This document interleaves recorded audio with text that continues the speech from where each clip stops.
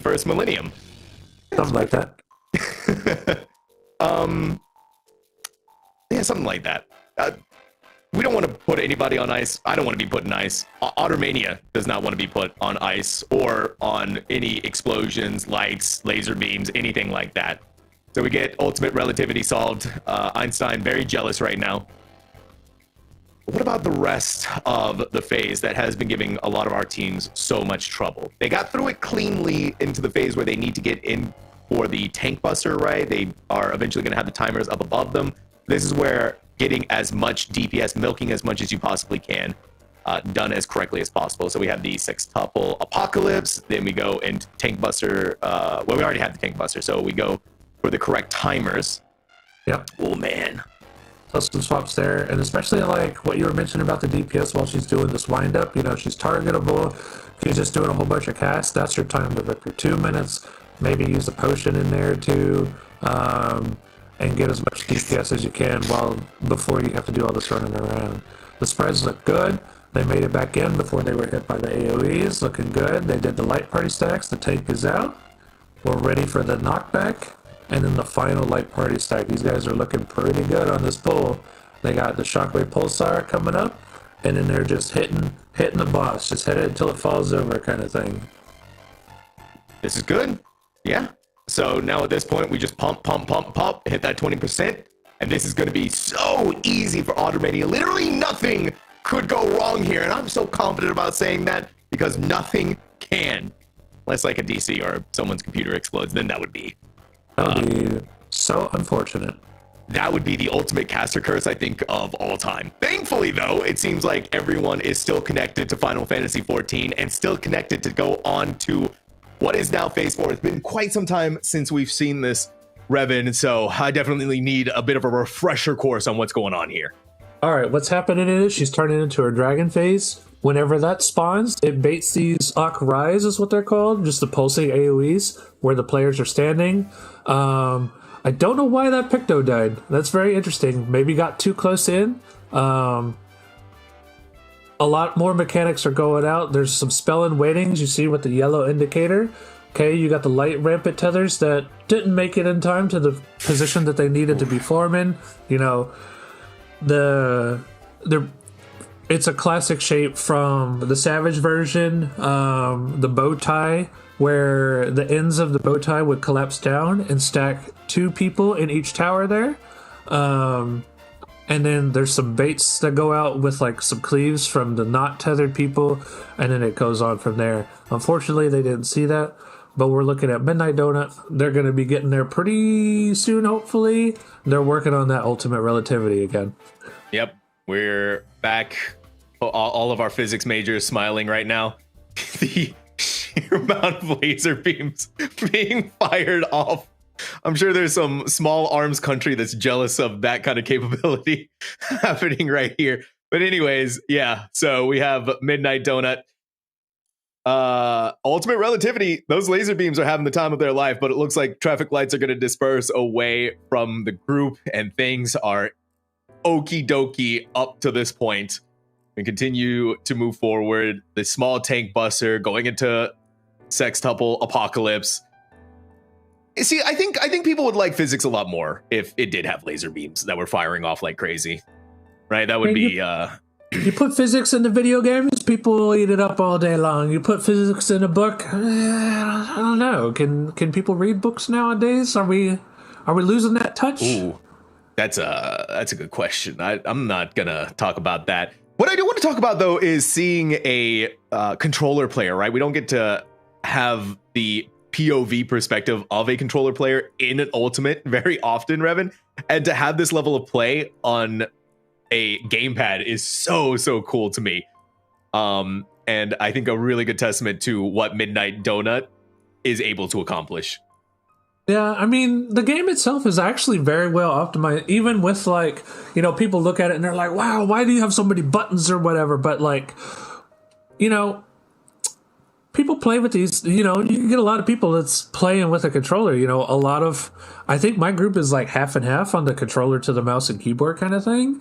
And it's just like second nature to them. So, you know, controller healer, what? Yeah. I mean, I've seen healers play on controller. I've seen tanks play on controller. I've seen all the DPS played on controller. So, I know a lot of people think it's kind of crazy, but over here it's pretty normal. So there's just some moments where I don't want to be on mouse and keyboard. Usually it's because when I'm gonna sound like an old man saying, but my hands start hurting when I'm on mouse and keyboard for a long time. So switching over to a gamepad is really nice to just, you know, get to lean back a little bit, get to enjoy.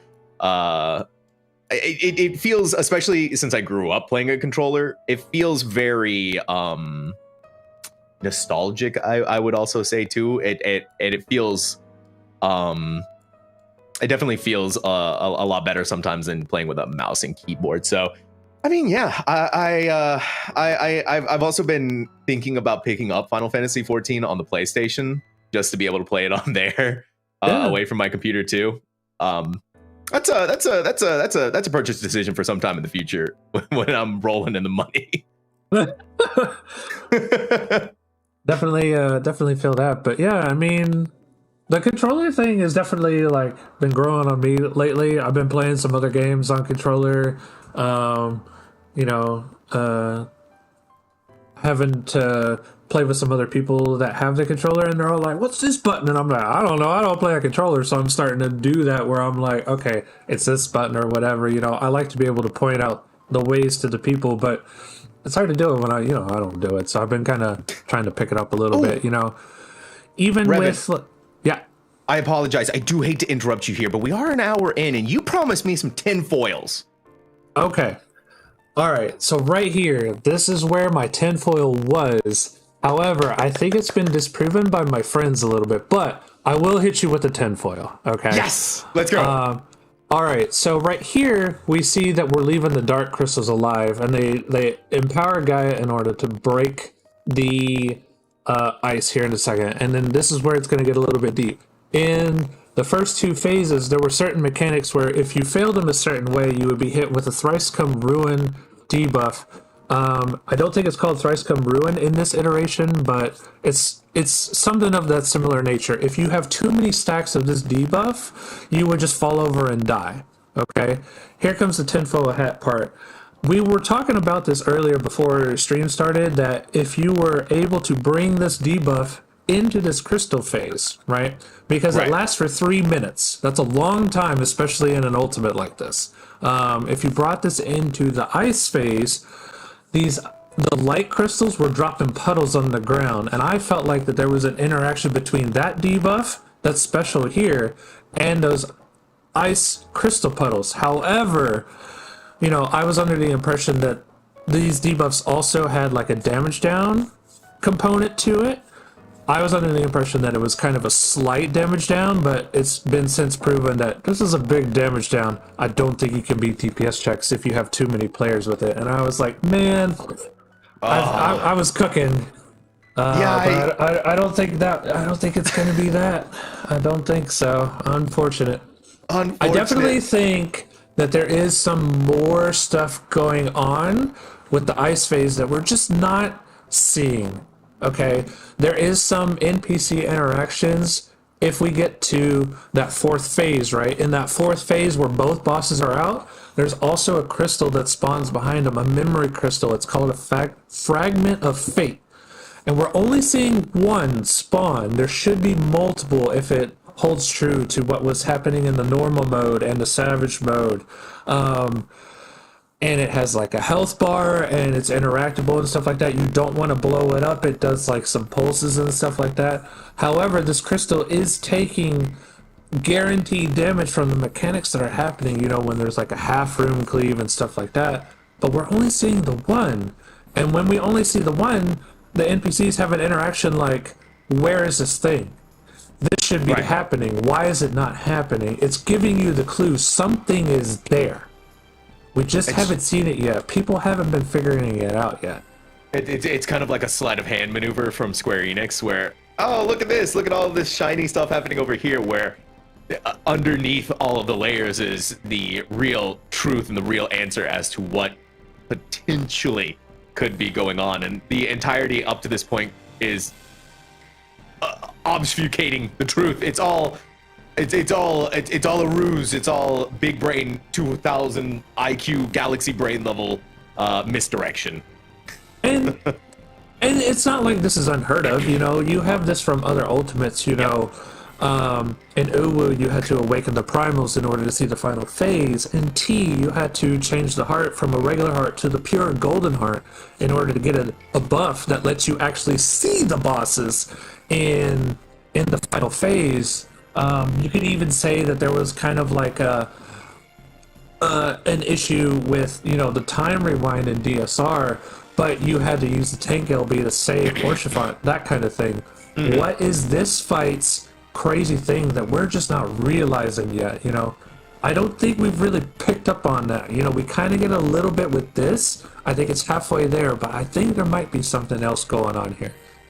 That's kind of the fun part for everyone outside of the Ultimate, is trying to be able to figure out what's going on and the puzzle aspect that's involved, where the raiders themselves, right, you are dedicating time towards clearing what you know is able to progress your static further throughout the instance. But meanwhile, you can just have someone on the back foot, you know, like you always have that question in the back of your mind, is this something that we need to keep an eye on, right? We were, there was a lot of talk last night. Do we need to eliminate all of the crystals? Do we commit a limit break here? Now, for the most part, all of the teams have elected to save their LB going into phase 3 for a different moment. But I mean, yeah, right, Rewritten, there's so many different pieces to the puzzle, and the big one might be right there, and everything will click if there's something to be found out there. Especially if the phase in question is the phase that these groups are working on, you know, that phase 4, if they actually can get to the end of the phase, if they can get through Dark Lit Dragon Song, if they can get through Wormlight Relativity, or whatever the heck it's called. I'm pretty sure it's called that. I'm going to call it that, the Wormlight Relativity, you know. And then whatever else is just, yeah, it's coming back. And get past all that. If they see the enrage and something is not clicking, there's something missing, right? So it's just a question of what and how they're going to figure it out, that kind of thing. Speaking of the POV that we have right now and what we were talking about earlier, we got the ultra-wide perspective. And you can usually tell when an ultra-wide player is when they have the black bars on the top and the bottom. So being able to have all of that extra space, you get an idea of the amount of the arena that you're able to see, and having that extra perspective, like you said, it's almost it's pay to win. Yeah, like look at his perspective right now. He can see all the way left to right of this arena, and you know, no big deal. Just get a big monitor. And I'm like, man, I need a big monitor like that so I can be better. Because like if I go and do this, I'm like ripping my camera back and forth to try and see what's going on.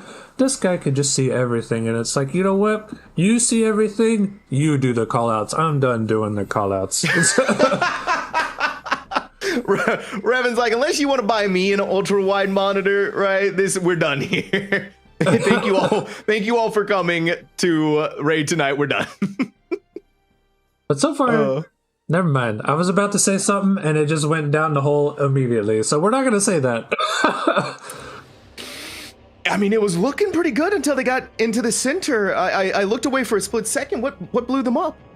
Their healers were a little bit slow coming back in. They got clipped by the AoEs that were rotating around the room. Unfortunately, I don't think that they have a res caster. They're firing off the Ninja LB to try and get her under the 20% that she needs to be, and I don't think they're going to do it. I don't have my magnifying glass to see. Definitely didn't do it. Definitely ain't seeing that cast bar on that little teeny tiny UI, but unfortunately, they're just going to have to try again. Oh my goodness. Okay. Yeah, the downside of watching it from an ultra-wide perspective is, yeah, Revan hit the nail on the head. You had to whip out the magnifying glass to get down to the teeny tiny numbers. Chat, what happened over there? You guys are in slow-mo. What'd you do? Chat, come on. We're supposed to be cute, not crazy. It's okay. You know what? I'll let you guys slide for this one because we hit $14,000 raised for charity. Which, by the way, I do want to remind everyone that we are raising money for Games for Love, a non-profit charity that eases suffering, saves lives, and creates sustainable futures for kids. $1 equals one child helped, and we've done $14,000 of that. So, hey, that means 14,000 children helped. It's a 1-to-1 equation. Even someone as mathematically challenged as myself can do it. I also do want to mention as well, in the upcoming hour, we are going to be doing the cocktail hour, as a matter of fact, again with Sid and Sly, where if you watched it last night, it was amazing. And Revan, you said you missed it. I highly recommend catching it tonight if you can, at least a little bit of it, because some of the concoctions that they created, I'm not an alcohol drinker myself, but those did look very delicious. I believe it. I'm not a big alcohol drinker myself, but you know what? It's a holiday here in North America. I think we might crack open something, and you know what? Following along with them might be a lot more fun than just figuring it out by myself. And we also have I believe, lore hour later tonight as well. I don't know who's going to be on that, but if you want to know more about Final Fantasy lore, or if you just want to enjoy the grandiosity that is the storyline of this game and all of the little details in there, boom, go and check it out. There's so many cool things happening in these upcoming segments, and that's one of the really neat parts about having the Mogtalk section of the Echo Mogtalk collaboration, Revan, is that we have all of these fun segments with all of our amazing commentators and all of our amazing talented individuals who are giving us more to watch. Yeah, it's pretty amazing to see what the community comes up with, and you never know, like what you're looking forward to until it actually happens. Like, what other game does like a cocktail hour and makes theme-based drinks and stuff like that? Like, that's such a good idea. Bravo to them, And then, we got so many lore masters in our community. They just deep dive into this lore, and especially with like this fight where there's like little lore tidbits like sprinkled here and there. I keep bringing up like these memory crystals and stuff like that. Maybe our lore experts will be able to shed some light on it, and maybe they'll come up with something that these raiders could use in their fight tomorrow. You never know. I did get a chance to figure out who our lore masters are for the lore hour, and that's going to be Anonymous and M. Unarum. So, two very knowledgeable people. I know M is phenomenal. In fact, they're going to be on the shift after the cocktail hour with myself, and then they go into the lore hour after our shift together. So, again, so many cool things coming up, so many exciting moments in the broadcast that you do not want to miss, including the $5 donation that we got from Don Stylo. Since I opened the can of worms here, another glam. Not everything is black and white, but I like it for this set. We'll take a look at it. Actually, I think we may have enough time to look at it because most of our groups are still on the crystals right now before we get into Phase 3 Ultimate Relativity. So if production does want to pull that up, if they have the time, perfectly fine. If not, we'll take a look after our groups get through either Phase 3 or blowing up, one of the two, Revan. Yeah. Little bit of question about where the groups are at. So a lot of the groups in the lead were working on Phase 4. They were kind of hitting a wall. I know a lot of those groups kind of went to bed. A lot of the later progging groups have swapped in. They're working on the information that they provided and kind of stuff like that. And now we're just seeing a lot of these groups get the reps in to try and, get the movement into like muscle memory kind of deal. So that way they can worry about the later phases and stuff like that. Let's see, where are we at with this one? We're going into Phase 3, the start of the Gaia phase. She brings everybody's HP down to 1, and then we heal back up, and she's going to go into her ultimate relativity. Yeah. So far, team is alive. Okay. You got to be careful with those with the caster cursing them. Don't want to hit them too fast, too quickly. Making sure to bait out the laser beams away from the group. You see a couple of them stepping inside of the blue timers that are spinning around and then reconvening back in towards the center. The laser beams are continuing to go off, and all while managing to make sure to keep an eye on your debuff stacks that you have on. Yep. It looks like they know kind of what they're doing. I think that's a damage down in there, which is unfortunate, but it's on healer, so it might be okay. We'll see what happens with the rewind. Never mind, I cursed it. Anyways, I'm sorry, team. Ooh. So this is also the very important part of the fight too, right? Where you have to make sure that you're dealing enough damage throughout this entire phase to make sure that you hit that 20% marker, like what we've seen in phase 1, like what we've seen in phase 2, and the theme is continuing inside of phase 3, and even all the way from what we've gotten out of phase 4, right, where you have 2 bosses that need to, what we're assuming so far, right, having to have their health close together, more than likely, when I say assume. That seems to be what is going on with that. It's just like a quick check to see if, you know, you're not focus firing one or the other. You have to kind of keep them along the same lines. We're looking at Team DN here, though. They're moving on into the apocalypse phase. So far, so good. There is one weakness on the field, but it's almost over. Probably something earlier in the fight. No big deal.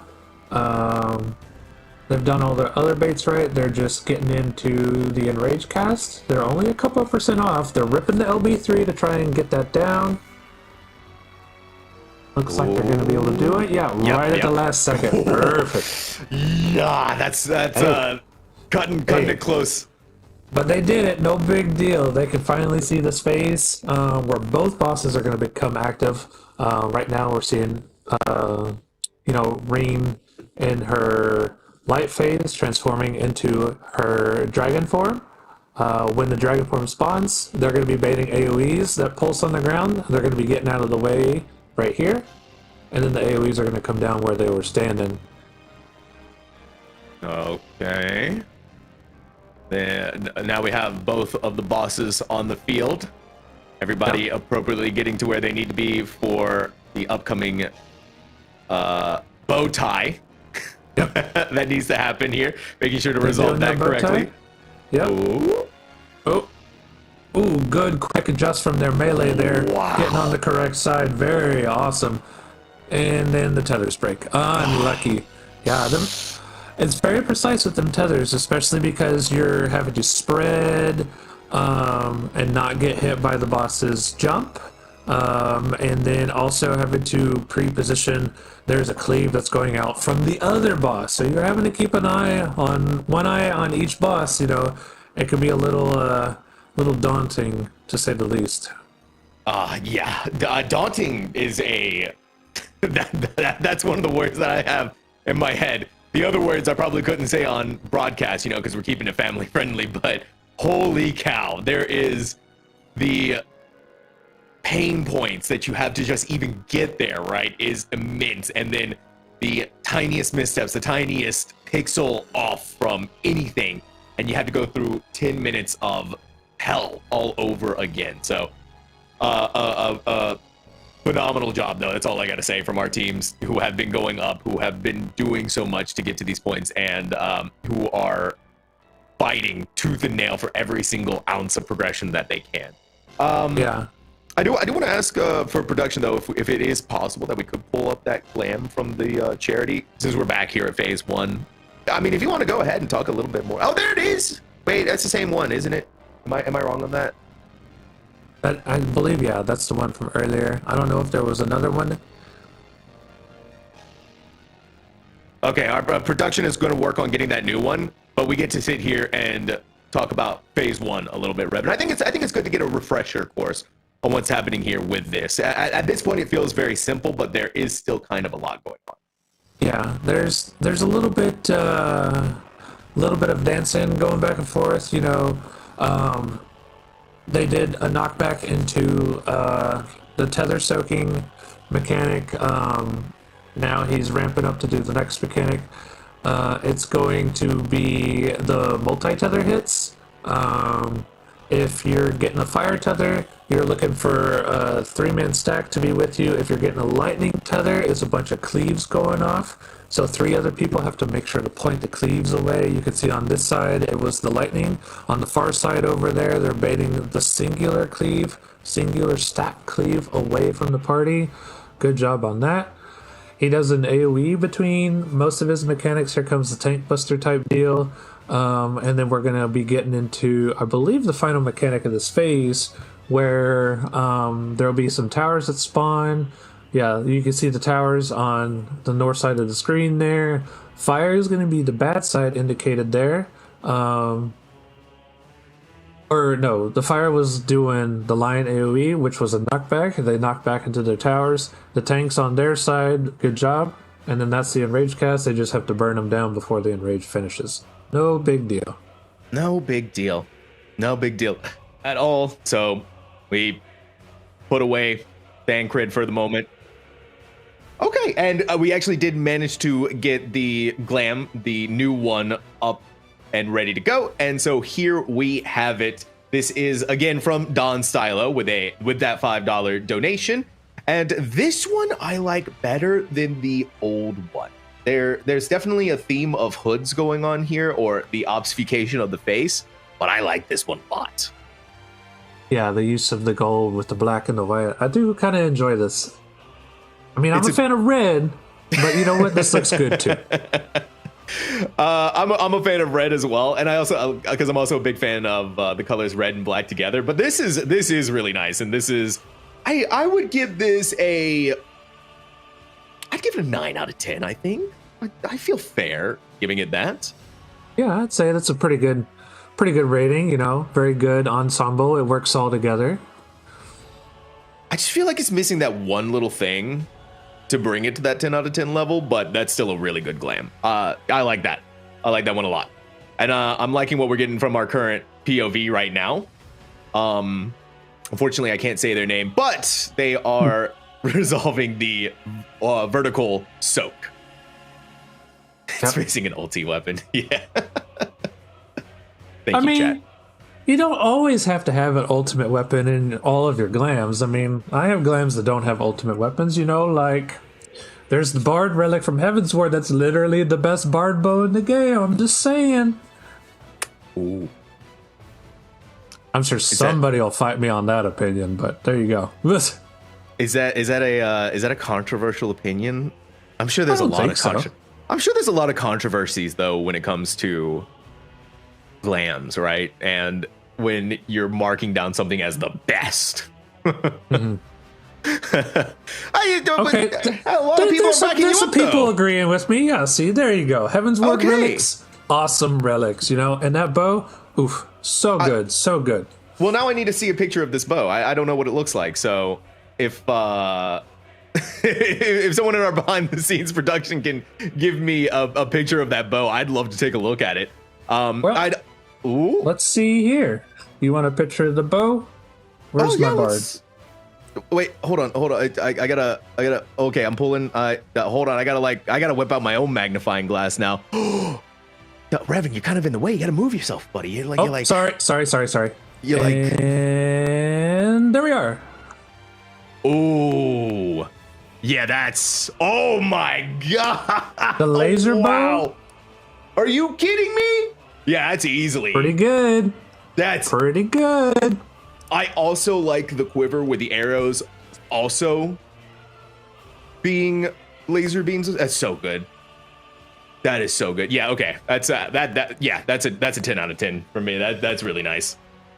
I see where everyone's points are coming from, and you are all very, very correct. I'm admiring the scenery right now. That's so. Really there cool. You go. That's my bard bow opinion. See, that's what I like. The glam is just chef's kiss. It's so good.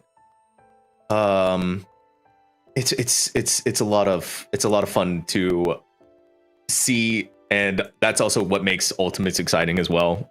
Too is the ultimate weapons that come out from them. And hopefully here for our current POV, a phase 3 ultimate that transition that's about to happen. Let's see here. What have they done? They're not doing the crystals. They're testing something out? Yeah? Maybe they did. No, I think they did. Yeah, I think they got. They had to have. Yeah, they had to have. And then they push into it. Yeah, that's actually also someone mentioned that too. I assumed it was a JPEG behind you, Revin, but you're actually in game. That's really cool. I am. I'm sitting in game. This is the aftermath of the Eden raid in the hub zone, where you queue in to do the raids and stuff like that. Where maybe the lore masters will talk about it later tonight, where you're bringing different types of ether back to, a non-elemental area of the first. Blowing my mind right now. Didn't even it looks so good. I thought it was either a JPEG or a GIF, right? Because you can see that the background is animated, but that's really cool that you're actually in game. That's a very creative idea, and I like that a lot. I've definitely had it where my location wasn't so secret before, and may have had a few hundred people jumping behind me before. But it's all fine. Usually it's my FC. They love to hang out with me, and they're very supportive of me, and we're supportive of each other. It's a good time to be there, and I wouldn't have a different FC anyways, so. Now, I've only been on shift with 2 people, but you're now the second person I've been on shift with that has said kind things about their FC. That is so very heartwarming to hear. It's just the continuing trend of whatever comes out of Final Fantasy XIV is very wholesome and very heartwarming and makes you have faith in the gamer community again for a little bit. Yeah, we a little bit of Revin lore maybe. I've been in this FC for years. We've been around for forever. We've slowly grown over time, a lot of like-minded individuals coming in, we enjoy a lot of content together, we advertise as a crafting FC, but we do some of that stuff behind the scenes, when it's a savage race and there's new, crafted gear to get a hold of, we'll be behind some of these teams that are on the world race, but we're making their gear for them, kind of thing, This most previous Savage race, we've seen, what's their name, Raid Time with Mr. Happy and Whoops and stuff like that. We crafted for them for a couple of our FC mates that are on their team as well. So it's pretty cool. Even if we're not racing, we're helping them to race kind of thing. So we're along for the ride kind of thing. It's pretty cool. It's all a interconnected community effort sometimes when it comes to these raids, right? You want to help the aspect as much as you possibly can, and it's getting that community supports for a lot of these ultimate teams to get there. Unfortunately for our POV, they got blown up, right? They are not of this existence anymore and shoved all the way back to phase 1. I think it looked like they missed the enrage timer for that one. Yeah, that one looked real close on the Enrage, but we're looking at DN again, and they're not Enraged, and they're working on the ultimate relativity again. Dialing that in, getting their baits and their positioning down correctly. Definitely got a good working strat. I don't think that's the problem at all. It's just heavy execution phase, You got to be on top of your game the entire time. One little misstep, like we saw, probably 30 minutes ago, where it was just one step forward and the whole thing tumbled, so yeah, avoiding situations like that. What is so interesting to me about this particular ultimate as well, I feel like personally, if I was here as a player, this part of in phase 3 would give me so much difficulties, because even sitting here on the desk having this explained to me multiple times, I don't have a firm grasp on ultimate relativity. And this is one of those mechanics where I feel like I would need to get in and do it myself to truly grasp what's going on. Whereas with some of these other mechanics, it's a much more simpler idea to digest in my mind.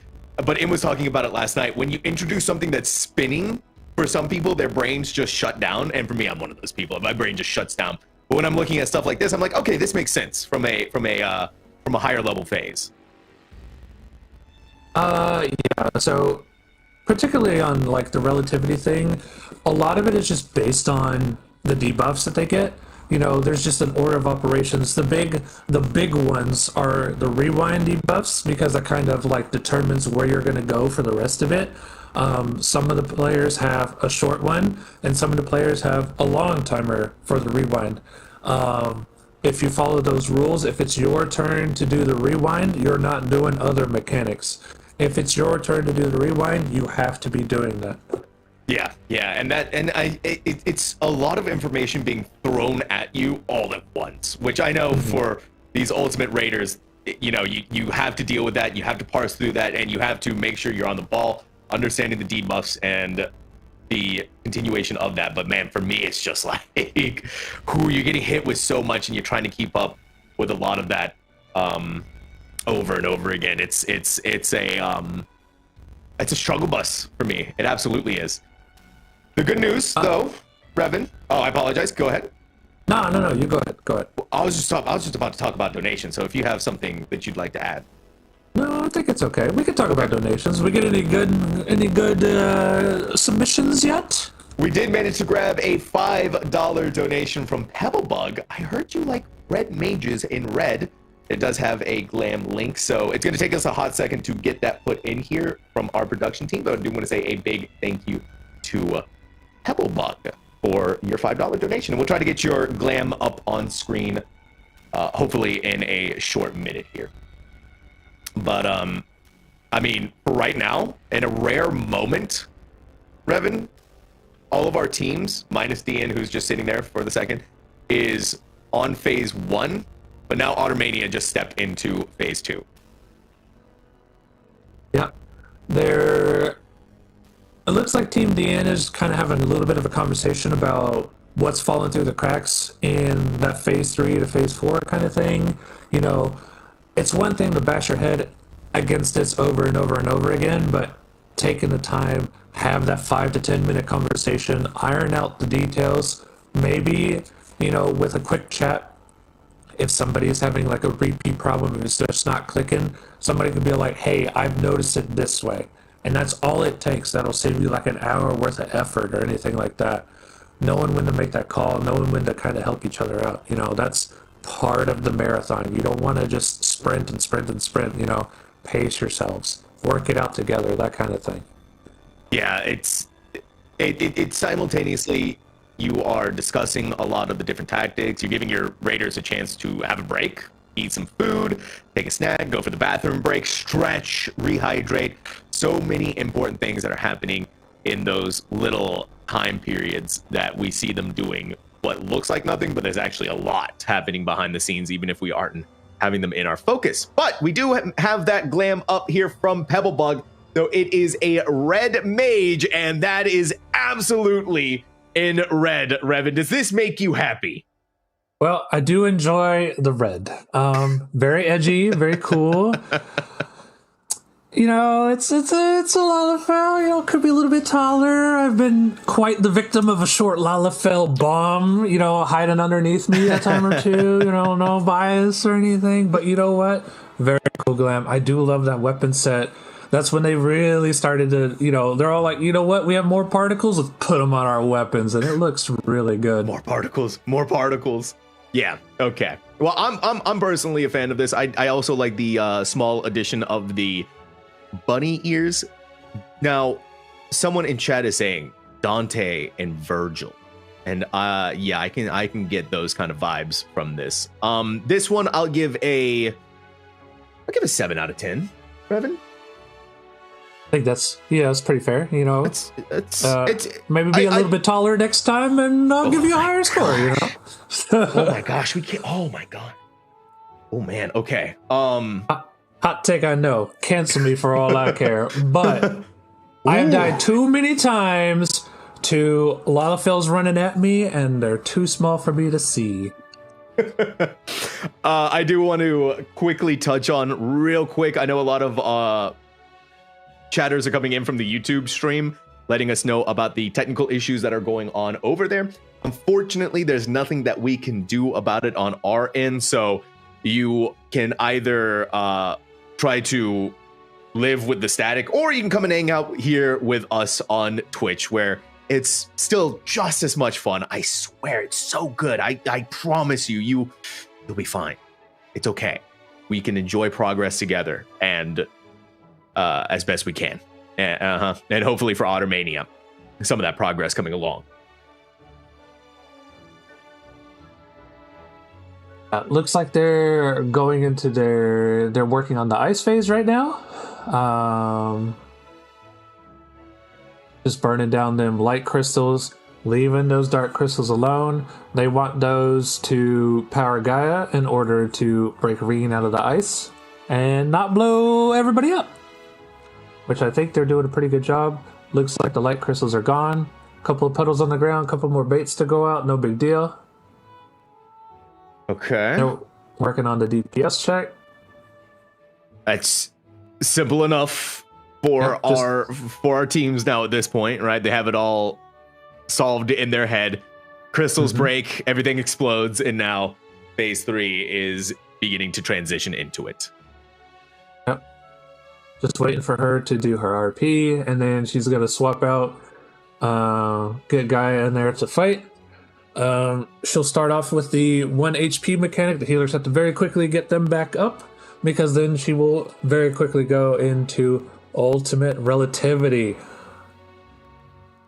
And we hope that you have your physics degrees out and about. There it is, a lot of that front-loaded damage that we were talking about here. Healers needed to get everyone back up to full ultimate relativity being cast, infinite possibilities condensed into a single moment. That is beautiful amounts of relativity going on there. You see all of these traffic lights. You see 2 different colors going on, yellows and the blues. That's the extent of my knowledge when it comes to these stupid traffic lights. So yeah, the timers on the traffic lights are affected by the tethers. If they're tethered by a yellow tether, they're going to activate first. If they're tethered by a blue or purple tether, they're going to activate slower. They're going to be last. Unfortunately, that pull ended kind of poorly. They blew each other up, but we swapped immediately over to Kindred. They're also in the same position. They're baiting the lasers away.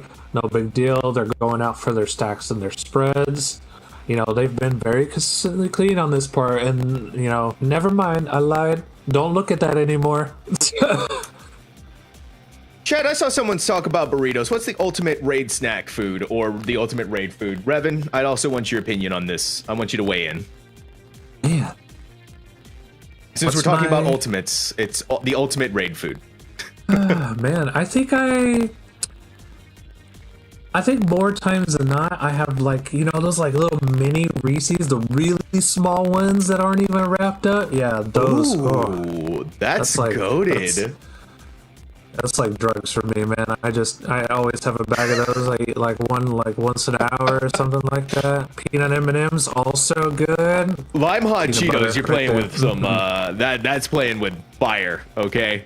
Now, I've done a couple of times for charity where you eat something incredibly spicy, but lime hot Cheetos do sound very good. Make yourself a nice spicy pulled pork. What is it? Chad, some of you are eating spicy food while you're raiding. Does it like activate the senses? What's going on there? I mean, maybe with the spicy food, you know, it gets you ramped up, you know, a little bit higher intensity on the inside, a little bit higher intensity in your gameplay. Okay. Yeah, I could see it. I think it keeps you alert, keeps your nose clear. A whole lemon. Interesting. That's like some Giga Chad raid snack right there. If you're just taking a whole hunk of a bite out of a lemon.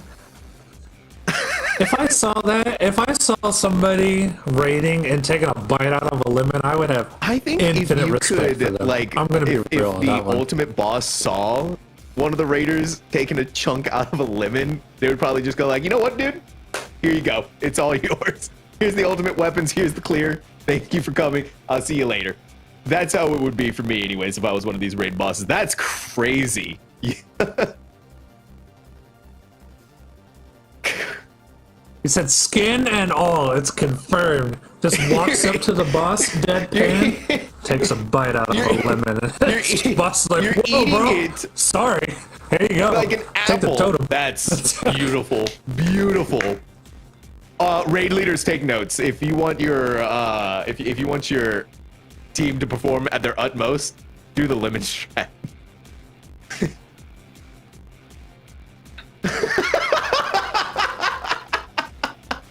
You know what? Buddy, bring your raid lemon to I just raid. had an idea pop in my head, Revin.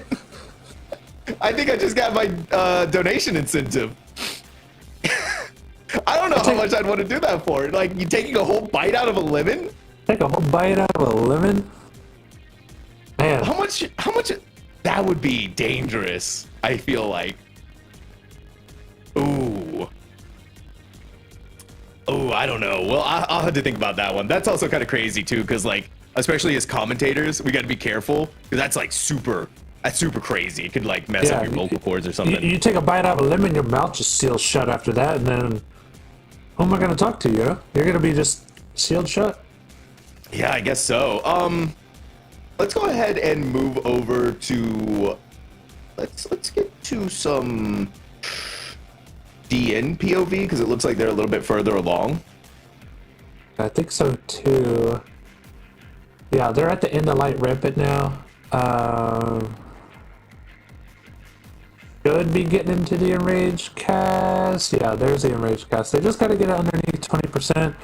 Very recurring theme going on here. Just got it low enough, no big deal. They easily clear it. Now they're going into the intermission phase with the ice crystals. Again, we've definitely figured out that we need to save those dark crystals. We don't need to rip a caster LB3 on this.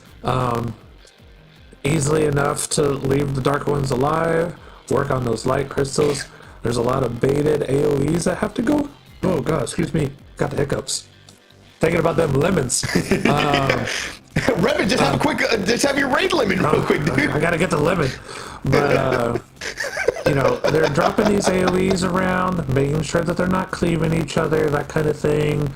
There's some cone AoEs coming from the dark ones, making sure that those are going into empty space and not on the players, not on the other crystals. It does put up a vuln resist buff on the crystals. If you tag them with other crystals AoEs, makes them a lot harder to kill. You're probably not going to be able to do this if you do that. So that's why they're baiting these AoEs away.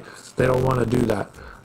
They're coming into the center here. They got to get it low enough for Gaia to be able to break it, which is just under 50%. No big deal. They do it easily enough.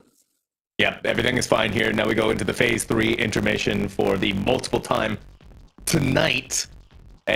For DN specifically, right? You see they take a little bit of damage when that happens, and then once ultimate relativity starts coming out, also another buttload of damage that's going to be happening, basically bringing everyone down to their very last leg. Healers have to do a lot to bring them back up to full, and then, right, you go in, you see the boss go into the center, the traffic lights are going to start coming up, you're going to see debuffs put on everyone, you're going to see timers, more importantly, you're going to see the traffic lights along with clocks that are two different colors, the yellow and the blue or purple, however you want to see that. And you have to, you see a couple of players moving out of the raid group while also looking away where they're going to be dropping down the AoE, and then laser beams that are also going out into the field as well. Yeah. It's a lot of moving parts. It's one of those mechanics where if you just focus on your mechanic, the rest fall into place. Unfortunately, for Team DN, they fall into the ground as a poor beta laser cut right through the middle of the raid. Very unfortunate. People are asking about the big prog point. I believe there's a command in chat. I don't know if that command is working today, but there are clips. A couple of teams getting into the deep end of phase 4 where both bosses are present. That is just a whole lot of mess. You're having their signature attacks fire off at the same time together. You know, we were when this was coming out, we were joking, like, what if they put light rampant and relative? They put, like the Dragon Song thing with some other stuff. Well, they did it. Good job, guys. We manifested it, and it's just been, these Raiders have been having a time with it. So many different words that can be used to describe what's going on. And so, again, we have another team reaching into that phase 3 intermission, small cutscene, whatever you want to call it, happening over here, where we have the transition for Gaia becoming the boss themselves, getting onto the field.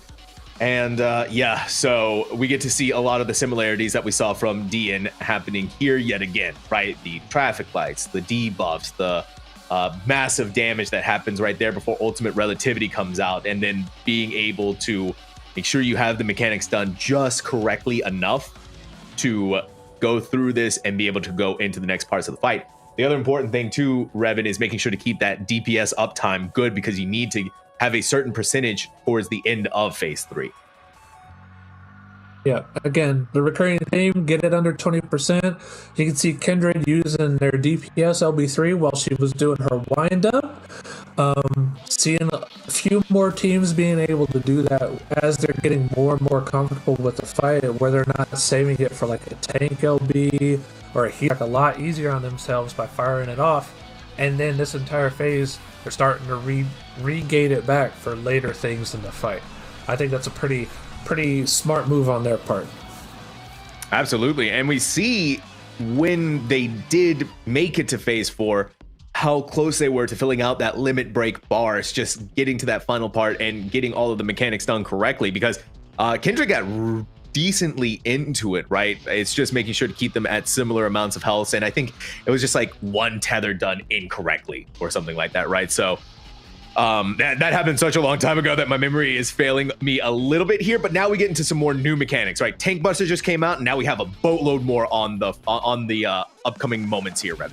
Yeah, so she's winding up with her clock mechanics. I did see somebody asking about what the overhead clocks mean.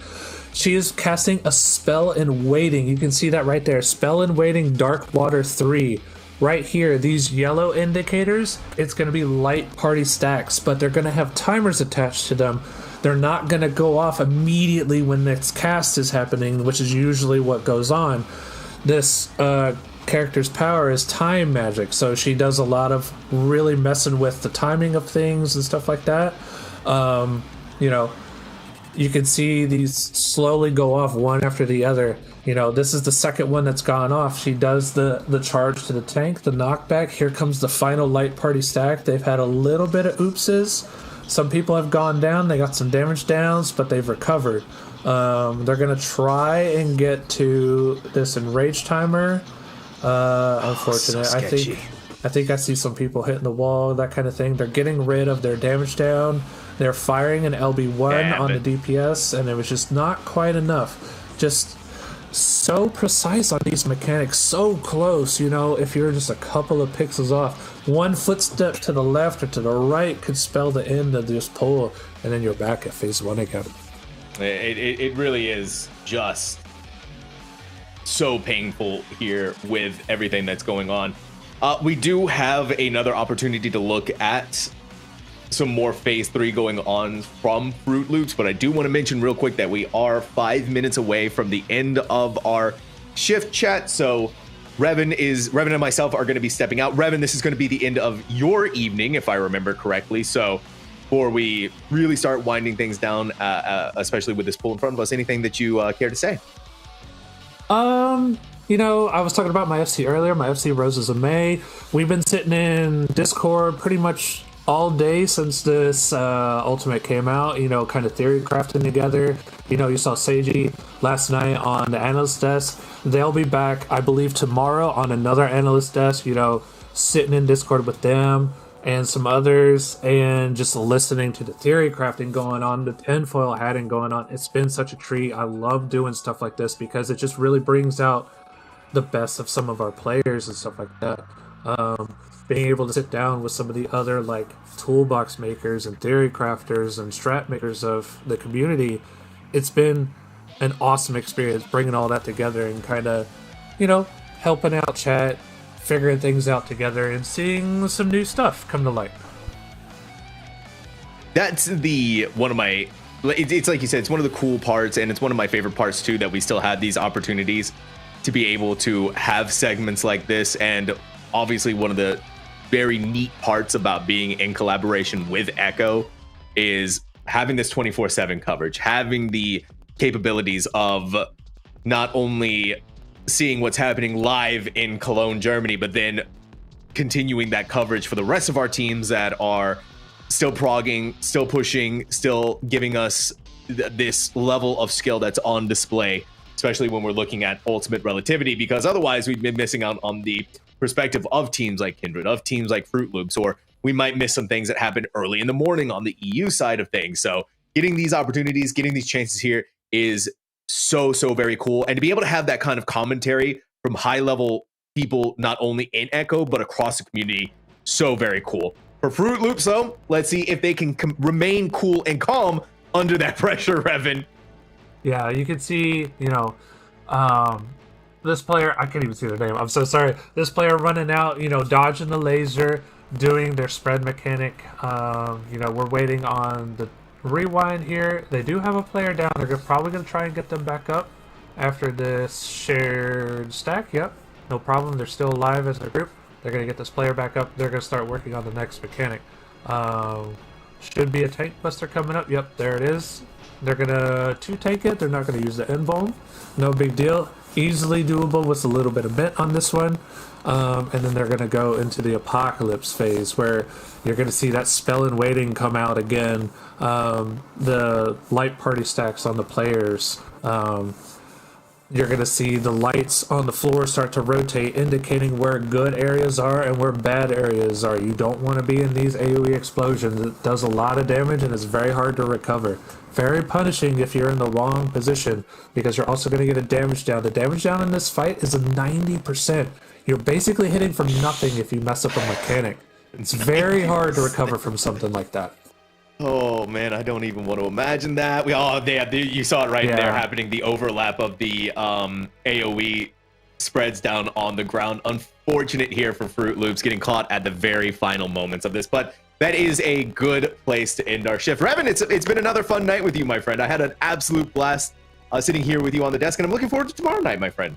Yeah, absolutely. It's been a blast, and interacting with chat and everybody in between. It's been a good time. It's been a phenomenal time. So I do want to let everyone know to make sure that you stick around, because we do have the cocktail hour coming up next with Sid and Sly. And if you caught it last night, well, guess what? It's going to be just as phenomenal as tonight. I can't wait to see what are some of the amazing concoctions that they make and come up with here. But our continuing coverage with the Mogtalk Echo collaboration is going to continue in just a few moments.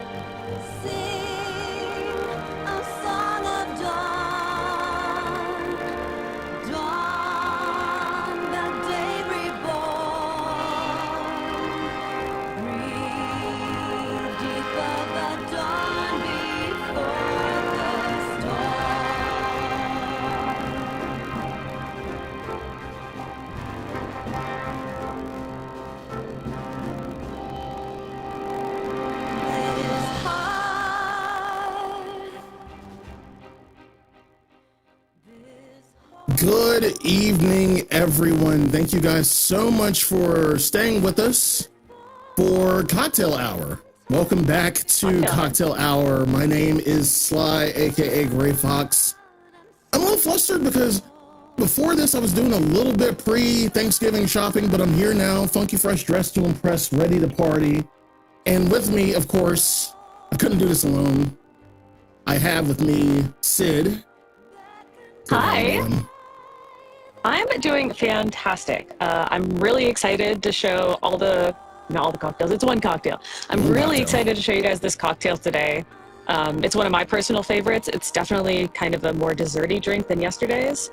And it's a really good way to impress your friends because it looks really fancy, but it's super simple to make.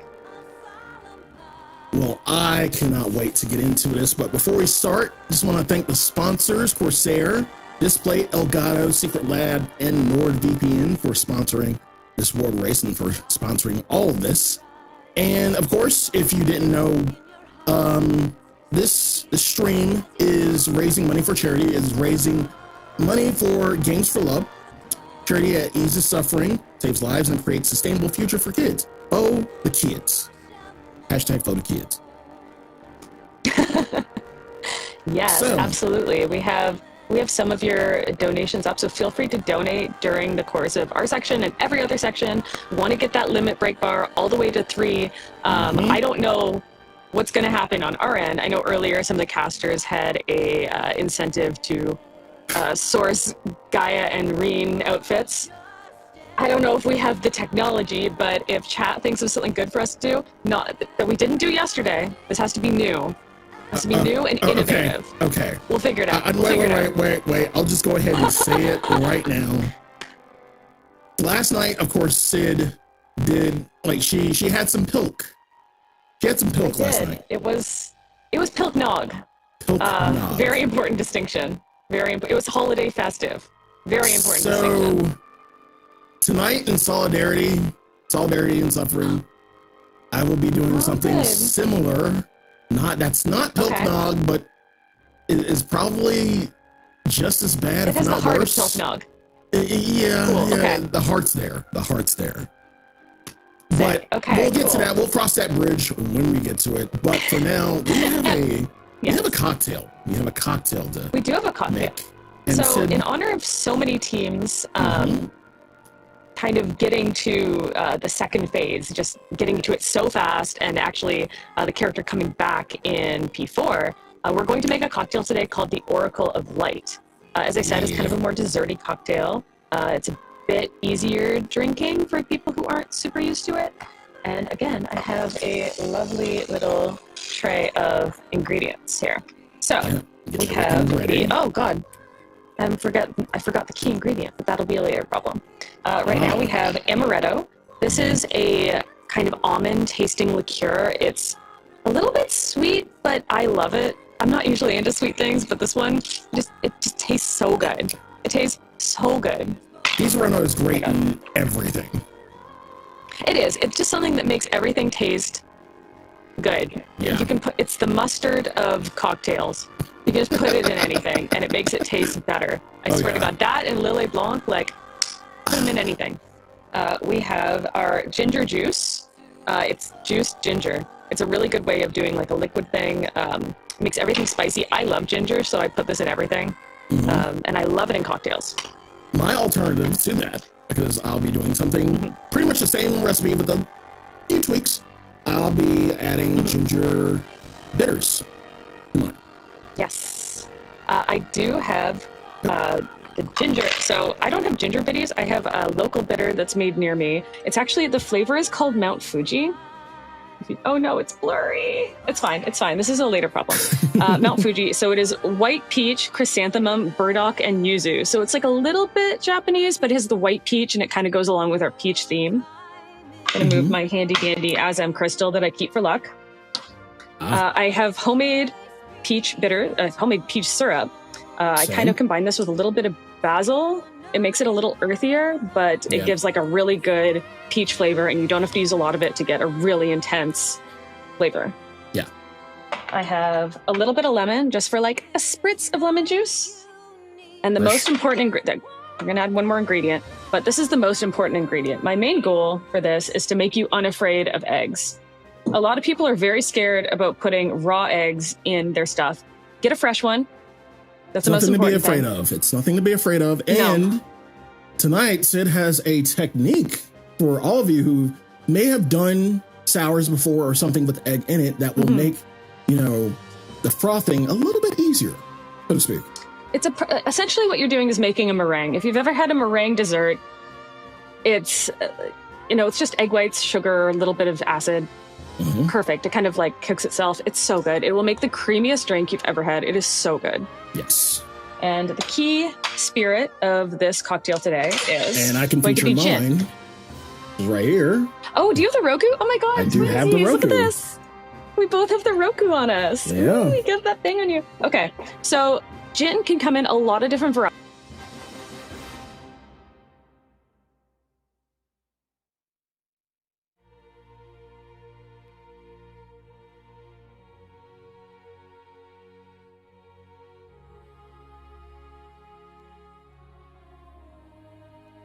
Sourced from Japan. So you get yuzu, you get cherry blossom, you get green tea. I have a couple of other gins to show you though, just for taste. I prefer to use a more flowery botanical gin for this recipe, just because a juniper heavy one tends to be a little more trees. Oh no, is the stream breaking? Are we back? Are we good? Are we here? Are we here? Hello? Did we save the frames? Wrong thing. But did we save the frames? I think we saved the frames. Okay. Okay, so, good. Japanese gin, we have, it's a bit more floral. It will blend better with the rest of these kind of creamy flavors. We also have two that I brought back. I love gin. So I brought these both back from Japan. I'm a gin person. I love things that taste like nature. So this one is a brand called Kinobi. It is distilled in Kyoto, and it is fantastic. And it is impossible to get in Canada. So I had to bring this back in my suitcase legally. So this one is Kinobise, which means it's a slightly stronger brew. It's about 10% more than your typical gin. They also call it kind of the sailor's brew. It's very good. It really makes it pop. We also have the Kino tea, which, as it sounds like, it's brewed with, it kind of has notes of green tea in the gin. I don't recommend it I recommend this more for a gin and tonic, just because the flavor is so delicate. You would really drown it out by all the other things that you're putting in the cocktail. But I just wanted to show it off because this is one of my favorites, and it's really cool. And to add to our gin collection, I guess, I have another gin. We were talking about butterfly pea yesterday. This is... Oh, yeah, the blue. Yeah, this is the Empress 1908 Indigo gin that includes butterfly pea. And under normal circumstances, I would use this to add color to anything. So if you were looking to naturally add color to a cocktail that had gin in it, there are a couple of gins that utilize butterfly pea. This is one. Hendrix is another good one. If you want to use something that has butterfly pea and just adds color. So if you're looking to add color to a cocktail, this in Hendrix is an option. Yeah, that's a great way to make like a really color. Again, that's a really good one to put in a gin and tonic, just because it shows up so pretty. It really makes it like the kind of like bluey purple color. And if you put a little bit of lemon or lime juice in it, it'll turn this beautiful magenta pink, which is like a really fun, color shift. So you can get Roku pretty much. It's pretty common across, like it's imported everywhere. So I highly recommend it. But today I think I'm going to use... I'm going to crack open the Kino Bise because it's a special night. Okay, I'll use the Roku. I'll use the Roku. Okay, so for this one, you're going to need a shaker, which I have to open because it gets stuck. Oh, Jesus. This is really good to do on a stream. Okay, so this cocktail honestly can go pretty fast. In terms of the technique, it can go pretty fast, but I mean, you can slow it down a little bit for chat, just to... Slow it down for chat. Okay, so what we're going to do, let's start with the scary part. The egg. Let's start with the egg. So you take your egg. This is how you properly get an egg white out. If I mess up, it's fine. It's Prague. Crack it on the side. Open it like this. Make sure you catch the egg yolk in like one end and just kind of pass it back and forth like this. And get all the good stuff out. My dog has decided to stay up because she saw me doing things with eggs and she's like, that's my favorite food. So she is sitting next to me awaiting this egg yolk. Sid, I have a cheat code. I have a cheat code for chat, for you in chat, regarding the egg. Most of your kits, if you ever get like a bar kit or anything like that, and you have something called a Hawthorne strainer. So basically, this little thing right here, you can take this, put this on top of your on the top of your shaker. We'll crack open your egg, and then let me move my mic out the way. Crack open the egg over the hawthorn strainer, and what it's going to do, I don't make a mess. Life hacks. And what it's going to do, you have a pretty good hawthorn strainer. Are you using a third-party tool for your egg? I am using a third-party tool for my egg. Yes. You should get your egg white in there without, needing to use the super shell. trick that I used. The shell. Yeah. Excellent. Okay. Once you get your egg white in here, we're going to put all of the ingredients in the same shaker without ice. It's a very important step. So, I'm going to take our gin. Okay. Oh my god, and where's my measuring tool? Oh, chat, this is awful. Oh, it's right in front of me. Oh. Okay. So, I use 1.5 ounces of gin. Just pour it right in there. Good to do. Good to go. We're going to put a lid back on that, put that away. We're going to take our amaretto. This scent is so powerful. I put 1/2 ounce in there. Sometimes a little bit more if I'm feeling a little spicy, just for flavor. Take the ginger juice. Make sure to shake it up before you use it, because all that goodness kind of sinks to the bottom of it. I like a strong one, so I put in more closer to 25 to half. It depends on how strong your ginger juice is. Play around with it, see what works for you.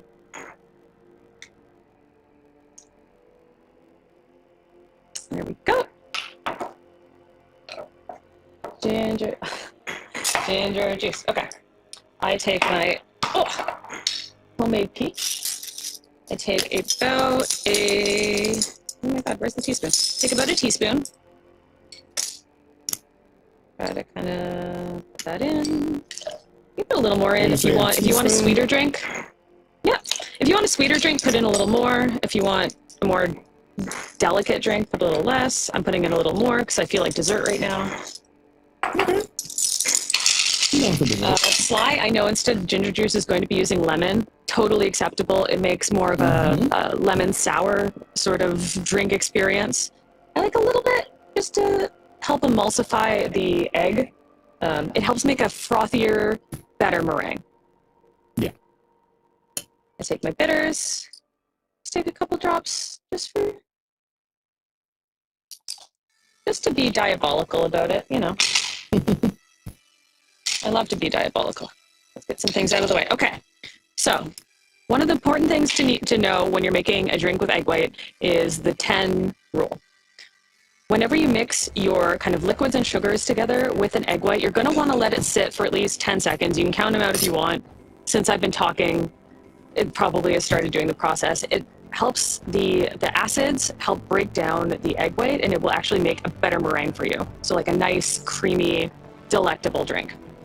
The other thing that we're going to do is we're going to do a dry shake first. What a dry shake means is you're not going to put ice in the shaker, and you're just going to shake it by itself. You're not looking at any strats. Oh, we have some prog going on. Okay. Sorry, I've been informed. Okay, we have Kindred going on. Okay, what phase are they going into? We're watching this just at the same time as all of you. Okay, yeah, they're going into P4. We have Reen showing up as the Oracle. The same with Gaia.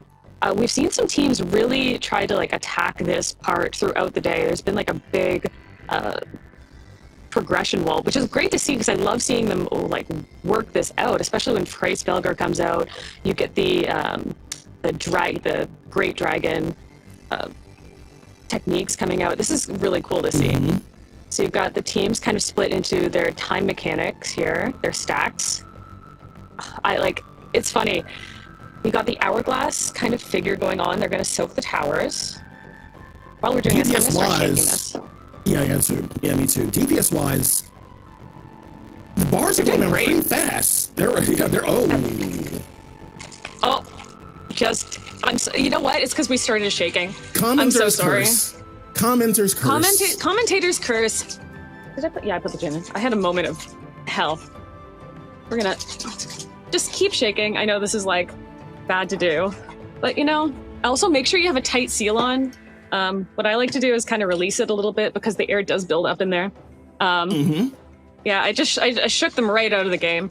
Yeah, just / shake drink. You really this is great television. I'm so sorry. The shaking distracted them. I feel like papaya. I have tiny hands too, so this is I'm sweating. This is why I'm wearing a raid shirt, because this feels like horrifying shaky mode. Oh, I am the bartender. This is like the new shaky mode. Yeah, it is. That's what we're doing. Okay, so got the dry shake. Just a little more for good measure. This is what's going to give you like a beautiful foam meringue situation. Okay, I'm so scared that I'm going to open it and it's not, even though that never happens. Okay. Okay, we open it. Keep the lid on. Be very careful when you open. Yes. What we do now is we get our ice. I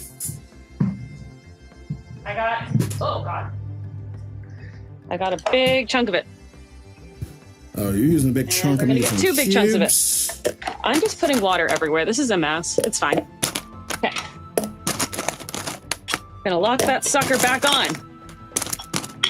Another tip to know when you start putting ice in with your shaker cocktails, if you hear the ice crack, a good thing to do is just, again, follow the 10-second rule, leave it in there for 10 seconds. Your ice will actually refuse back together, and you're less likely to have broken ice in there. And as I was talking about yesterday, we want bigger chunks of ice so that it stays frozen longer. We don't want it melting in there. We don't want to dilute the drink. Good to go. Okay. Oh my God, now I went for a run today, but I'm still this is harder than a run. Okay. So I'm going to do this away from the mic because I'm scared of the sound it'll make. Good to go, Sly? You ready to shake? I am good Everybody to go. Ready to shake?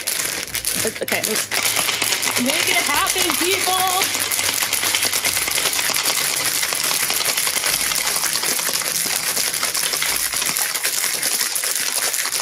Oh my God, this is too hard. It's their first cocktails. Yeah!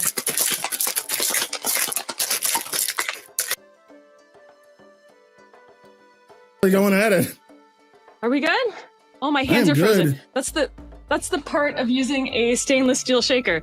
Your hands get really cold. Okay.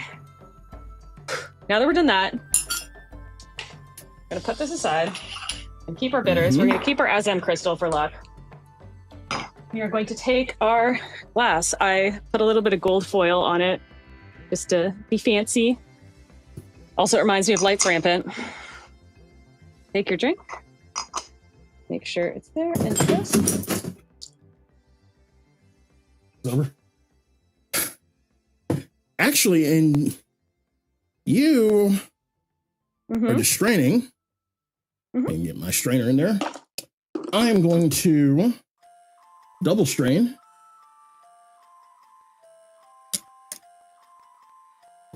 And get my lid off. There you are. Yeah, so as you can see, starting to get the foam build up on the top, the kind of meringue situation. What I like to do is put like a couple of dots of bitters right at the top, just for scent. Well, you see the layers start to be made. In this kind of cocktail, we call this a coupe glass. It's really great for any cocktail that is served up style. Up style means there's no ice in the glass when you do it. So anything with this kind of egg is great. Some Manhattans, some people like champagne. I don't really like champagne in them. I prefer a flute. I feel that with the coupe glass and champagne, there's too much surface area for the bubbles to escape from. That's me. A lot of people are purists about it. I like to be a little fancy, so I'm going to take this little piece of gold leaf. Just let it, please go on top. I'm gonna drop Don't a stick to my hand. few things There we of go. bitters on top of mine for a little artistic flair. It has to be artistic, and I like putting the gold in here. It reminds me of Lights Rampant, which everybody is scared of. I roll up my sleeves. Whew. Okay. I'm going to need this to, like, chill out. But look at that, chat. Ooh, Yeah, some beautiful little drops cocktail. of You can kind of see the gold at the top. bitters on top. Cheers. Exactly. So, cheers, kanpai. Enjoy your Oracle of Light cocktail. Oh, that is lovely. Isn't that? Oh God, that is so good. Mhm. Sorry, I love that one. I made that for a fellow raider recently as a taste test, and she looked at me and Oh, said, "That's God. diabolical. Yeah. You have to take that away from me." I said, "You know what? Yeah. Oh my God, sorry, I have to take another sip." Same. It's so good. And okay, if you do anything with gold, don't just go to the craft store and get gold. Make sure to order food safe gold, because they are very different things. Very food different safe things. gold, very different things. Food safe gold is 95 to 100% gold, which is edible. People can eat gold. That's why you see it in everything. Craft gold is usually some kind of plating. Oh, look at that. Look how well that goes together. Okay. It's usually like a little bit of gold plating, so I wouldn't recommend it. Yeah, so happy cocktail hour, everybody. It's good to see you all back. Thank you so much for Yes, joining glad to us have you all all. day, especially if you've been here all day watching Raid Prog. It's been such an exciting day getting to the 4th section, seeing everybody really hit that mechanical wall. I love when there's a puzzle that's a mix of execution and just everything happening all at once. Seeing those light walls, the light waves that, I don't know if you played a slide, but Heidelin EX, definitely recognizable from those. I know it'll be cool later. M is hosting a lore chat, so seeing kind of like the lore implications and connections between mechanics, the rest of the lore of the game. I know this is kind of an AU, an alternate universe, but there's still connections. It's still kind of a retelling. It'll be fun. It'll be fun. So when you were kind of, brainstorming this drink, what made you think of the ingredients that you did? Because this is like you said, this is kind of like a gin fizz. It is. It is based on a gin fizz. When I was creating this collection of drinks, this Eden collection, I was really thinking on how to make something that was fruity but not cloying and not tropical, because tropical tastes do not read as Rin and Gaia to me at all. So I decided on a theme of stone fruit. So this one's more peach. The one yesterday we had some pear, some blackberry, which are very like wintry fruits to me. Tomorrow our drink will feature a little bit of like plum accents to it. So I don't know, stone fruit just spoke to me. I really liked the idea of having a color of a drink, like it matches her hair, kind of her identity between like the Oracle of Light and Reen's kind of change to like a redhead from being a blonde, which unfortunately I can relate to. It was just it's just a matter of testing over and over. It's like the prog, right? You go in with an idea, you test it out, it doesn't work, you tweak it, you come back. The only thing with alcohol is you can kind of take one sip and then you have to throw it out, because otherwise you will get nothing done. Nothing done. And it's funny you say that, because last night after this, I was watching a video for the bartender at the bar beside Rockefeller Center in New York, and he was testing recipes himself. He was doing R&D, and basically the way he we got did the light R&D. waves going on. Oh. Sorry. Light wave And they flavors. might. Yeah. Yes, and the R&D. Yeah, so basically how he R&Ds is he'll make a recipe, try it, and tweak one thing. And I like that, because if you tweak two things, you won't know which one kind of... You don't know where you went wrong. Yeah. and affected it. That is, I remember the first problem that I had with this cocktail is I used a type of soda water, which was a peach and cardamom soda water. I thought it might be interesting, but I don't know. The combination of flavors made it taste like a little, like, have you ever had an almond that went bad? It gets sour in a weird way. It wasn't Can't say I good. have. So, okay, took that part out. Tried a lot of different things, and then we ended up on this one. Okay. Yeah, I like to approach cocktails, especially when they're character-based ones, with personality elements or something from their appearance, kind of combined. Like, I know here's my pet thing that I've kind of been rotating.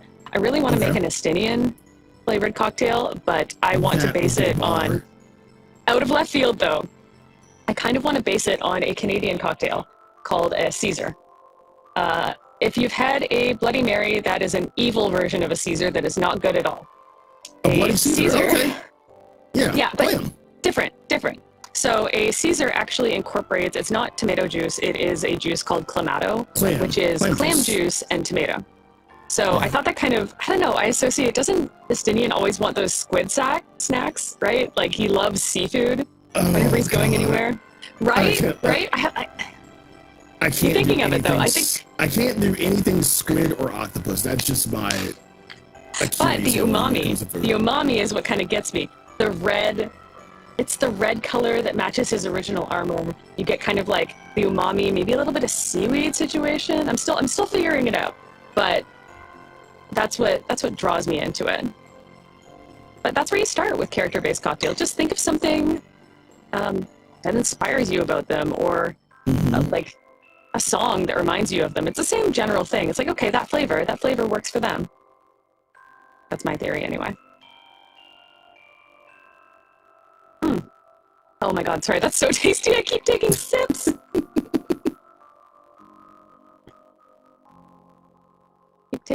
Oh, I'm watching the prog too. You're getting like more and more teams kind of like approaching, getting more consistently through different phases, which is always a really cool thing to see. Just people like improving, especially when you get the dark horse ones. Like DN just did their best pull that they've done yet. So they progged a little bit, but it's really good to see all of these teams kind of dark horsing out of nowhere, coming up and showing their prog, especially when you have them on stream where you have their data coming in. It's just such a cool feeling. Because it gives me hope that I could clear this one day. When I have the time. For Ultimates, it's always been about time for me, because like it's just it's such a commitment, and you really need to have that time commitment. You need to have that people commitment. The team being there, and day one World Race, it is such a different monster. Just having the planning, having a ninth or 10th man for teams. Oh god, there's so much that goes into it, and you're getting them. They're really going. Their Kindred is going over to the side to avoid the wing. Gaia smashing over on the one target. Does it twice because you have to do the double slam. Now I know earlier we were theory crafting about. There's the memories of Gaia and Reen in the corner here, and making sure that they don't take damage from the players, because they do not take damage from the rest of the raid wides. And I'm not sure really what's going to come of that, but making sure that they're protected, I think, must be a mechanic of some kind. Oh, it's so exciting seeing people. There's a long cast for crystallized time. Yeah. It's so exciting seeing teams kind of like get to this point, especially with the long cast and all of these casts going off at the same time. So I think this is where we get the time rewind mechanic. You see teams like Kindred is very specifically placing themselves around, especially with the dragon heads going out. Oh, this is so exciting to watch. Oh, geez. I know you got the light waves going out, especially over time. Oh my goodness. Oh no, we got 3 DPS down. But let's see. And then the AoE is going off. Let's see if that rewind mechanic comes into play. Will they LB or are to they save walling? it? Maybe? Oh, wow. They have it. They have it. They do have it. Are they going to use it? Wait. Oh, there is it going to get it off? There it is. It's up. Yes. Oh, this It is missed so two. exciting. It missed the tank and the red mage, though. Oh, no! Oh. Okay, let's see if they pushed. If they can survive. Let's see what goes on there. Oh my god, it's just the Dragoon Lone alive. See, Dragoon. Dragoon representation. Lone Dragoon. Come on. He's just tabbing back and forth. Oh, okay, yeah. They just want to see what the mechanic is. I see that jump. And there's the enrage. Okay, that was so exciting. I haven't been on the stream to watch that angel feathers mechanic yet. That is so cool. The dragon feathers, sorry. It's beautiful. But yeah, was that sub 20%? Sub 20% for both of them? I don't know. I couldn't see the numbers on hand. They did they made it to enrage on P4. That's so exciting. Okay. Congratulations, Kindred. That's so cool to see. I'm so Let's glad we were here to go. watch that. Excellent. Let's go. Chat, You know what? you were here. Chat, you were here. Cheers to Kindred, man. That was Cheers. sick. Let's go. Okay, so that was. You know okay, what? we're You know what getting the Kindred did? You know what Kindred did? What'd they do? They set the tone. They set the tone. They really did set the tone. Good, because you're going. They did set the tone. So I'm getting the numbers back in, and they got each boss to 19.8 and 20.7%. I think that might be the best numbers that we've had so far. That's incredible. You know what? Awesome. I'm so glad you were here with us. Yes. Let's. In chat, we are glad. Let's go, boys. You are here. Thank you again so much for coming out, just for not only for Cocktail Hour, but for the entire World Race. We really appreciate you being here. Reminder, we are doing this stream for charity, for Games for Love. If you are able to and you have not, please consider donating. Get that LB bar up to 3 bars. Right now, you've raised over 14,000. Proud of you, That is chat. so, I'm so excited about the 14,000. Get your donations in. If you have a message to leave for us, please feel free to send one in. If you want to say something about the cocktails, about seeing this awesome enrage pull, feel free. I love it. I love seeing the energy. Yes, if you have any questions for us when it comes to cocktails, recipes, anything, bourbon, anything. If you want to see, if you want to see us theorycraft a beverage right here, right now, we can do that. Oh, by the way, if you want to make a mocktail version of this one's actually really easy and really good as a mocktail. What you do, instead of gin, use a soda water. I know you can do a peach soda water. That would be really good in it. Instead of amaretto, what you can do, there are really good non-alcoholic amarettos. You can also get a little tiny bit of almond extract. You don't use as much of it as I did the amaretto because it's very strong. Right. Just a couple drops in there. Easy, easy, easy. If you're allergic to egg, you can use, I can't remember the exact name of it offhand, but there is a chickpea extract that's really used in Indian cooking a lot, but it does create this kind of like frothy egg substitute situation. It's a great thing to use. I've used it. Yeah. It's a really good thing if you're allergic to eggs. You can make a mocktail version of this. Super easy. My only suggestion is when you're shaking it, do not shake soda water with the rest of your ingredients. You're gonna have a bad time. You're gonna have a bad time. When it comes to when it comes to cocktails and soda water, you typically will top your mixture with soda water once it's in whatever receptacle. That is what it is. Thank you. That is the egg substitute if you are allergic to egg. But this creates a great mocktail, so if you have anybody you know who wants to come to an event who is sober, or you just have family members who don't like alcohol, this is a great one to make because you can make an alcoholic version and a non-alcoholic version and use 90% of the same ingredients. And it's a crowd pleaser.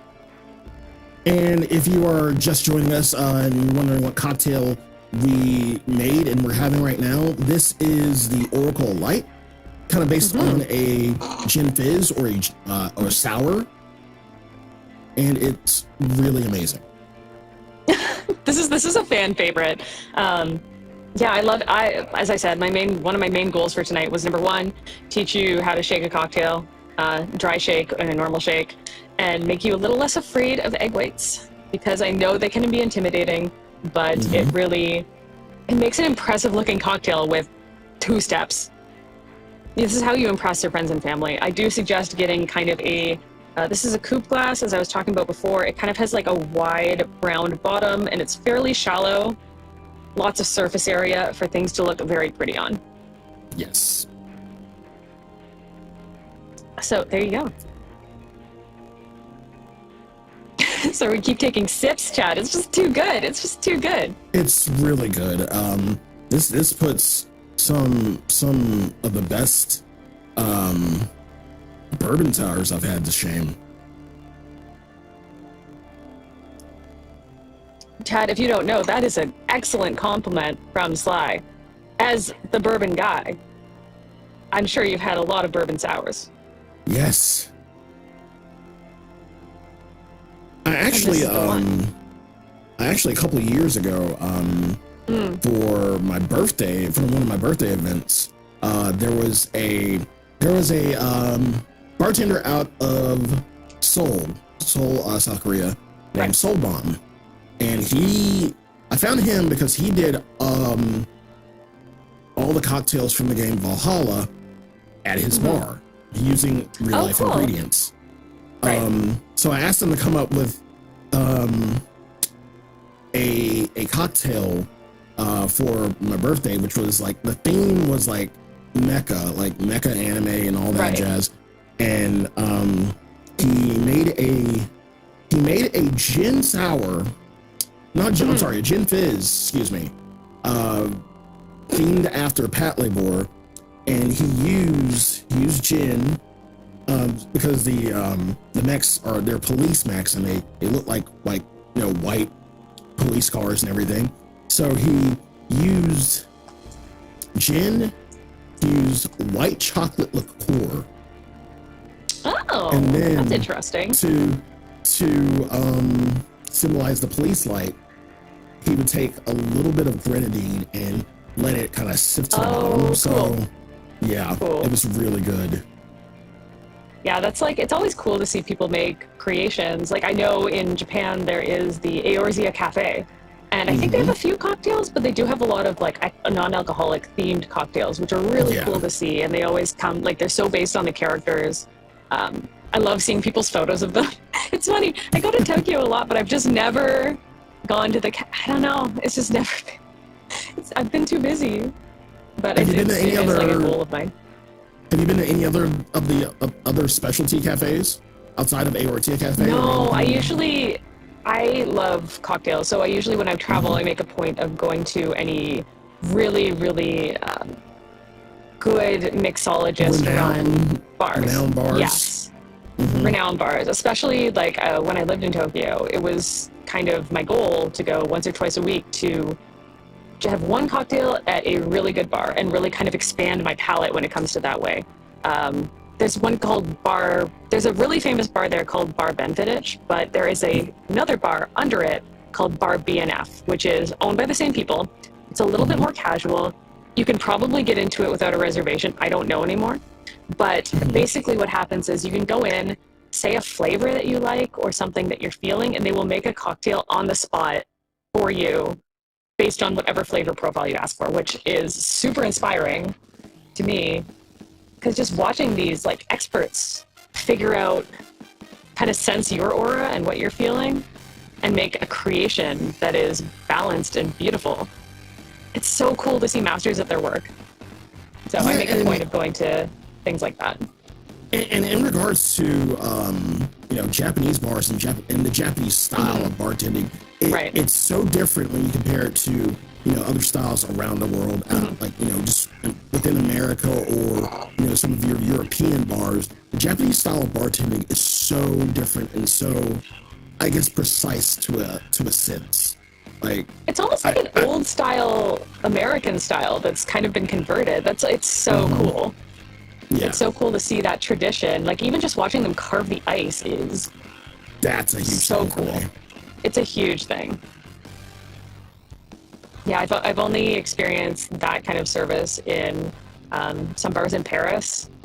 Same thing. Just the level of mastery over what they're doing it's really cool to see. It is a premium experience, but I swear to God, worth every penny to see a master at their work. Oh yeah. Just like this, just like watching these raiders do what they're really good at. Like, as we were saying, they make all of this look easy. you watch an ultimate Yeah. like this. I know it feels like we've been clearing a little bit quickly, but I think partly it's just because these people are so good at what they do. You are seeing them react to mechanics on the spot.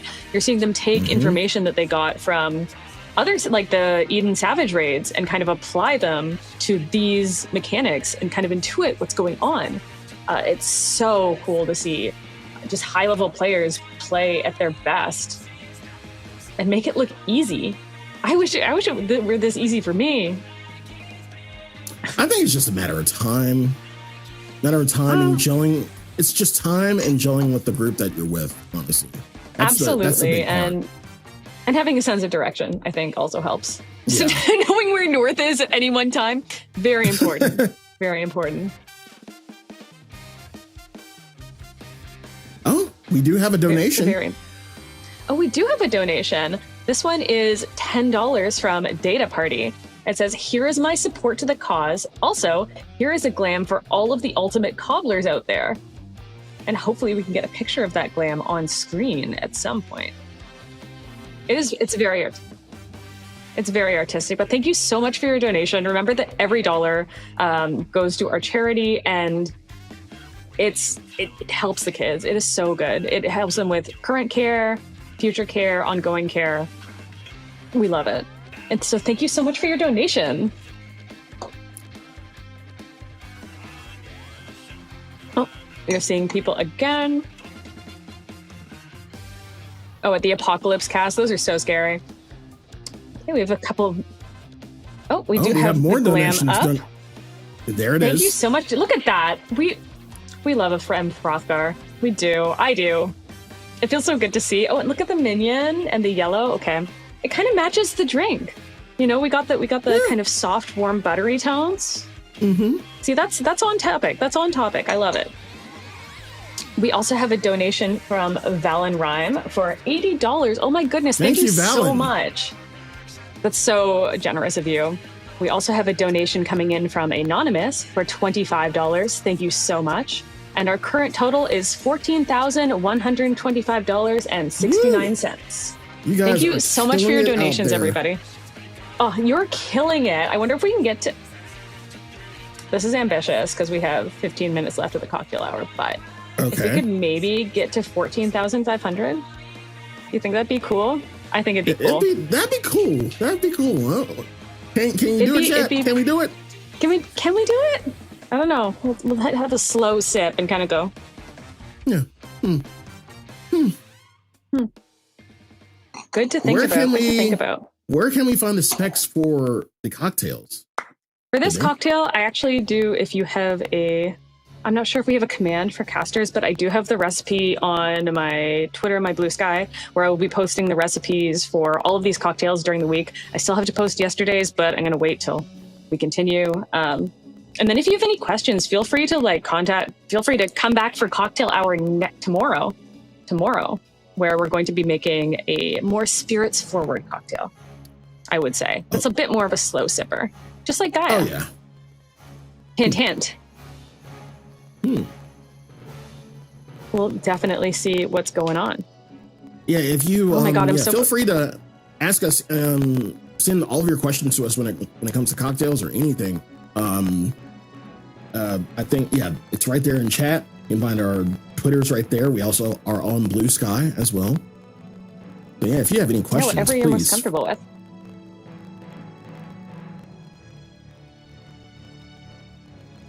Okay, so we were seeing these casters go back to the first phase, and sometimes it's really great to see people tackle it from just square one, just to help you understand the mechanics. For people who are almost new to like hardcore reading, the more that you see a mechanic, especially like POVs, the easier it is to understand it, at least from me. A big step that I made was going from looking at raid plans, which are great for when you're a bit more experienced, to just watching the POVs of the actual raiders. It gives you kind of a different sensory experience of the raid itself, I think. What about you, Sly? It's one thing to watch it's one thing to watch someone's POV. Right. I typically tend to, center on, DPS POVs because I myself am DPS. But it's another thing for me altogether. I feel like I have to be in there. Like for me to, it's one thing. It's kind of like learning a Savage. It's one thing to get told a bunch of mechanics and look at, raid plans, and then your raid leader is like, all right, ready, break. And you get in, you forgot half of what you have been told. The muscle memory is saving you. Also, we are getting an ask from chat about how to make your own syrups. Yes. Well, of course, you can buy them in a store. Agave syrup works really well if you don't want to make your own. It's unflavored, but it sweetens things. And you do want a liquid syrup instead of a sugar, because the sugar will not dissolve in cold beverages the way you want it to. So that's why we go for things like agave nectar. Honey is also one that won't really dissolve as quickly, so you kind of want to mix it with a bit of hot water first before you put in anything, cool it down, let it go. To make a syrup at home, very easy, especially a flavored one. For this peach syrup, you take a saucepan, you take cut up peaches just in like little sections, you put it in with a little bit of water and a bunch of sugar. And you just kind of keep adding water and sugar as it cooks down, and you just keep it cooking down for a long time till it goes as smooth as possible, till you really get that flavor that you want. You can also put herbs in there. I've done it with tea, like tea leaves and different fruits. Makes a really good syrup. You can make whatever flavor you want. It's so easy. It's the most cost-effective way of doing it. Yes. Once you're done that, wait for it to cool down, and then strain it into a container, and it keeps for a good bit. I would check on it. But it's at least good for a week, if not longer. That's a really easy way to make a cool flavoring at home for whatever you want to do. You can use it on anything. You can use it on desserts. You can use it in drinks. It's really, really cool to make. Like yesterday on our cocktail, we made a blackberry sage syrup, which, you're not going to find that as easily in a store. There are some things that a little bit harder to find, so you can just make it at home. I always advocate make it at home. I say it's always easier to fancy. make it. Yeah, I always say it's easier to make at home. I mean, you see all these syrups, like whenever you go to the cocktail section of a grocery store or like a big box store, like a Total Wine. Yeah, you see all those syrups, and it's easy to buy it, but it's even easier to make it at home, and I think it's more fulfilling for me because I like to do all of my syrups. I love, one of my favorite syrups to do is a demerara syrup, which is two parts demerara sugar to 1 part water, and just let it get to the syrupy consistency. I love demerara for my Mai Tais. I'm a big Mai Tai person. I'm a big tiki person. Oh, I like a good rum. I spent a lot of my youth in in Barbados.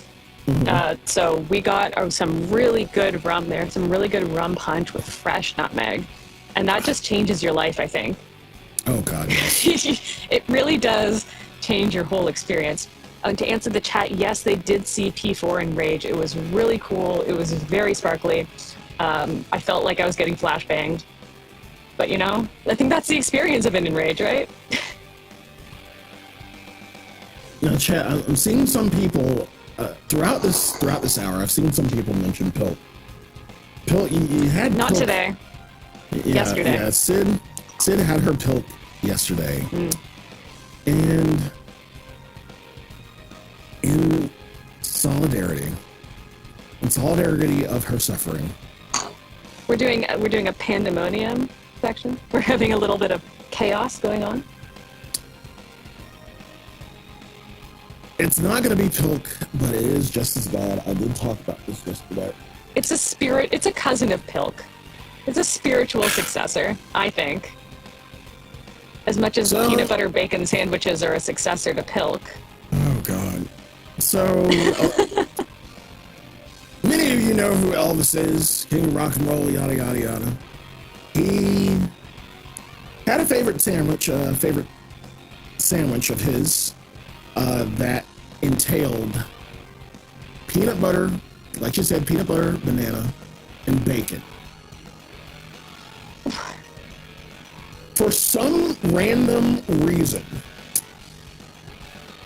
some distilling company actually decided to create this abomination into whiskey. And it is called the Midnight Snack. Oh no, girl, that's a bad idea. So Mommy, there's a bad drink behind you.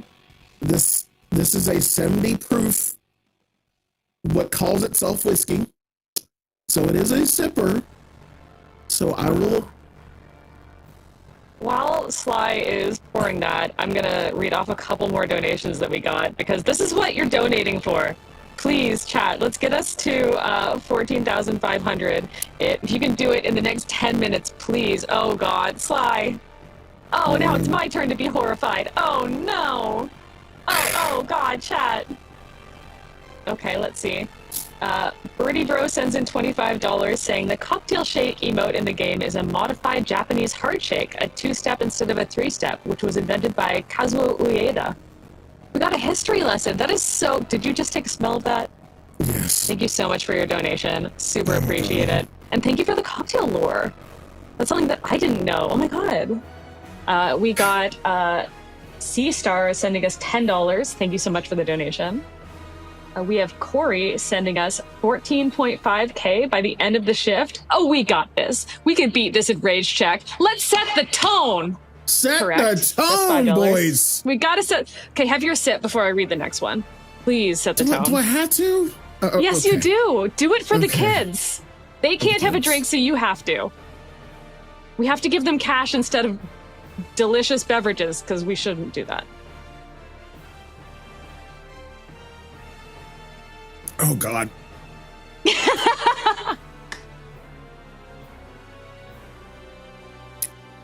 While Sly is absorbing that, we got $5 from Shabudakui saying, Crackpot Theory, Metron E1S Final Phase. I love that. I love a spicy little... I love a spicy theory. Are you okay, Sly? Oh, God. Now, see... The first time I tried this, the bacon wasn't there. Now I can. Now the bacon's there. Oh my God. The bacon's revenge. Oh my God, the bacon's there. While Sly recovers, we have $25 from Row and Arrow. Thank you so much for your donation. Remember that this is all going to a great cause, and we love it going on. Oh Lord, Sly, I need you tomorrow. Yeah. You gotta get it together. Chat, I think you should all bring a really awful liqueur that you have that's been sitting in the back of your cupboard. You know the one that's kind of been hiding there, and you don't know what to do with it. You can't put it in anything. It's the demon haunting you. You should absolutely drag that out of the back of your cupboard, and you should have a sip. Am I finishing this? Do it for Sly. Am I finishing this? I finished the pilk. I don't know what to tell you. Am I going to get further? Am I going to enrage and you're not? God, every time I take a whiff. Okay. Is that what's going to happen? I don't know. Oh, not with the Malort mention. Oh, God. The last time I had that was FanFest. Oh, God. Mistake. God, there's the bacon. There's the bacon. Oh, we found the bacon, everybody. Yes, everybody have a good glass of water after anything horrible that you have, because it will cleanse you. It will take all the debuffs off of your body. I think, you know what? I think you need to take the... Here, this is what you need. You need this debuff pin now, because this is my gift to you. How many debuffs do you have on you right now? How far does it go? Are we doing a 24-man? You know what? 23. No, it goes to 23. A 16. It goes to a... Okay, 16. 16. Okay, everyone should know that Sly, after drinking that, has taken 16 Vuln stacks. We can't fix this. This is what we do for the kids. For the kids. Damage down. I wish I had a damage down. Unfortunately, that's not what's going to happen here today. But, you know, healers are sweating. Healers are sweating. It's not good for anybody, but we are at $14,326.69. Thank you so much, everybody, for your donations. I'm going to refresh the tracker to see if anybody left a new comment before we have to go. Pear sends in $1 and says, this is not $1 for the kids. It's $1 to ask you to never to use Pilk again. You know what? I don't want to say a hard guarantee, but it's like a tentative promise. That's from me to you. We have $25 from Anonymous for daring to drink that Elvis whiskey, Sly. This one's for you. See, look at that. You did that for the kids. That is 25 for the kids. $25. We have $10 from Miriana Clay says, this is specifically for Sly doing that drink. Also, much love for the Black Mage mains, Yoshi P's blessed children. You are so brave. There are so many brave people in this world. Number one, Black Mages. You are just the strongest warriors of light I know. Number two, shout out to the Dragoons for their animation lock. That sounds a little conceited of me, but you know. You know how it is. So be sure to keep those donations coming in. Even when we switch over to our next team, we're going to do more detailed commentary on everything that's been going on during the world race while we've been... You know it's so bad that I had to use your drink as a chaser. When you use alcohol as a chaser, your life is not going too good. It's just not going great. Oh, if you donate $94 exactly in the next 2 minutes, you will make it exactly $14,420.69. Do you want to do that for me? Are you going to do that for me? Sid, for the kids. If not for, listen.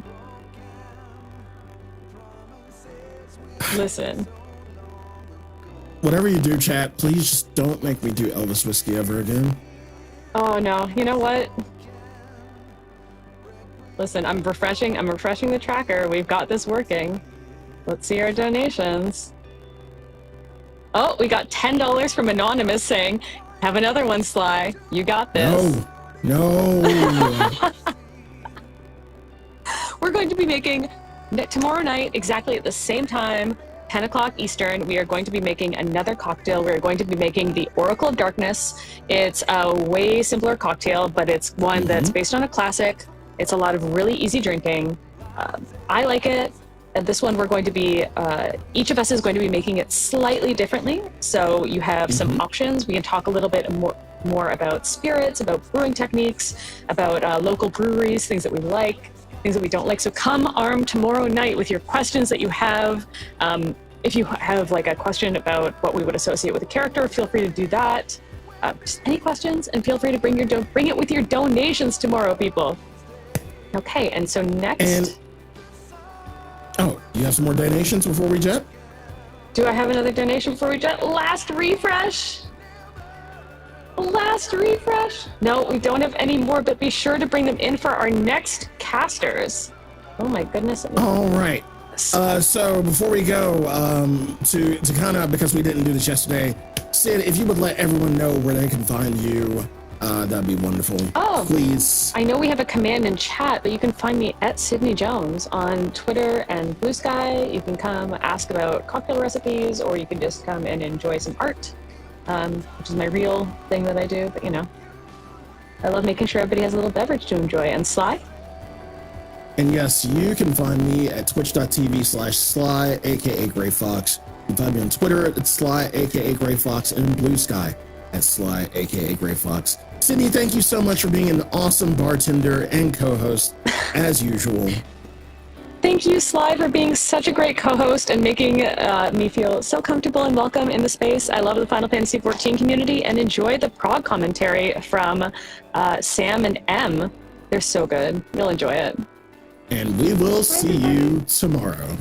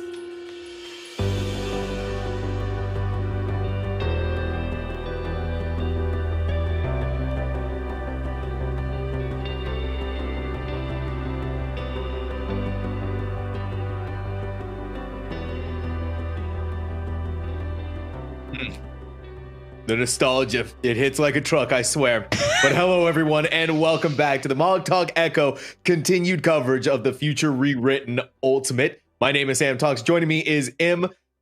Before we go any further, I have to say this real quick. We broke the 14,000 mark. But not only did we break that, right? We broke to $14,420.69. So, first of all, nice. Very nice. Very nice. Good job. Very good job, chat. But that is a huge, huge accomplishment. Now, I'm gonna throw down the gauntlet here. I know this is crazy, right? Okay. Especially with how late it is, with how it's 11 o'clock Eastern, so it's pretty decently late at the moment. I would agree. I think we could do 15,000 before the end of our shift. I would love to see 15,000 because the end of our shift kind of heralds where we hit the end of day 2 almost. We kind of hit that point where servers go up. That would be a really, really cool milestone to hit right around the end of that day 2 mark. It does. It does. And by the way, I do want to read out real quick the person responsible for bringing us to 14,420.69, and that is Corey at $84. And in the green room, Sid wanted to let us all know that she is very, very thankful and very, very appreciative, and she loves you all so very much for having done that. But 15,000, I know it's a big ask. I know it's kind of crazy. So no pressure here, chat. Obviously, I know things are late and we're in those crazy hours, but it's like him said, you know, we're looking towards the end of day 2. Oh man, it's speaking of day 2, M, how has your day 2 been? Well, I got more rest today than I did yesterday. So I would say pretty good, although I definitely did not get enough sleep. Rest does not equal sleep. I'm sure some of these raiders know that as well. We have been seeing a lot of fatigue kind of come in these late night polls. A couple of groups have started calling it quits. However, that does mean that the tracking kind of calms down a little, because there's less of the teams that are ahead live right now, so we kind of get a minute to breathe and actually look at the fights themselves. Just a little breath, you know, little breathing in action. It is kind of nice where we're at this point in the progression where there is that wall of just, I would say, mechanics during this time. So yeah, that's some really cool stuff. Someone's asking me, what will I do if we hit 15,000? So in the previous shift with myself and Rewritten, there was someone in chat talked about, I asked what chat likes to have for their raid food to keep themselves going. Right? Oh God! Hours. Okay, where is this going, Sam? I am now afraid for both of our sakes, because I feel like I'm gonna get roped into something here. You don't have to. This is my burden I will bear. Lay it on me. What is it? Someone mentioned that they take a bite of a lemon. Oh, like just no. I'm talking like they bite into it. Yeah, that's like nothing. I'll bite a lemon. That's fine. I don't know if I have one right now, but I'll bite a lemon. I'll get a lemon and bite it tomorrow if we hit 15,000. You can clip that. That's fine. I'll commit to that. But I'm going a step further. Okay. Damn. I'm not done yet. Oh, God. Now, obviously, we know that there's this great dairy product out there, right?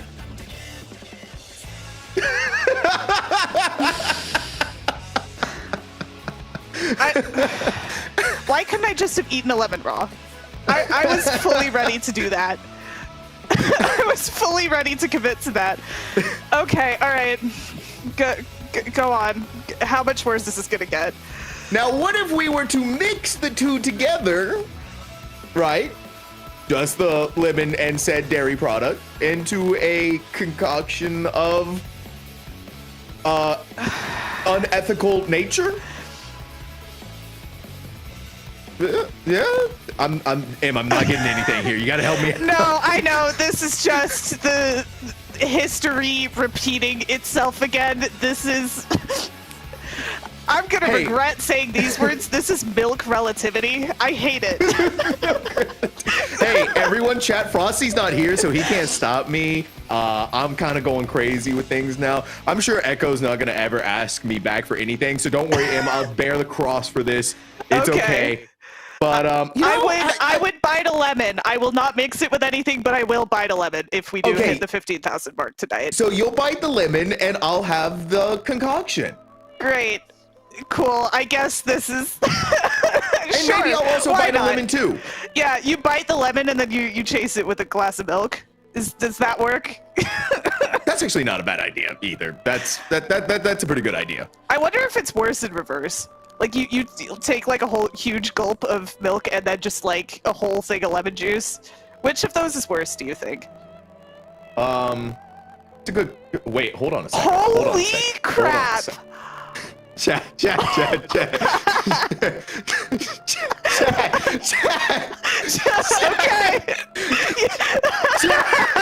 What is this? An anonymous $580 donation? What? Was there a message with that by any chance, Sam? Your move, Sam. Oh, that's devious.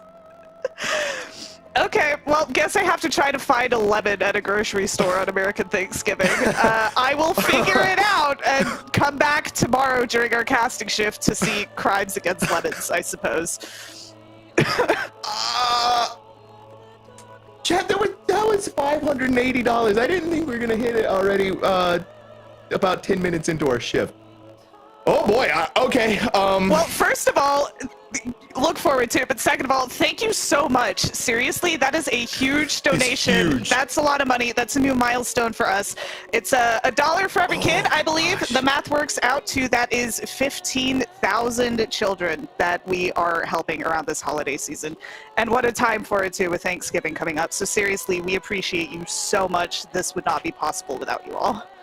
I don't. Oh, speaking of which, we have the Games for Love. The Games for Love in chat. Are they in chat? They're in chat. Amazing. Hi, Games for Love. Welcome to the chaos. And this is like, what a time to be alive. We are only 12 minutes into our shift, Sam. This is going to be very, very chaotic this evening. Oh, speaking of chaos. Wait, hold on. We're seeing. I was actively not commenting on it so that we could see more of this mechanic because it has not been seen so cleanly before, but this is Kindred, I believe, and they are our current leader. Let's see if they have figured out this next relativity mechanic. They have not. That is a lot of bodies inside of the wall following into the light wave, but they are still our current front runner. I'm not obviously an ultimate progger. I am not hardcore enough for that. I'm basically a wet noodle when it comes to this kind of content, but I don't think you're supposed to be in those walls, right? That's not the strategy. That's not the top level maneuver. No, it's also not ideal to explode with a wind AoE pushing your friends into the wall alongside you, which is what tends to happen on those relativity mechanics. Okay, all right. That's rough. That's rough. But at the very least, we still can enjoy the 15,000 that we managed to raise, that we broke all the way through. That is, Chad, you guys are. That's amazing. I love you. Now I gotta. Okay, so we gotta figure this out. We gotta get this down because chat is. They'll pin you to the wall if they have. If you're incorrect about any maneuvers going on here. Well, I didn't promise to do the concoction. I just said I would bite 11. Yeah, okay. So here's how it's gonna work. Sorry, I gotta be full screen for a second here. You're gonna have to look at me because we gotta get this down right. We gotta get this down right. Okay, all right, okay. What are the stipulations that we are setting for this incentive? Lemon, okay? So you're gonna just eat lemon. Yes. How much lemon? How much? I didn't say I was gonna eat a whole lemon, but I'll take a good chunk out of it. You're gonna take a good chunk out of the lemon. Am I allowed to like peel it first, or do I have to bite into the skin? You have to eat the peel.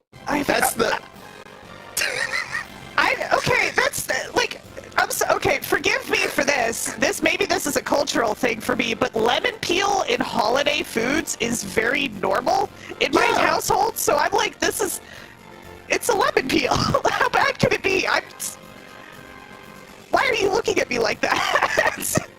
Well, you usually shave it, right? You shave the lemon, but you're not just like, you're not going whole hog on a lemon, right? That's no, but like, I don't know. I promise this isn't bravado. I don't feel like this is going to be that bad, but your fear has me a little bit concerned. Well, that's because our very good cool raider in the chat said that they eat the lemon with the peel and everything. So, we just got to make sure I will do my best to eat the lemon. Okay. I can't promise to get the whole thing down, but I will at the very least take a good chunk out of it. I'll have a few bites. I think a good chunk out of it is fair. Okay. I think that's fair. Will you chase it with milk? No. No. Okay. No. So you were the one who agreed to the milk portion of this. The milk horrors, that's your burden to bear. How much would it take for you to have milk flow? Because, by the way, we did get a $100 donation from Ollie. My gosh. Thank you for the casting, and thank you for helping the kids. Oh, don't forget the lemon and milk tomorrow. I don't know. We'll have to see. We'll have to see. But 15,000 does mean that you already have to do the lemon and milk combo, Sam. That is true. Chad, I'm not allowed to say the other beverage, but don't worry. Wink. I'm not helping you name this one either. This is on you. It'll be that concoction. Don't worry. Okay, so I'll have equal parts lemon and, well, not lemon, but maybe a nice little sprinkling in there. Like I'll squeeze a whole lemon into the aforementioned dairy product. Okay. Concoction, and then we just go from there, right? Is that fine? What does chat say? Chat, what do we say? Is that good? Squeeze lemon in the dairy concoction and then good to go? Is that fine? I think that's good. Okay. I think that's gonna be good. Yeah, I think we're okay with that. Yeah.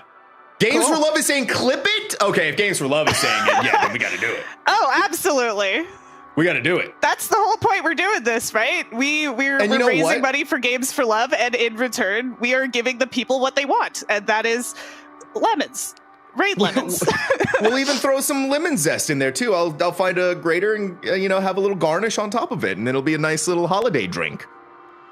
Nice, I don't know, but it will be a holiday drink. We'll find out. we will report back. We will find out so that you don't have to. By the way, people are saying buttermilk, but the whole point is that I'm making it myself with love and a lot of fear and trepidation. So the difference is that, it's there's in some way, somehow I'm going to mess that up. But because it's also not just milk, by the way, everyone. Wink. Okay. All right. Wink. Also, phase 4. Yep. We are back. We're back into it. Dean is here yet again. This is where things start to fall off my brain big time. I was even watching it with Revan. I've already completely forgotten everything that's going on here, so I need your help. Well, some of these are easy. Like you can see the stack markers there. That is spell in waiting. This is a variation of light rampart, which we have seen earlier in the fight. So a lot of this is just everything that we've seen in phase 2 and 3, but at the same time, which continues to be a pattern of the mechanics accelerating and compressing to happen in the same space. So nothing here should be super unfamiliar when taken in isolation. The difficulty of having 2 bosses and having to be aware of both of their actions at the same time, that's where it gets a little bit scary. But this is another mechanic where once you break it down, it does become a little bit more simple because you're just looking for if you have a tether. If you have one, you're standing in a tower. If you don't, you're baiting a cone. You spread to bait spreads, you stack for the stacks. You survive the raid wides. They're using a tank LB here because crystallized time is kind of the wall mechanic that we are at now. And here we do see relativity happening at the same time as our Worms Lament heads, another mechanic that is holding over from E8S. The AoEs here seem to be the big kicker that are also pushing people into the walls once the relativity debuffs expire. Yeah, this part has been brutal. So we are getting more of a taste of phase 4. I mean, we've already seen it twice from 2 different statics so far, one from Kindred, one from DN now, at least in our shift anyways. So it's kind of exciting, but I'm also liking the smiles on faces right now. Yeah. We got a little bit of smiles, we got a little bit of laughs, and it's always good to keep the morale high when you're going through so many of these pulls, so much time being invested, so much time being spent. So to still see smiles on faces, it is very, very heartwarming. Oh, for sure. And Team DN, I've been spending a lot of time, now that we've kind of narrowed down the teams that are way, way ahead as far as progression goes, we are paying attention not just to where the teams are relative to each other in progression, but also where they are relative to their own prog points. So Team DN, they were really walling at the end of phase 3 on that DPS check into phase 4. Very specifically, the start of that phase tended to get them a lot. They just didn't have players stacked, healed up, up, it was the little things. So when they finally broke through that and started consistently breaking through that, it is a really good feeling, because it's only in the last hour or so that they really started seeing more of the fight. So to see them get back to their prog point so quickly, it's got to feel really good. Yeah. No, it's a phenomenal feeling. It's just the whole part is getting towards the time investment required to get there. And Revan was talking about it, right? You invest so much to get there, and you may also even have some slip ups in phases that you've already been through that you've perfected at this point. Let's just say perfected. And then you have a minor slip up there, and so then you need to go back through, put in all of that time again. And so sometimes throughout the course of an hour, you may get to your progression point 3 times out of said hour. Right. And that's when you really need to, where VOD reviewing comes in massively handy, right? Looking at everything. That's where going into the different arenas to practice movement tech is really, really important. And yeah, just keeping the mentals up high and good. So, I'm sorry. I'm bringing us back for a second. I apologize. Mm-hmm. Is there a dollar amount that we can do to get the... See, you're dragging me into this debauchery with you, and I know Frosty is going to wake up and be very upset in the morning if I engage with this. Listen, Games for Love gave us the all clear, and if they gave us the all clear, then it's all good. Can I propose? It's fine. Can I propose a fun alternative? Okay. I joked about this last night, but if we do continue to get such generous donations in chat, I can get my dog in here to come and sit with us for a little while longer if y'all would like to have puppy cam for the duration of our casting shift. She will come and sit and be very, very well behaved for you all. Is that amenable to chat? Would you like to see a puppy? I'm okay with puppy. We get puppy cam. We get a continuation of the cocktail hour. That's perfect. I don't actually have chat open right now. I realized I closed that. How does chat feel about this? Chat is screaming puppy cam, so okay, they are 100% behind that. So is that going to be part of your dollar amount? Then, yeah. Or is that just going to be rolled into the 15,000 that we already have? This is my negotiation for not having to engage with any sort of dairy product on stream. So we can make that part of the initial donation. I can set up puppy cam again tomorrow if we get to the 15,500 mark by the end of our casting shift tonight, and we can just kind of make this a recurring rollover for all of our casting shifts. Sam, I can set up puppy cam. There you go. All right, that's a good compromise. Chat, Games for Love is saying it's a good compromise. Thus, it has been written in stone. Flip it, ship it. We're done. $15,000 rather, $500, and we get puppy cam to go along with some delicious beverages tomorrow. So absolutely, there you have it, chat. There you have it. Now that we got that out of the way, I do want to remind it though that Games for Love is a very good charity. I know that we're having a lot of fun talking about how great the everything to help donate towards it, but we also do need to talk about how amazing it is with detail. It's a charity that eases suffering, saves lives, sustainable future for kids. Games for Love has done so much. They have provided gaming consoles fully loaded with games to more than 200 children's hospitals and facilities worldwide, positively impacting more than 3 million kids every year. $1 equals one child help, and that $15,100, 69 cents, nice, has helped that many children. So thank you for your donations. Thank you for being as charitable as you have been. And a reminder, it is only day 2, and we have already done so much good in the world, and especially for the holiday season. So a big pat on the back, chat. You're all very cute. Give some claps for yourself, Chad. Give some claps for yourself. Yeah, I'm trying not to clap too loudly for the ASMR. I have no idea how sensitive this mic is. So I'm like, does the golf clap come across too loud, or is it nothing? I just don't want to break chat's ears on accident. Okay, there we go. We're good. We're good. We've got it fine. Now, Em, speaking of which, right, we've had a lot of cool segments, right? Obviously, the most recent one is the cocktail hour that we've been engaging with the past 2 nights. Last night, you did the analysis desk hour with Seiji, which I apologize. I went to bed. You needed the sleep. You're totally fine, dude. I definitely need to sleep tonight. I got a lot to think about for tomorrow. But how did that go? I want to.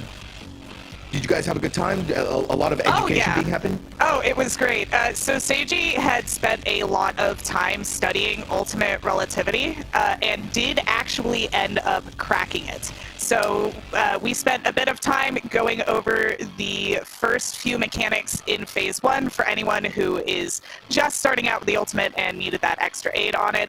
And then we hopped right into ultimate relativity. Seiji is excellent. They drew out on a tablet all of the diagrams related to it, and we did actually manage to get a few partial resolves at that time on stream, where we kind of talked through what we were seeing. Granted, it was still a, pardon the pun, relatively new mechanic, so we didn't have any clean pulls to review. I did wake up this morning to see teams starting to resolve it cleanly using the same ideas that we kind of presented. Obviously, different groups have different priority systems, have altered the strats to suit their needs, their party comps, but at the end of the day, it is a mechanic that fundamentally does require a certain debuff to bait certain things at certain times. So it works out pretty well. We did also discover that it is kind of recoverable. So long as you have baited your stoplight, if you have made a mistake to the point where you might kill other party members by baiting something incorrectly, you can wall it and potentially save their lives. So that is something we've seen a lot today too. And that's really the hallmark of learning a mechanic, is not just going where you know you're supposed to go, but understanding it to the point where you can fix it if something goes wrong. And that means that you've really started to fundamentally understand what's going on in the fight. Right, and having that understanding is, I think, one of the coolest parts about the ultimate is when things really do start clicking, when all of the gears and the wheels start spinning and everyone's minds are being expanded so far beyond. I do apologize again for kind of bringing us around in a whiplash moment, but I'm reading some messages from Games for Love in chat. I do apologize again. They say they record 10 million hours of reduced suffering from kids every year. That's incredible. Play. That is incredible. They're in 11 countries, all 50 states, 4-star rating on Charity Navigator. And they're in Canada, looking at some new hospitals in Toronto. So again, chat, thank you all so much. I know I've been bringing it up a lot, but I mean, we've been doing so much good tonight, including 2 more donations that just came in. $25 from Kima, Puppies and Helping Kids. What's better than that? And $25 from Xylus White for the children and supporting my favorite DRG commentator. Look at that. It's so amazing. So thank you all so much for your donations. Thank you all so much for being as generous as you are. And a reminder, 15,500, we get puppy camps tomorrow night.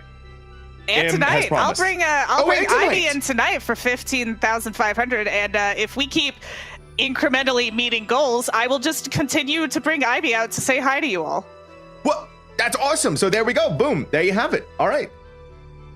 Hey, if that's an incentive and a half that we haven't heard of, then that couldn't be better than that. I haven't heard of it yet. Now, Im, not only did you do the amazing analysis hour, but upcoming in about 90 minutes, you have the lore hour for us that you're doing with Anonymous. Yes, so this is the big thing that I have been looking forward to, because anyone who knows me or tangentially knows me or has met me in passing knows that lore is my passion, especially as it pertains to raiding.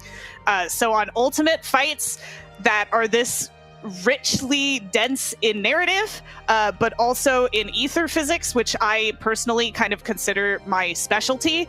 We have so much to dig into. I have so many notes from yesterday and today, kind of explaining the world building elements of what we're seeing here, in addition to just the story that's being told, that I think may actually be the key to solving some mechanics later on, kind of like we talked about last night. The narrative is the key to some mechanics. I think we are starting to see that at kind of a critical point in time here, especially with the fourth phase coming to a close. Yeah, there's the tie-in of the story, the understanding of what's going on with the lore, and just getting that, I think, more emotional resonance that can come from having that deeper understanding makes this ultimate that much more exciting. And coming from a perspective of where in different MMOs, you know, there's some story to the raid, right? But not, I would say, in the fashion that we get from Final Fantasy, where it's so deeply tied into everything that we're experiencing. And especially in moments like this, or what we saw from DSR, where, you know, you have I felt that beat through the meeting. Yeah, you and I both had, I felt that like actually physically go through my body. I was like, oh, it's so clean. They're doing so well. That one beam going through the entire party in the middle. Hard. Oh, it hurts. It makes you feel for them. It really does. Yeah, but they go straight into reviewing the VODs, you can see here, trying to figure out what went wrong, because they did have it here at the start. And that's kind of like what we were talking about earlier. This late in the fight, kind of throwing yourself at it does not work the same way that it does in earlier phases, because it's such a time commitment to get back to that point. That is several long minutes into the fight after already resolving 2 entire phases and an intermission. It doesn't make sense just to throw yourself back there if you don't have a game plan on how to get it right the next time.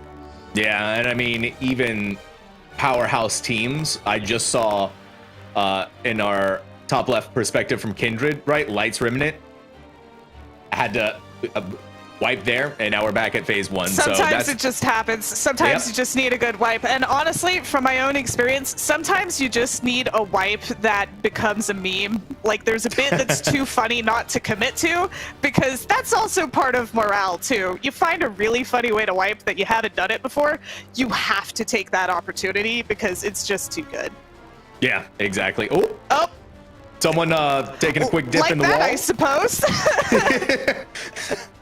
Again, you're having one of those moments where someone just goes a little crazy, having a little fun. The gift of prophecy, the dodgeball of Apollo lands on me once more. I mean, you got that Reaper brain going on, right? It's basically what's going on there. True. However, it is something that's usually recoverable. Right there, there was nothing else to bait. That was just the slip and slide moment. If you're going to have a death at any point in the fight, as far as phase 2 goes, that would be the point to do it, because they have the warm body up again right here in time to bait all of the conals. Look at this. It's so beautiful, so brilliant. DN's back in for it, going into the mirror. Good times all around. Now this mirror mechanic has been pretty decently. Haven't seen too many wipes happening on it, so our teams are feeling very confident, I would say, going through with it. We saw melee and tanks staying close to them while the range go off towards another mirror. And now we go back into the center, where you have to spread out, make sure that you are resolving Lights Remnant correctly. Go down, get your star done, and then have the tethers drawn back over while avoiding the AoE spam on the ground. And it's fun to see. You could really see it on this pull here, but they are getting so fast with the tethers. They're getting into the towers sooner and sooner. Having that kind of muscle memory and just straight up reflex to know where you're going from the start, it helps get those runs cleaner and cleaner every time, because you have a little bit more room for error when you get to your spot first. You kind of have a second to go, oh, wait. Maybe there should be something else I'm doing here. You have a little bit more breathing room when your reaction time gets higher and higher. Chad, is it Lights Remnant or Lights Rampart? It's Light Rampant. I said Remnant. I don't know what. Listen, it's I wasn't going to comment on it. I was going to be polite. Please. It's late for me, and I am mixing my words together. Well, it's what's that one display that they've been showing on the Echo stream? Because Display is one of the wonderful sponsors. They have a light bulb. Yeah. On a ramp and an ant. It's Light Ramp Ant. Ramp Ant. There we go. I've been saying Remnant. I apologize, everyone. I mean, You know what? From a lore perspective, Sam, you're technically correct because this is all remnants of the flood of light on the first. So I'll take it. It is remnants of lights that's causing light rampants. That's a tongue twister. Don't try to say that 5 times fast. It probably won't go well. I don't blame you for messing the words up a little though, because it is the mechanic. It's remembering all of the move names inside of my head. Mm-hmm. And as my shifts get later and later, the words all start jumbling in my head. And so I'm lucky that I'm even saying anything correctly right now. And hopefully I'm able to impart some of this luck onto DN for this upcoming phase 3, where at the very least I know the name for the upcoming mechanic for ultimate relativity. That I got. Yep. That's the fun one too. That's the one that brings a lot of smiles, and especially to all of our physicists out there.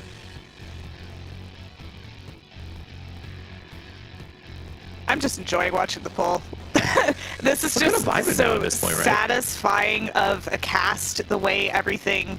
We talked about the spinning and how it was scary last night, but now that the mechanic is resolved and you kind of understand how it's going, you can appreciate the art that goes into the way that she's also casting the spell and how the arena looks. Now, I hate to leave you alone for a second, but I need to go... I ordered food at the end of my shift, the previous shift before the cocktail hour, and it finally got delivered. Oh my gosh. Yes, know, please go get your food. I can keep chat company while you go and get that.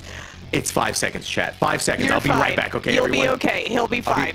It's okay. I'm right back. I guess this is a great point to suggest that everyone also hydrate, because I have been doing all that today as well. The cocktail last night may have been a mild mistake, but this is your hydration check. This is your posture check. If you've been raiding all day, if you've been sitting all day, please get up and stretch. Make sure that you are also taking care of yourselves out here. Take care of yourself, chat. It's very important. Hey, he's back. I told you, it's not to be... It does not take... I just had to go and grab it, and I'm right back over here. Have you not had those party finder experiences where someone says BRB door or BRB food got delivered, and then they're gone for like 10 minutes, and you're like, did you have to run to the end of like a hallway in the back rooms? Why is it taking so long? We did actually ask that question one time in an extreme party I was in. Only last week, I think. Turns out they were on like the 13th floor of a huge building, and the elevator took forever for them to get down to the lobby to pick up their food. That's crazy. So there was, in fact, quite a hike to go get their meal in return. Oh, I always love those little stories of hearing what happens with raid members, static members, party members when they're going out to go and do something, especially like randoms or something like that. Mm-hmm. And it's like you said, they're gone for so long, and it's like, oh, they said they went for a bathroom break. Did they like fall into the toilet? Like, what happened here? What's going on? And then eventually they just come back and it's like, yeah, guys, sorry, my house exploded. I had to put out the fire real quick. Oh man, that reminds me. There is somebody that I used to raid with who had like a tube screen that actually started smoking mid-pull at one point, and he was like, guys, I think my TV's on fire. I'll be back. And then we didn't hear anything for like 30 minutes. And it turns out when we got a hold of him, he'd had to like take it outside, and it did actually kind of like fizzle and pop and catch fire a little. And he was dealing with that situation. So nothing went horribly wrong, but it was a good situation where he kind of went and took it outside. Don't play Final Fantasy XIV on a tube screen, gamers. I don't think they were built for these kinds of graphics. If anything of mine started catching on fire, I'm done for the night. That's it, right? Like if my monitor started catching on fire right now in the middle of this shift, sorry everyone, I gotta go. You know, that's unfortunate. Would you at least try to put it out? No, I'm just done. At that point, you're I'm like, done. all right, I'm clocking out. See ya. Whatever happens at this point. It's catching on fire. You know, I could fix it, but you know what? I'm done. That's it. Yeah, wipe my hand of it. I'm out of here. So yeah, that's. But someone's stuff catching on fire is very scary, and those kind of raid stories are the ones that always blow my mind away whenever that happens. The important thing is, at the end of the day, nobody got hurt, right? Yeah. That probably is the most important part of the story, or moral of the story, or whatever of the story, right? Yeah. The takeaway, generally. Yeah, takeaway. Good takeaway. I got a takeaway for you here real quick, though, Em, because we did get a $100 donation from Bob. Another one. Thank you, Games for Love, for all you do. Much, much appreciated. Thank you for that $100 dono. Remember, in $250-ish, Em is going to be giving us Puppy Camp. So, yes. Just keep that in the back of your mind, chat. But, I mean, we blew through $15,000. We started at 40 something, and then now we're here at 15,250. So your incredible generosity tonight, gamers, has been so amazing and so phenomenal. Thank you, thank you, thank you. You're all very, very cute. It is absolutely heartwarming. Honestly, that made my night, and it's really only just started for us. So I am excited to see where we go. We are still sticking with DN, it looks like, blasting their way through Fatebreaker. I'm sure they are eager to get back to their prog point, which is now a decent chunk of the way into phase 4. We now have, was it DN? I think it may have been Kindred that has seen Enrage on that phase now. So we are nearing the end of prog for that on that phase. Yeah, I think we were seeing that happen during the cocktail hour with Sid and Sly. Yes. And they were losing their mind, and I'm like, man, they're watching prog happening, and then they're enjoying a phenomenal drink to go along with it. And it's basically like, yes, we can drink to that, which for Kindred, I'm sure is a really big feather in the cap right now. And obviously we're looking at the leaderboard, which, by the way, everyone, make sure to give a big clap to Em and our behind the scenes staff for the tracking that they do on the percentages. It's all manually done. They have to go into each individual stream or whatever resources that they can use, and they track it down here for us to be able to see who is in the lead and what our leaderboard is looking like. So big claps to them. Thank you, Em. Thank you. And thank you so much to the rest of the team. I cannot stress enough how much of a team effort it is, because this is a lot of streams. This is a lot of data to go through. And even if we just have one person on shift, there's usually at least one or two of the rest of us in there as well, just keeping them company and helping out where we can. Because we are getting to a point where we sometimes have 2 or 3 polls simultaneously getting into phase 4. And we have to figure out, okay, who is in the lead? What percentage is everything at? What kind of math do we need to do? Because there's 2 bosses and we have to average the health bars. Or how are we going to track that sort of situation, right? It is by its very nature a collaborative effort, simply by the fact that that's kind of how raiding works in Final Fantasy XIV.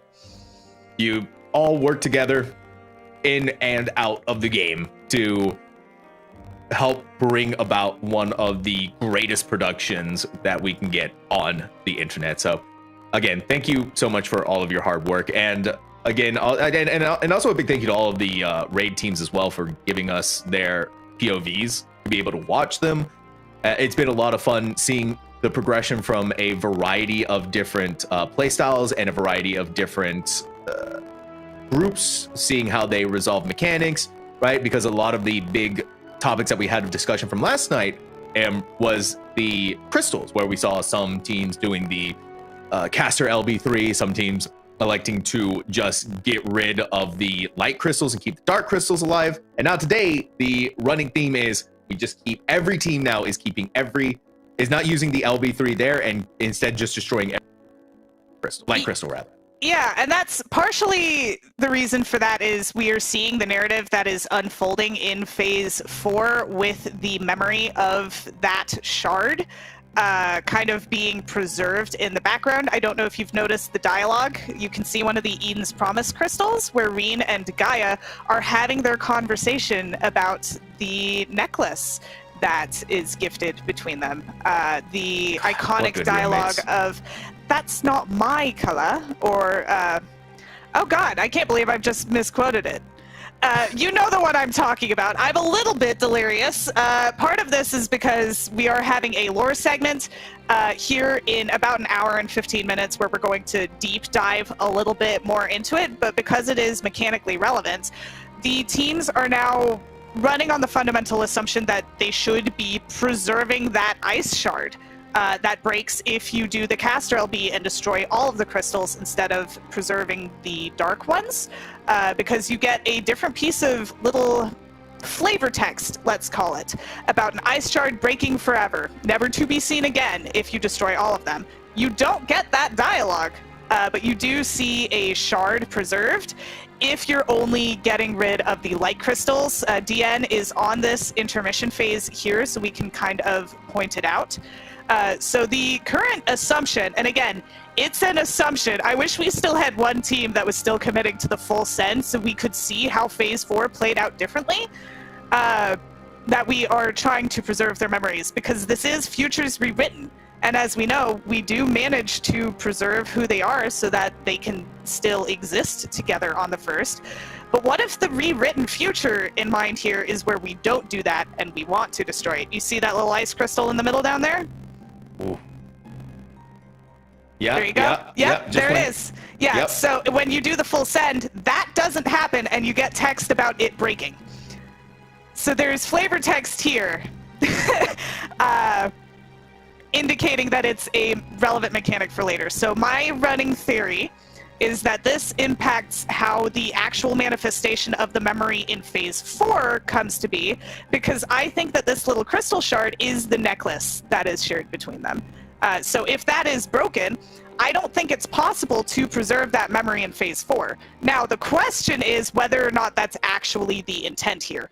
Do we want to preserve the memory, or are we actively encouraging darkness to take hold? We don't know that yet, which is why I wish we still had a team or two experimenting with the full send. Maybe that'll be something we see when everyone is more confident on the mechanics in phase 4, if it becomes a wall like it did in DSR narratively.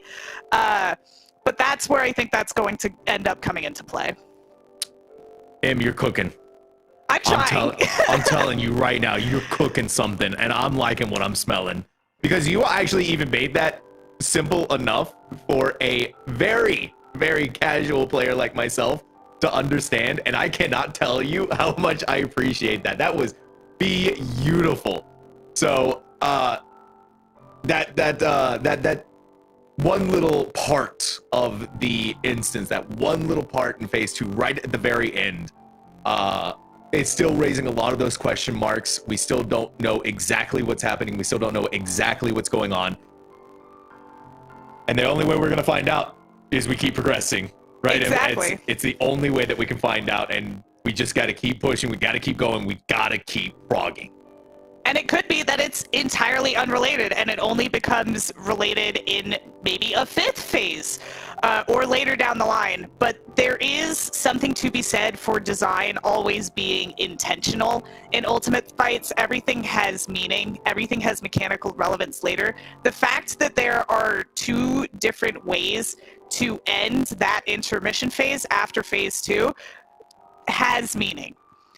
So one way or another, there will be a correct resolve so that you are setting yourself up for a mechanic later, a la the Enigma Codex from T, which is what Seiji and I were actually finishing our analytics segment with last night. Seiji was the one who pointed out that dialogue to me because I've been too busy staring at boss percentage health bars to properly break down that intermission phase. We had somebody not 10 minutes after stream DM us clips of the various polls where they did the full send or where they didn't to confirm the difference on that, which really brought this theory into light. And after that, I went to sleep.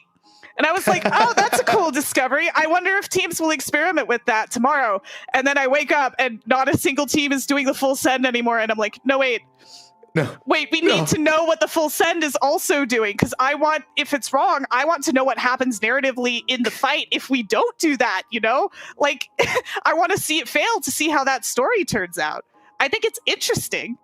Yeah, no, it is interesting. It's getting that understanding. It's seeing what the other possibility could be, if one of our teams is brave enough to do that. But at the same time, right, you're in the middle of a race. You don't want to give up exactly what could potentially be that lead. And so you're giving up that story narrative in the hopes that the choice that everyone is making is the correct one.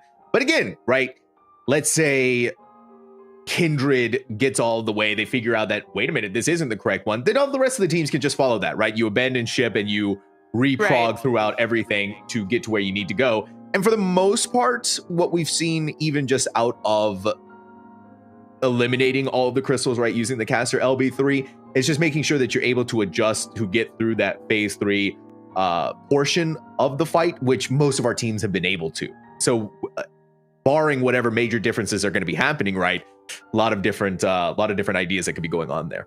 Yeah, and again, I'm saying this like I fully believe that this is the correct in quotes solve, is to preserve the memory, but that's an assumption based on the fight taking a narrative where you are still trying to protect that memory.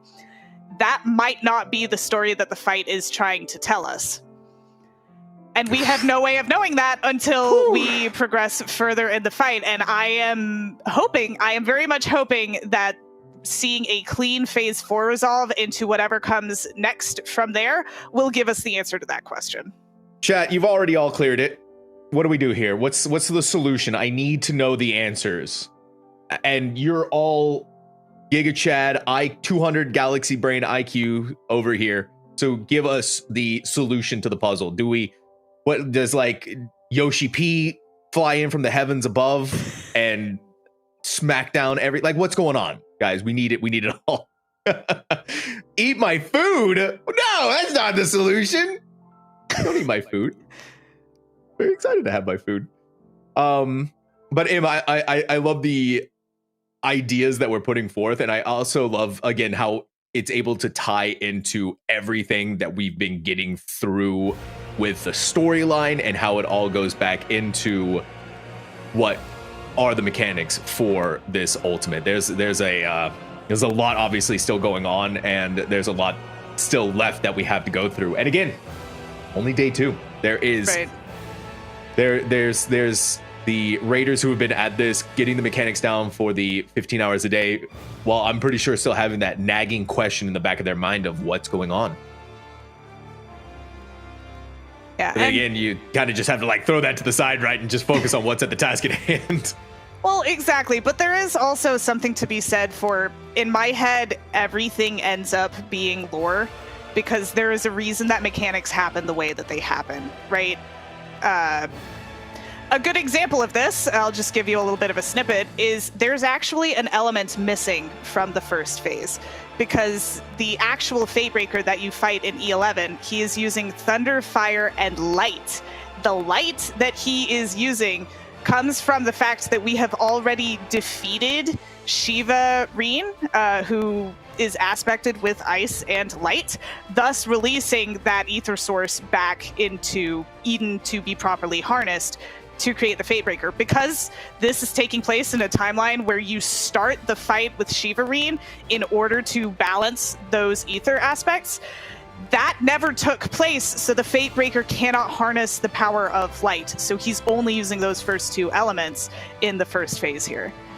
That is also informative of the mechanics later on. Everything has meaning.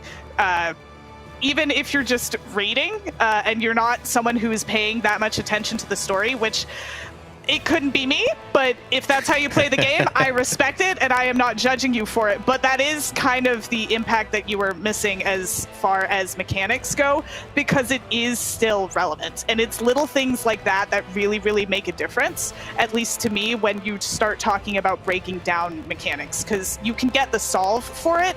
You can understand why things work the way that they work from a mechanical perspective, but there is also the perspective of the world building that gives you that additional kind of insight as to what lies in store in the future. It's like I'm sure we all know the Always Sunny meme, right? Where you have the board over there and you're like, this is all what's going on right now. Yeah, I've been compared to Pepe Sylvia many times. But you know what? I usually end up feeling a little bit vindicated about it. So I'm just going to keep going because I like the idea of being the person in the background doing that. It's fun. It's fun, right? And it leads to really, really fun insights to fights like this too. Otherwise, I don't think I would be here. I'm here to bring you the insane theories. I'm here to kind of go off on these tangents. Listen, your tangents have been the top shelf level, like, amazing cooking everything, okay? I am glad to entertain. I've got a whole kitchen here to cook with. I've got so much simmering on the stove right now. Well, like, okay, where you know, you're like the version of Charlie if they actually knew what they were talking about. So, thank you, M, for your incredible knowledge. This, especially as someone who consumes their ultimate by watching them through the world race by being behind the desk, having a person who is able to give the content in a digestible form that makes sense to people is a very underrated skill, and you are accomplishing some work here, my friend, because you're making it in a way that I'm like, wow,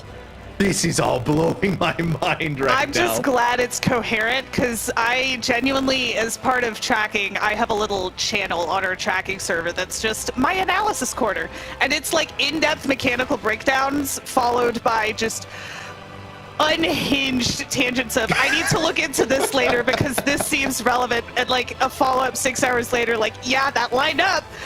It's a very, very scatterbrained setup, but I am, thank you for all of the compliments. I feel like I don't deserve them, but I'm glad that it's just coherent when I try to get my thoughts across. How many of the Final Fantasy XIV wiki bookmarks do you have? Oh, none. I have the encyclopedias open. I've got, like, they are covered in sticky notes. They're bookmarked and color coordinated, if that helps. I honestly just take a lot of notes for myself as I play through the game. So I've got, like, labeled screenshot folders. I have a veritable archive going when I'm trying to break all of this down. That is, it's top shelf. This is so very good, and so very good too from Kindred. Oh my God, as the words came out of my mouth.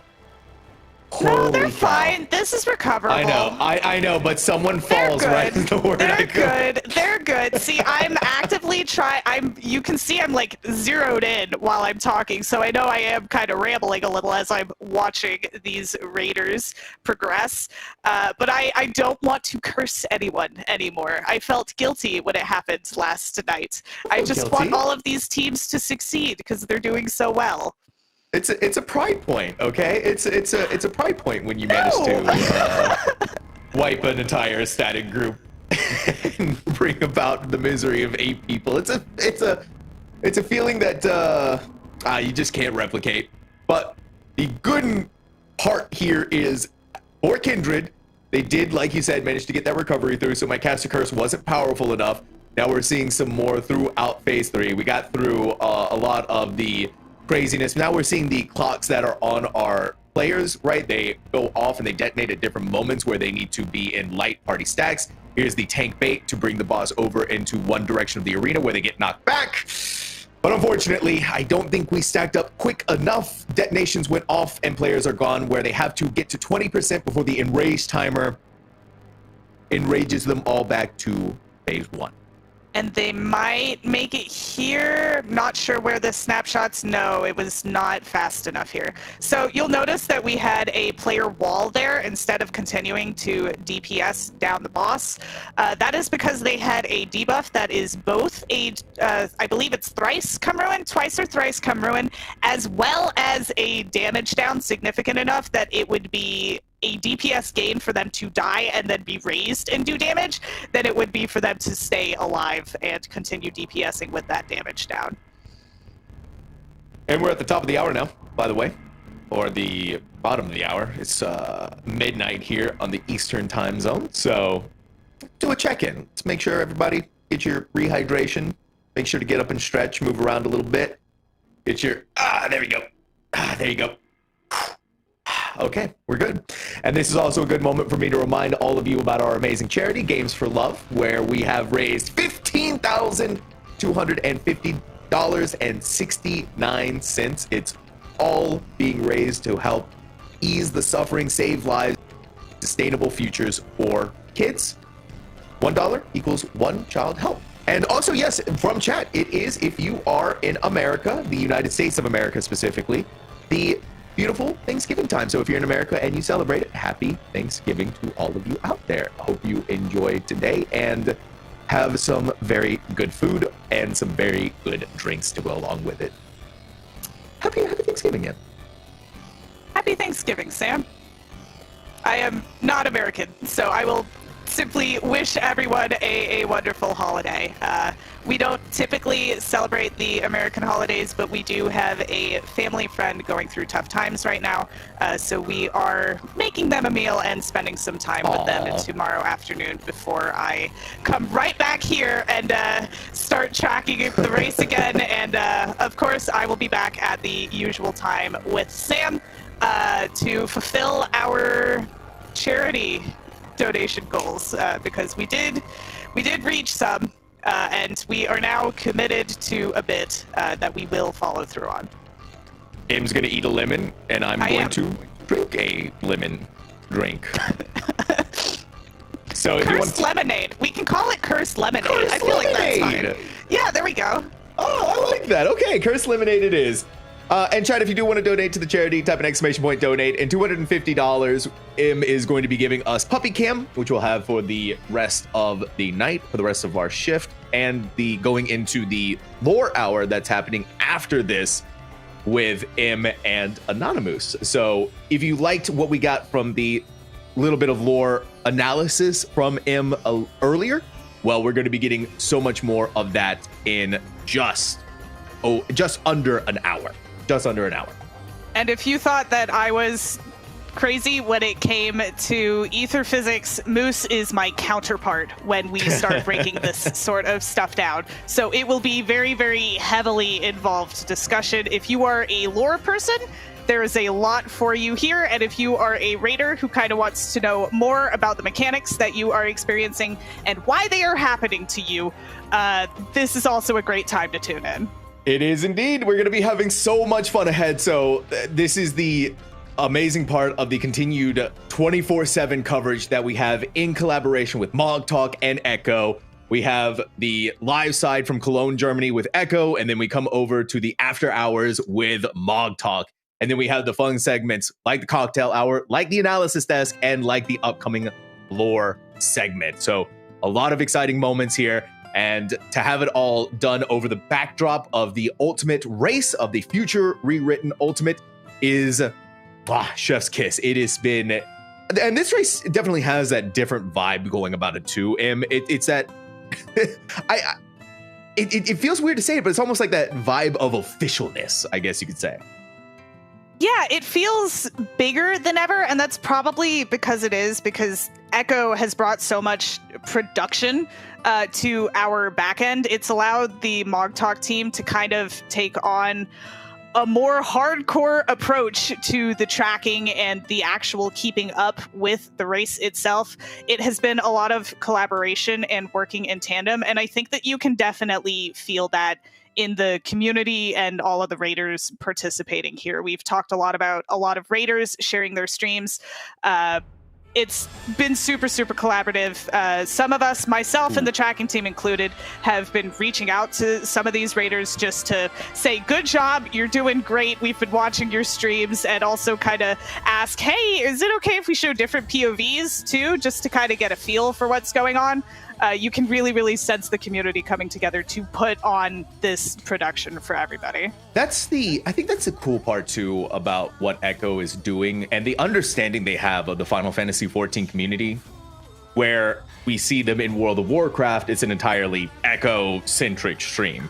You know, you touch on the other the other teams that are participating in the WoW RWF, but here in Final Fantasy, they're embracing the aspect of watching the entire world doing this race. It's not they obviously have their focus on themselves, but there's also the sharing that goes around towards keeping perspective and eyes on everyone else. And I think that's a really neat thing to have from them. And again, the understanding to continue that torch going forward is really, really cool. And then we go into the after hours, we get the even more of that going on, and it's just been a blast. And to see this continue to grow, especially from when I was first brought on to where it is now, has been a meteoric rise. I can't even use any other phrase to describe it. And to see a lot of people in chat still enjoying it in the way that they have been, it is heartwarming, and it makes me so excited to see what the future Savage races and the future Ultimates are going to be. I wholeheartedly agree. I think it was DSR was actually the first race that I got to watch myself when I started playing the game. And I remember that race week being so special, partially because of DSR being such a unique fight. I remember Twitter losing its mind with all of the save him memes. It really did feel like, you know, the Final Fantasy moment where everyone is coming together with one singular goal of saving one singular friend. There was nothing to describe the feeling that I had, even just a viewer getting to be a part of that. And then seeing how all of that resolved, I had the exact same experience with Top. And I think that's what I was most looking forward to with Future's Rewritten Ultimate. So to get to be here with you, chatting and getting to put on this show for everybody, it's really made me want to do my best. And I'm sure the same can be said for a lot of the rest of the team, because we are having just as much fun as everybody else. So much fun, and I'm sure our raiders are having an immense amount of fun themselves, even with banging their head against the wall for 2 days in a row now. But traffic lights are up, multiple colors are out. Our players are going off in different directions with their clocks. Some of them getting a special debuff where you have yellow, you have blue. Yellow needs to go out a little bit first before the blue does, and then of course you're also trying to bait out these giant laser beams, where unfortunately our Picto destroyed, and the rest of the group to follow shortly thereafter. Memory has ended, but now it's time to make new ones. Well, you know what? That player, they actually did have the right idea about where to go. The first debuff that they needed to resolve was a short fire explosion, which meant that it was not tied to where they were placing their position for their longer debuff resolve. They just needed to get out of dodge and then join the rest of the party back in the middle, while players with the longer debuff timers there baited those first 3 towers that went out. And unfortunately, they just ended up getting clipped on their way back in to place those debuffs. Well, hopefully for Kindred, that's going to be a different story. Hopefully it's a clean start. You can see they're kind of going in and out of home base in the middle, directly under the boss when it's their turn to bait. This is pretty much an entirely personal responsibility mechanic. Again, there is some swapping that does need to happen based on your priorities. Oh, fire AoE clipped there, and that means a bait went wrong and right through the middle of the arena. Well, poor Kindred. Unfortunate. Yep, a whole rewritten. So hopefully they can get the future correct that time around. And I mean, the second we go over to no CCHH, same thing happening there too. It's I think we're also hitting kind of that fatigue wall right now too. Oh yeah. A couple of these teams have been going for a very, very long time. DN especially has been pulling a long day. They went a late night last night, and I believe they got a semi-early start on it again this morning, and they are still going. That is because now I'm starting to feel like where we were last night, right? Obviously, we know that these teams can go further. We've seen it. The leaderboards are proving that. But now we're at that stage where, again, you're looking at those pixel-perfect moments, but you're starting to get a little eepy, right? You're getting the fatigue is starting to set in, and these minor mistakes that you've been doing perfectly 5 hours before is now starting to creep in. Right, and that happens with regular raid nights too, right? That's not something that's specific to racers in a world first race. It's not something that's specific to an ultimate race. Sometimes you just get a little bit tired. You make mistakes. That's not even just raiding. Life happens that way. Ooh, unfortunately, 2 people down. That means 2 extra people are going to get conal baits. And that, oh, they had 1 survivor from that, but that was not enough to DPS her down to the next phase. Now, you say that, that this is, you know, a part of life as well, being tired. You know. Are you tired, Sam? Now, what if it's all the time? Well, you should see a doctor about that because I don't think I'm licensed to assist. My second recommendation would be getting coffee. Caffeine tends to help keep me awake. I'm just gonna get my raid limit. It's okay. I'll get right back in the fight. I don't know. I chugged an espresso like 30 minutes before I went live with you, so I'm feeling okay, and I am hoping that will carry me over until the end of our lore segment as well.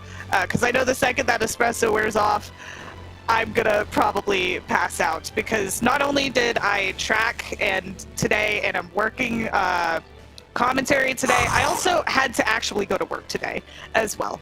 But it was my last day before the holidays, so now I have a long weekend where I can focus pretty much entirely on this. You gave me a small heart attack. You were like, it's my last day. I was like, wait, what? And then no, I'm abandoning you to the wind. I was like, whew, okay, all right. But, of work, of clocking into my boring day job. Woo. All right, I'm just glad that I'm glad that you still have a job, and I'm glad that you're still here with us, and I'm glad that you are still informing very small-brained peons like myself the lore implications of this raid, and along with the mechanics of this raid as well. And I did ask this question earlier, so I do want to ask you this, but what's the ultimate raid food for you when you're progging things? You get a little hungry, right? Ooh. Oh, in real life? Yeah, IRL. Oh, man. I don't know. I guess it depends on the time of day, I'll be honest. Time of day, okay. Yeah, well, because you can't have... Okay. All right, so my ultimate go-to for this, haha, is a charcuterie board.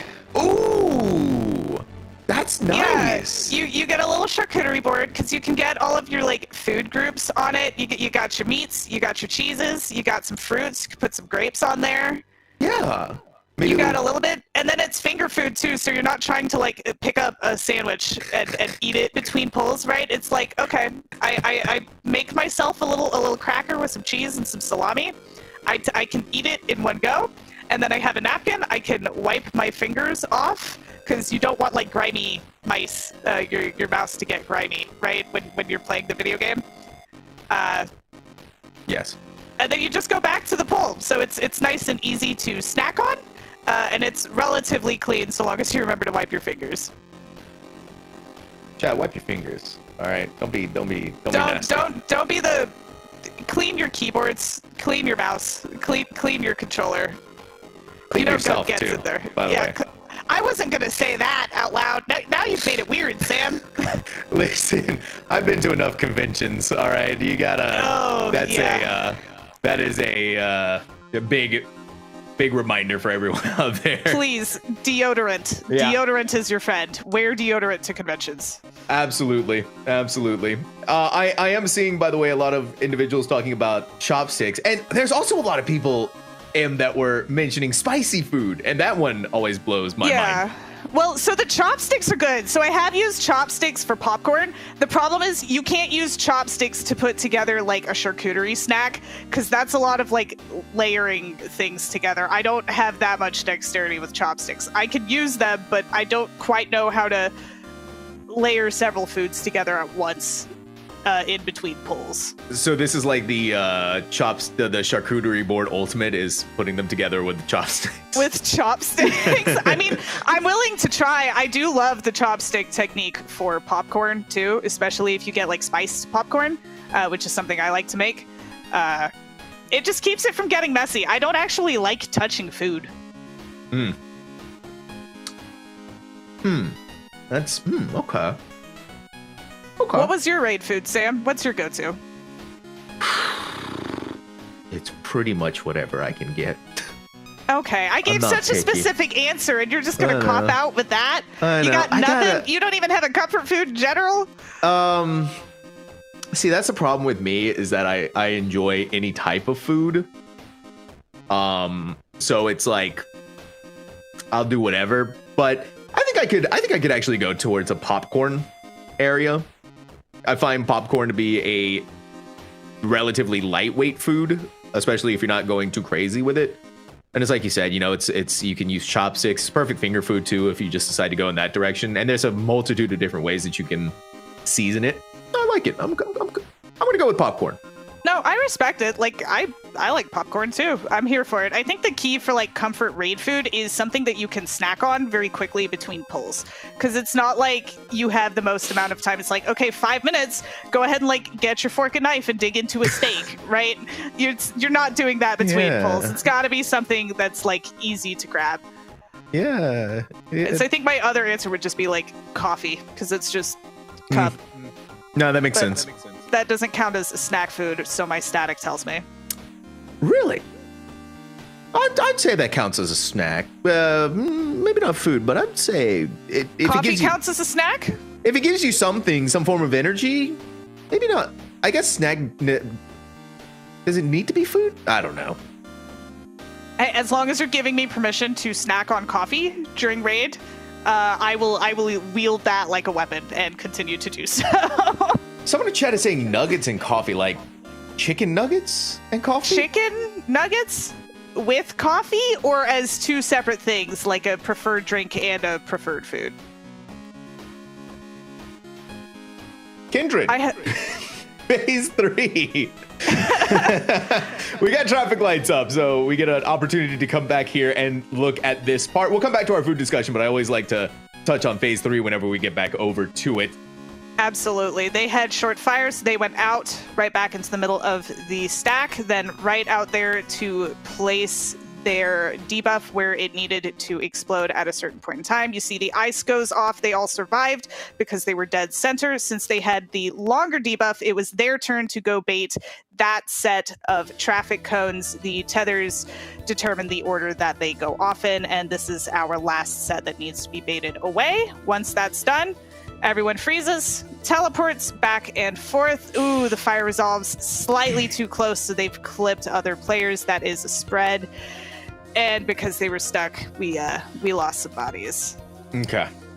Trying my best to cover such a quick mechanic verbally while they're mid-pull is very difficult. That is definitely something where you kind of just move on instinct because you really are processing so much at once. And that's on top of DPSing the boss at the same time. She doesn't become untargetable.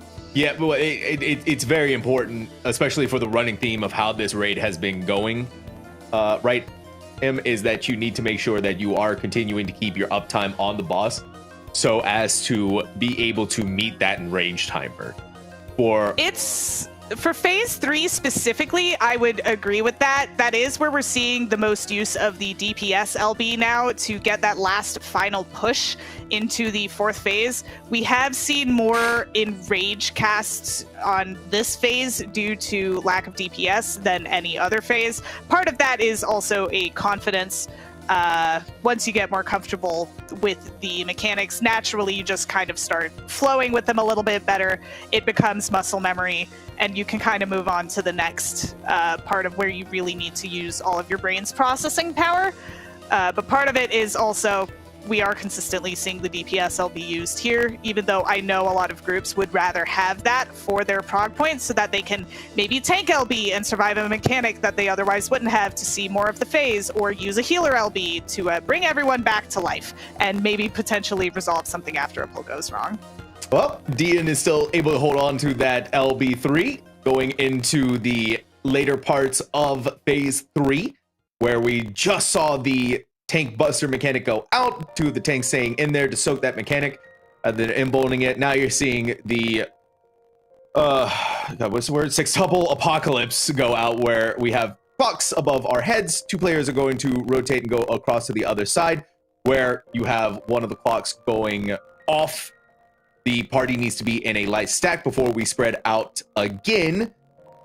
towards a AoE circles that are going to go down on the ground right here. You see perfectly spread out before having to reconvene back in the center.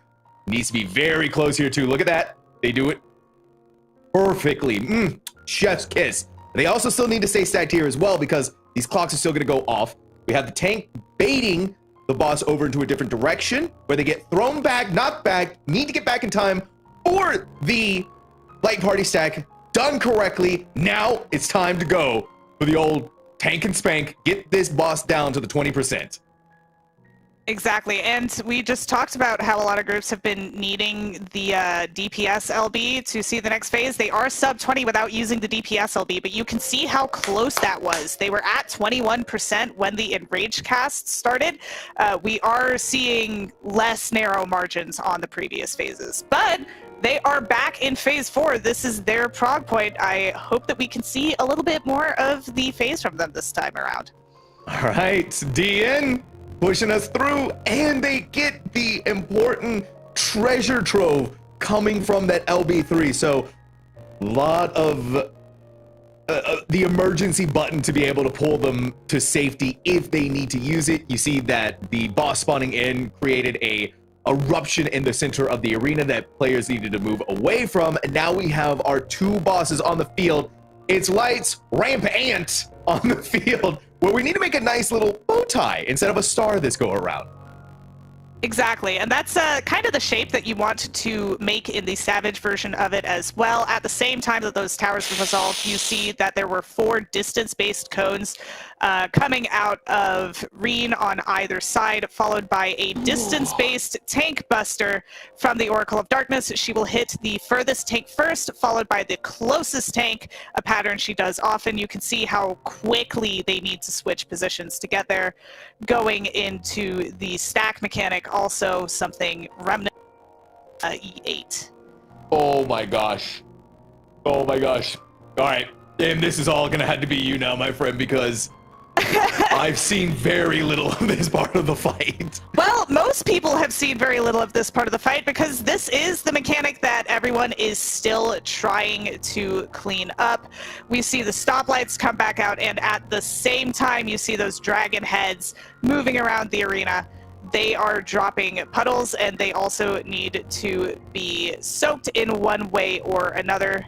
They are resolving this by stacking for the knockback, coming together with another group for an additional stack. We lost some people, maybe able to survive. The light wave going through here. There's another one coming from the other side of the arena. You have to move in as soon as you see the visual, it looks like. Oh, that was a really, really good pull from them, though. More party members alive, and a few light waves dodged by their team. That is diabolical. Oh, I love it. I love it too. One note at the end of that mechanic, we haven't seen it because we unfortunately got a wipe right before it came out, is we are getting like full frost cleaves from our Usurper of Frost, Metron, as Gaia at the end of the resolve. And the current working theory on how to resolve that, as I understand it, is they are still dropping those forward and back rewind timers is probably the best way to explain it if you're unfamiliar with relativity. Anytime you see the stoplights, assume that there is also those forward and back debuffs happening. You saw some of them resolve. They are still placing where they're going to be teleporting back and forth to as that mechanic finishes. Ooh, that is a... It's a doozy, right? It's a lot of fun. I can't wait to get in there. That is... what can you even use to describe the insanity that we just witnessed on our screen? That is... it's honestly a work of art. I think we broke Sam a little, chat. Yeah. You sound a little winded there, my friend. And I didn't even say anything. I didn't even do anything. You were the one who was giving us very clear and succinct details on what is going on with the raid. And I think from what we're seeing there, that is going to be big pain points. At the very least, we know from DN they can bring the LB3 in through the phase 3 part of the fight. So that is a big win. And I'm excited to see where they elect to use that and how they elect to use that on top of that. So yeah, I mean, really, really good stuff from DN. And obviously now we're seeing them not doing anything at the moment. And I'm sure there's a lot of discussions that are being had in the background.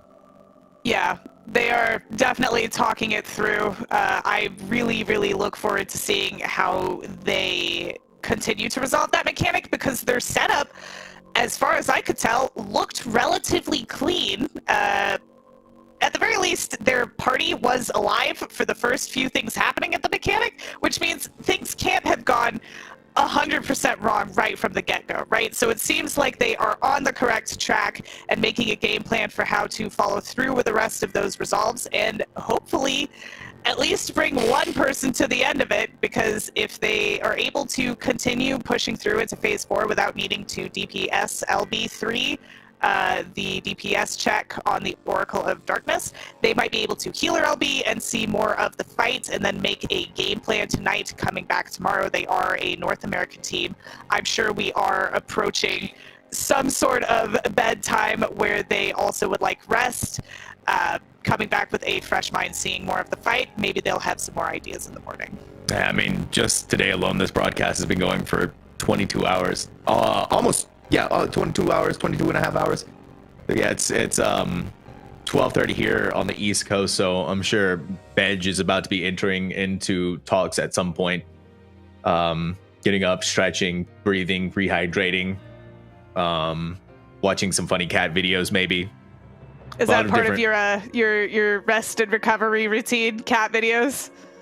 Cat videos, and going and giving my cat a hug, or whatever form of love my cat will let me give him. But yeah, so this has been a really cool moment from DN to see how far they've been able to get, and that's the first time in a long time we also got to go even into phase 4. And a lot of our groups have been struggling with getting past ultimate relativity on phase 3 now, it feels like.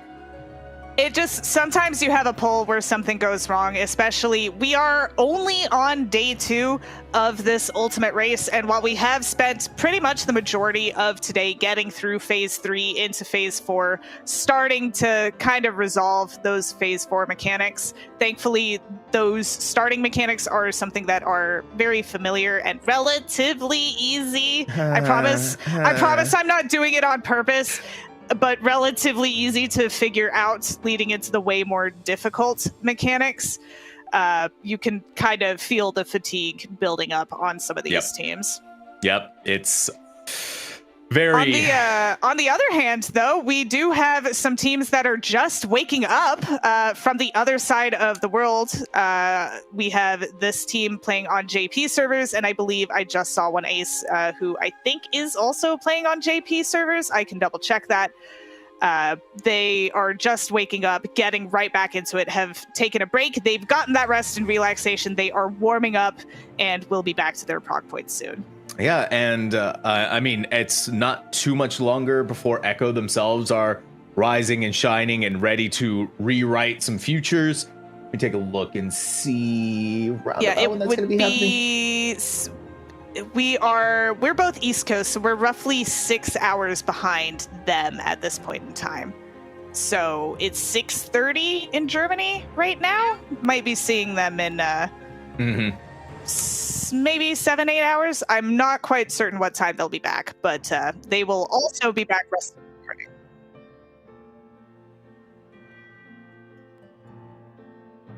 Oh, well, production is saying 2 to 2.5 hours. So okay. Oh, I was doing the time zones backwards in my head. I was like, yeah, it's midnight here, so it'll be 8 hours. No, if they're back at 8 a.m., it'll only be 2 hours then, roughly. So expect Echo to come back online shortly, actually. Yeah, very shortly. So here's the great part. No, it's perfectly fine, right? Because here's the great part. We go through the 30 minutes that are left in this shift.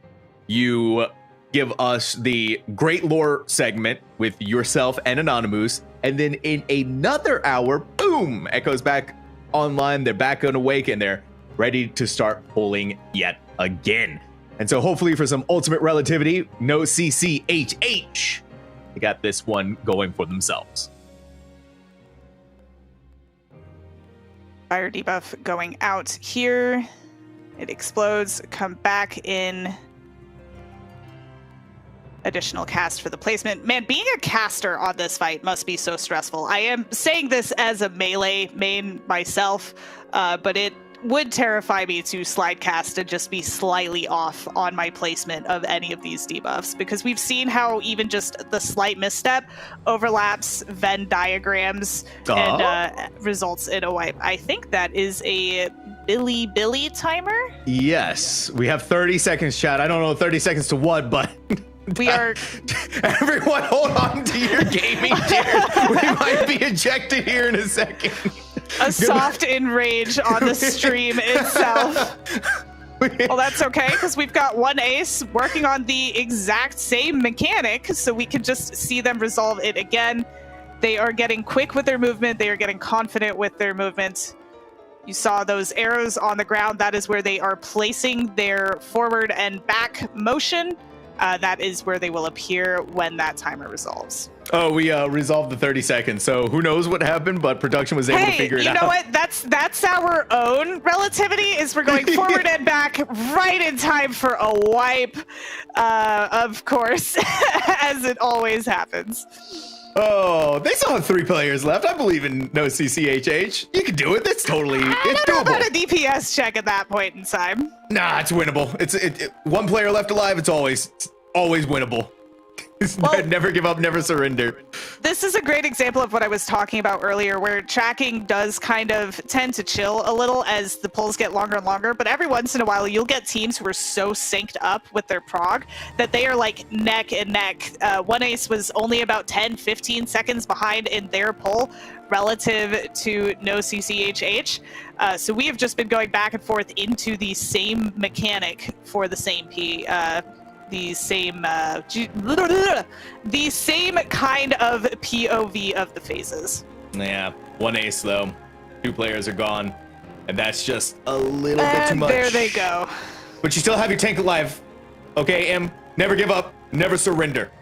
So let's go ahead and take a look and see what Kindred's doing. They're around the same part. The same mechanics. See what I'm saying? Like, they're getting so consistent that their pulls are syncing up again. It's a phenomenon that we see at the start of the race, where pulls are kind of synced and we're having to go between so many streams so quickly to try and keep track of everything, try and understand the mechanics. And as we hit this pretty consistent wall where all the teams are figuring out the same mechanic, the streams sync up again, and we kind of have to jump very, very quickly. And it looks like we are probably getting another phase 4 here. Yes, another phase 4 from Kindred. Oh, thank goodness we managed to make it in. These are my favorite parts, though, when you can go basically back to back to back with each stream and just see how close every single group is between each other. That's where you're at that cutting edge moment where every misstep, every mistake is just so good. But everybody, get your Pog champs ready to go, because things are looking very spicy here for Kindred. And there, again, so many different things going on inside of phase 4. We see both of the bosses on the field. We see markers going out. We see a lot of different mechanics about to enter into our view sight. Yes, but keep in mind, they are all mechanics that we have seen before. As long as you don't let it intimidate you, you make the bow tie, you spread a little for the baits, you make sure not to get cleaved on the side, and you dodge to the side with your party, making sure that the tethers stay spread and that you are in a stack of 4 and 4 for these light parties. We have the tank baits there. It's furthest player and then closest player. You can see that the mid wasn't quite where we needed it to be to keep both tanks alive. We are going into the following mechanic pretty much immediately, which is those repeated stacks. Unfortunately, without the body count and the shields, it was not enough. Hey, we got back to phase 4 though. We got a tank! Wait. The tank came back alive! It's not over until it's over, baby! We're still in it! Looks like they're staying up to see the start of... Sometimes you just want a player alive to see the start of the next phase, right? But I think Kindred has been there enough times at this point. They are our leader. They have seen an average of 18.3% of both boss's health bars, that is one being only a few % higher than the other, averaging them together. They are the closest we've gotten. They don't need to see this next mechanic just to see what it is. They've been there. They just need to figure out how to resolve it so that we can get to the end of this 4th phase. Oh, it's just like right there. It's so close, and you're chomping at the bits, I'm sure, if you're Kindred, to get past that one last little barrier, that one last little nugget of percentage before calling it and going to bed. But oh, my heart goes out to them. So close, yet still so far towards getting to that goal. It's hard not to watch all of these teams progress because you're spending just as much time with them every day that they are spending with each other, even if you're not on comms with them. You kind of start rooting for them and getting really, really excited as they make their prog. We saw DN get super excited and happy earlier when they started reaching their prog point in P4 as well. It's hard not to get, you know, the blood pumping when you see this next phase, when you're on the cusp of prog, because we are all excited to see what happens next as well. So very, very excited. We are at the final less than 30 minutes of our shift coming up here, so I do want to do a little bit of housekeeping, remind everyone that we are also raising money for charity. We have done $15,250.69 for Games for Love, a nonprofit charity that eases suffering, saves lives, and creates sustainable futures for kids. We even had Games for Love in here earlier in the chat. Don't know if they still are, but it was really cool seeing them. $1 equals 1 child helped. And hey, you know, we smashed through this goal. I saw Frosty in here, so all I'm just going to say is Kurt's Lemonade and leave it at that. And Em is going to take a nice big bite out of a lemon tomorrow night. So that's a lot of fun there. And we also, in less than 30 minutes, are going to be having the upcoming lore hour with Em themselves, along with Anonymous. So even more exciting segments that are upcoming to go along with the cocktail hour that we had previous to this shift. So the exciting segments continue and they keep going on, and I just love it. The Mogtalk Echo collaboration has been phenomenal, and especially now that we're entering into day 3 territory, it's just getting better and better. We're approaching it. I am feeling the day 3 because I am also East Coast. It is past midnight. It feels like day 3 for me, but we hit that hour mark in a few hours. I believe the servers went up at 5 a.m. Eastern. So in about 4.5 hours. Am I doing math correctly now? Sure. I think. Great. All right. You agree, so it's fine. Yeah, so we've got about 4.5 hours till we hit the day 3 mark, and I believe we sometimes have a counter on as how long the race has been going as well. You can see that in the bottom left. Day 3, everyone. Give it up for day 3. We're getting there. Woohoo! I'm not tired. Not at all. I love that I feel like I'm going to dub the last 30 minutes of our casting shift together, Sam, the loopy time, because I can definitely feel our own fatigue setting in as well. I'm sure that some of chat is experiencing this too, because I know plenty of our viewers are watching this day in, day out, and the 24/7 broadcast is probably encouraging some rough sleep hours. So here is also your reminder to hydrate, your reminder to stretch, your reminder to get up and make sure you see the sun when it comes up in a little bit. I'm gonna take my own advice, actually. There you go. Got a good stretch in. There you go. Ooh. Yep. Sorry. And I do have to apologize, Chad, because you had to spend 4 hours, now 8 hours total with me on the night shift. I apologize, everyone. That's tough for everyone. I apologize to you, Em, because you have to spend 2 hours with me every night for the foreseeable future. No, I am having an absolutely great time, Sam. Don't apologize. Well, the ruse, the trickery has worked. I don't know how you're saying that. I roped you into eating a lemon. I'm not afraid of the lemon, Sam. I walked into that like fully like, yeah, I could eat a lemon. I'll eat a lemon for the kids. That's fine. You're a saint. a good person, Im. I don't know about a saint, but if eating a lemon puts me in that category, I will gladly do so. The real question is whether or not I can find one by tomorrow's cast, but I will figure it out. I will figure it out, I promise. Yes, do forgive us if we are not able to get the necessary groceries because American holidays. It's Thanksgiving today, right now. They do strange things to grocery stores in this country. So I will make it happen one way or another. And let's not forget about the battleground that's going to unfold the day after. It is known as Black Friday, and I hope that we all make it through intact. And also just a reminder that if we reach $250, Im is going to be giving us a puppy cam, which you may be thinking, well, it's only 20 more minutes. Good news, Im is going to be part of the lore hour, so you will at least have another hour of puppy cam. So if we reach $250 more, donate.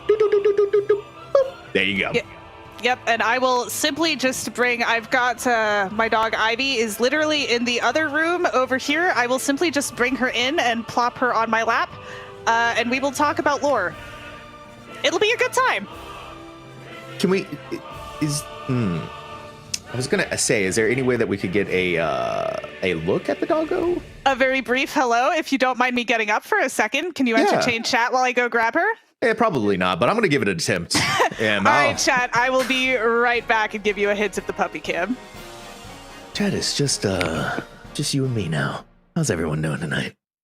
We're here in the after hours of the Mogtalk Echo collaboration. A pleasure to have you all here. Hope we've all been enjoying the stream. I've been told to dance. We're waiting for Doggo to come back. I'm not good at dancing, but what I am good at is watching ultimate progression happening. I'm a little scared right now, Chad. It's just us right now.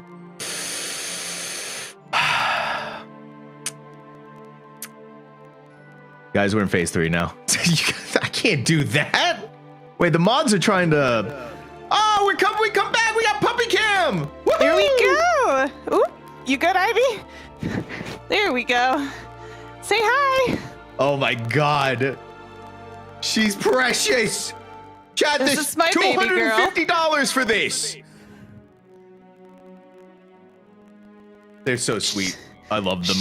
She is very quiet. She is very well behaved. She is very much just kind of a cuddle bug. Oh, and she is now using me as a pillow. She's like, I got woken up, so this is your problem now. Oh no, she sleeps on me like this too. We are totally fine. Oh, this is breaking my heart. This is too cute. This is so cute. Chat, $250 if you want to have the eternal puppy cam. The eternal puppy cam. I don't know if we can set up an additional camera, but I can at the very least work something out with my rig. You want to go back to bed for now though, baby girl? Let's do that, huh? Let's do that. Oh. Chat, dogs are the greatest. So if you want to donate to see more doggo, !donate. On top of that, ultimate relativity has been accomplished by Kindred. And now we are walking into phase 3. Before we get there, though, we are asking, what is the doggo's name, Im? Her name is Ivy. Ivy. I love it so much. I love Ivy. I would go to war for Ivy. She wouldn't ask you to. Don't worry. I know. That's the best kind of doggos. She's a kind soul. All she wants is cuddles and treats and apparently lying under the blanket because it's too bright in this room. So smart. They're so smart. I love them. I love them so much. I love them. I love having progress being done in front of our faces. And if anyone can make that happen, if any group is going to make that happen, it's going to be Kindred Im. I believe so. They are still our front runner. We did just lose a Picto, but with the spreads going off, it might be recoverable. Nope. As I started saying it, we lost a few more players. See, I started the curse and then I pass it off to you. Yeah, I noticed you doing that. you keep passing me the torch of, hey, what's happening during this mechanic? And I can feel it because then I also have to be the person who's narrating, oh, they executed the, nope. Chad, do we need to get like some sort of running counter of casters? Please don't. Actually, I'll get so nervous.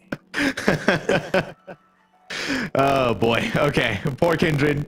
Unfortunate for them. Thankfully, we do have another perspective of a group getting close to phase 3 themselves with one ace down in the bottom right corner. So let's go ahead, bring them up.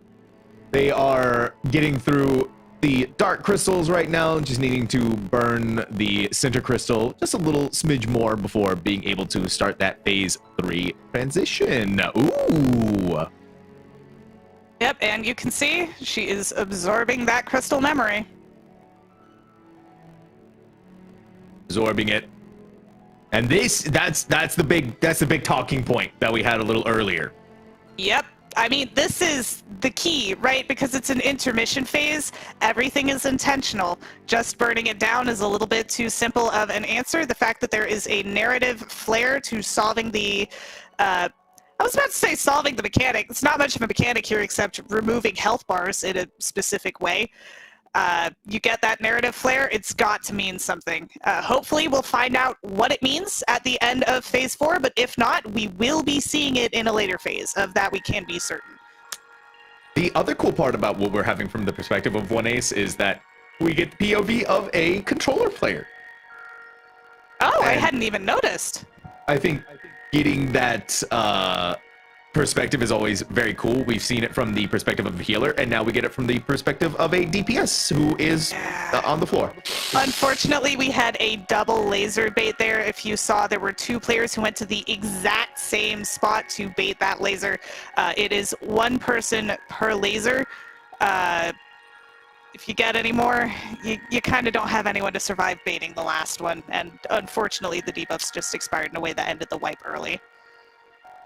I asked this question to Revan earlier. Are you oh, Kindred is an EP. They're EP chat. They're going to bed back EP. at 6 a.m. PST.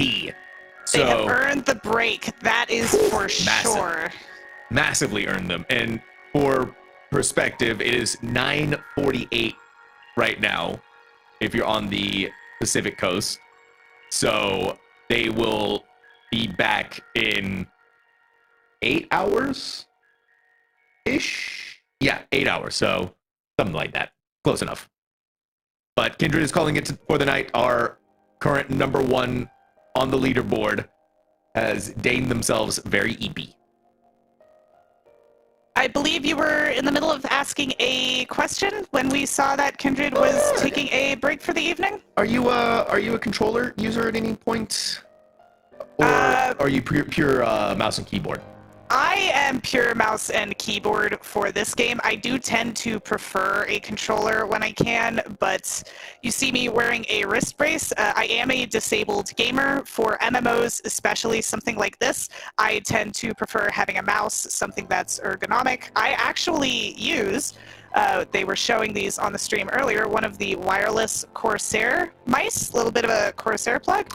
Oh, they're nice. They're super lightweight. The fact that it's wireless and I can unplug it has been a huge boon on my wrist. I'm obviously wearing the brace today, but since I started using this kind of setup and raiding with like really, really good posture, it's just been healthier overall for me, and I can sometimes even raid without my wrist brace. So that's kind of my reasoning for sticking to that. Man, you just brought up a phenomenal point, by the way, is having good posture while raiding. Oh, yeah.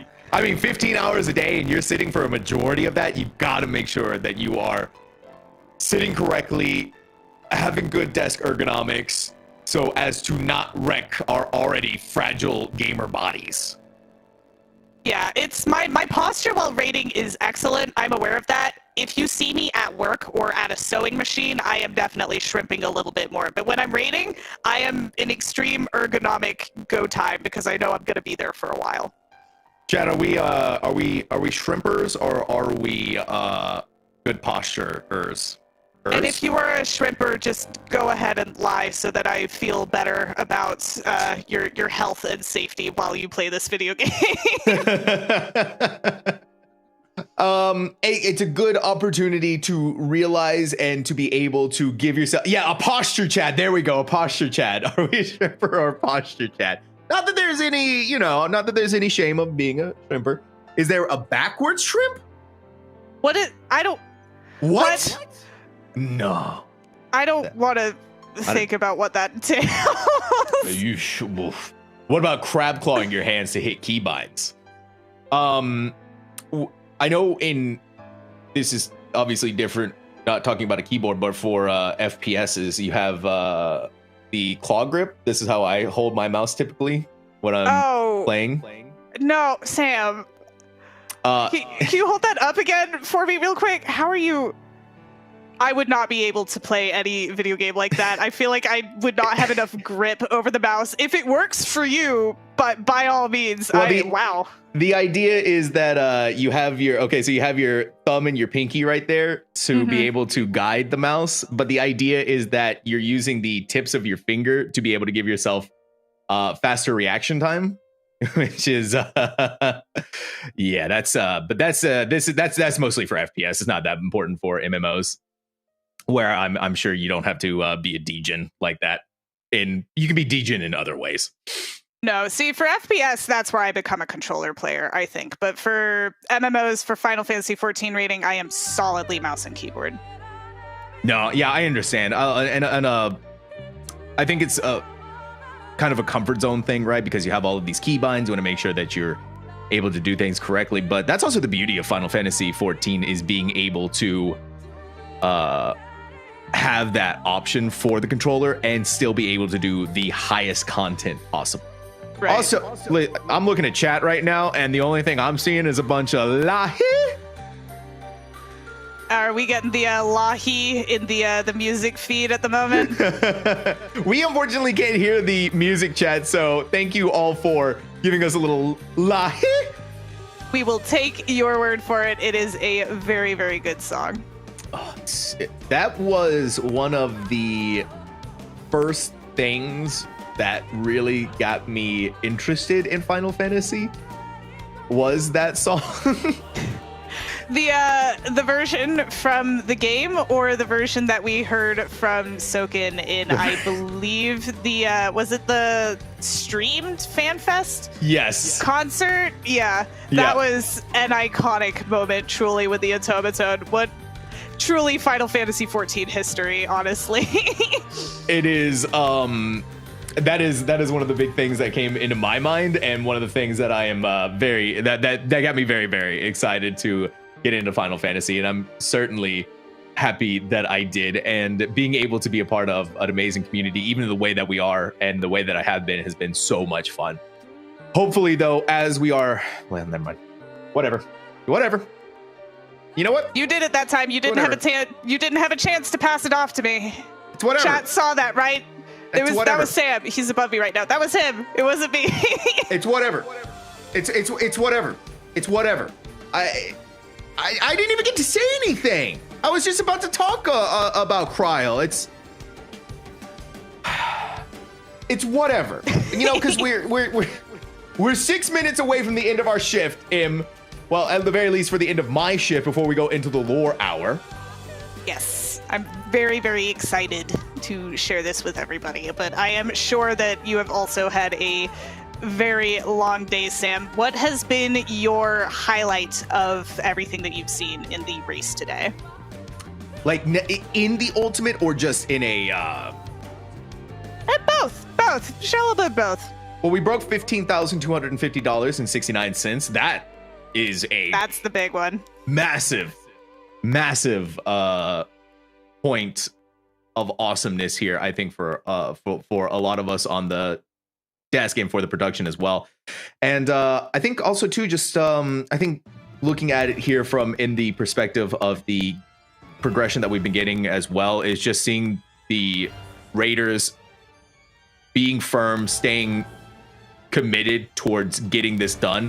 Obviously, right, that's what we're going to be seeing from the race, but it is easy to sometimes let that slip a little bit more, but to see the constant progression, to see the constant theory crafting that we're getting from our raiders, and of course from people like yourself, has been a lot of fun.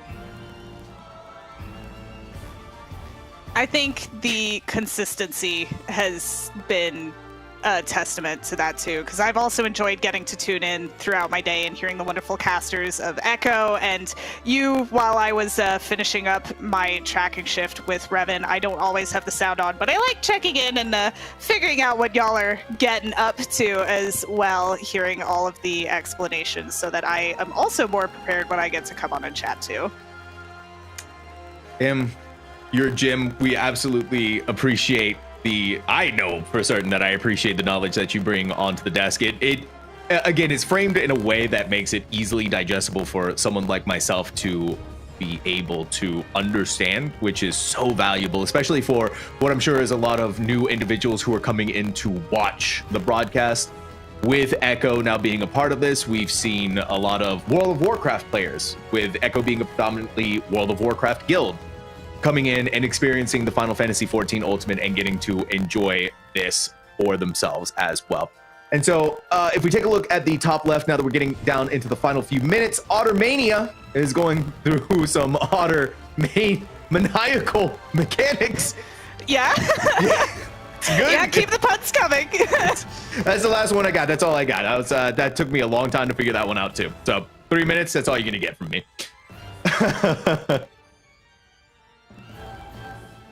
It is curious to see. I would love to get one more phase 4 pull while we've got you on here, Sam. That would be a wonderful way to end your shift with us here this evening.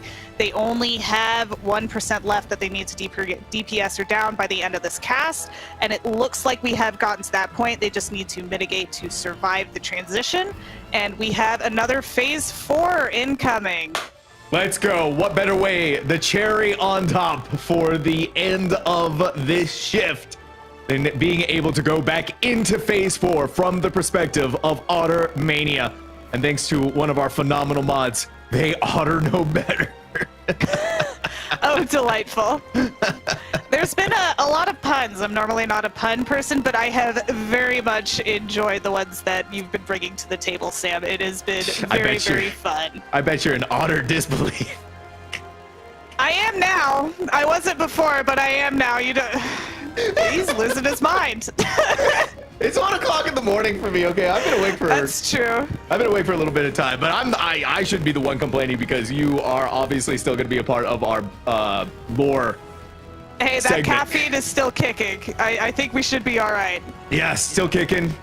Ottermania, still kicking some butts to go along with it, too. Bow ties being resolved. Lights rampant. Pretty good stuff. All right. Big baits. Yep. Baited correctly, far and then close.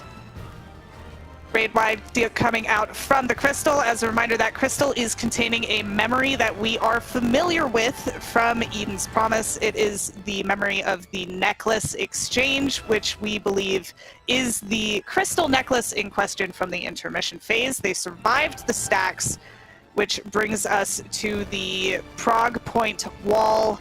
They will stand together and cast in the middle for a little bit before we get, I think it's called crystallized time, because we are getting the crystallization of light mechanics from Reen, and of course the time mechanics from Gaia. They have a game plan with positioning moving confidently here. Ooh. Knockbacks. Ooh, we've lost a player. The rest of them are starting to fall. We still have an opportunity. Maybe to survive that light wave. And another one.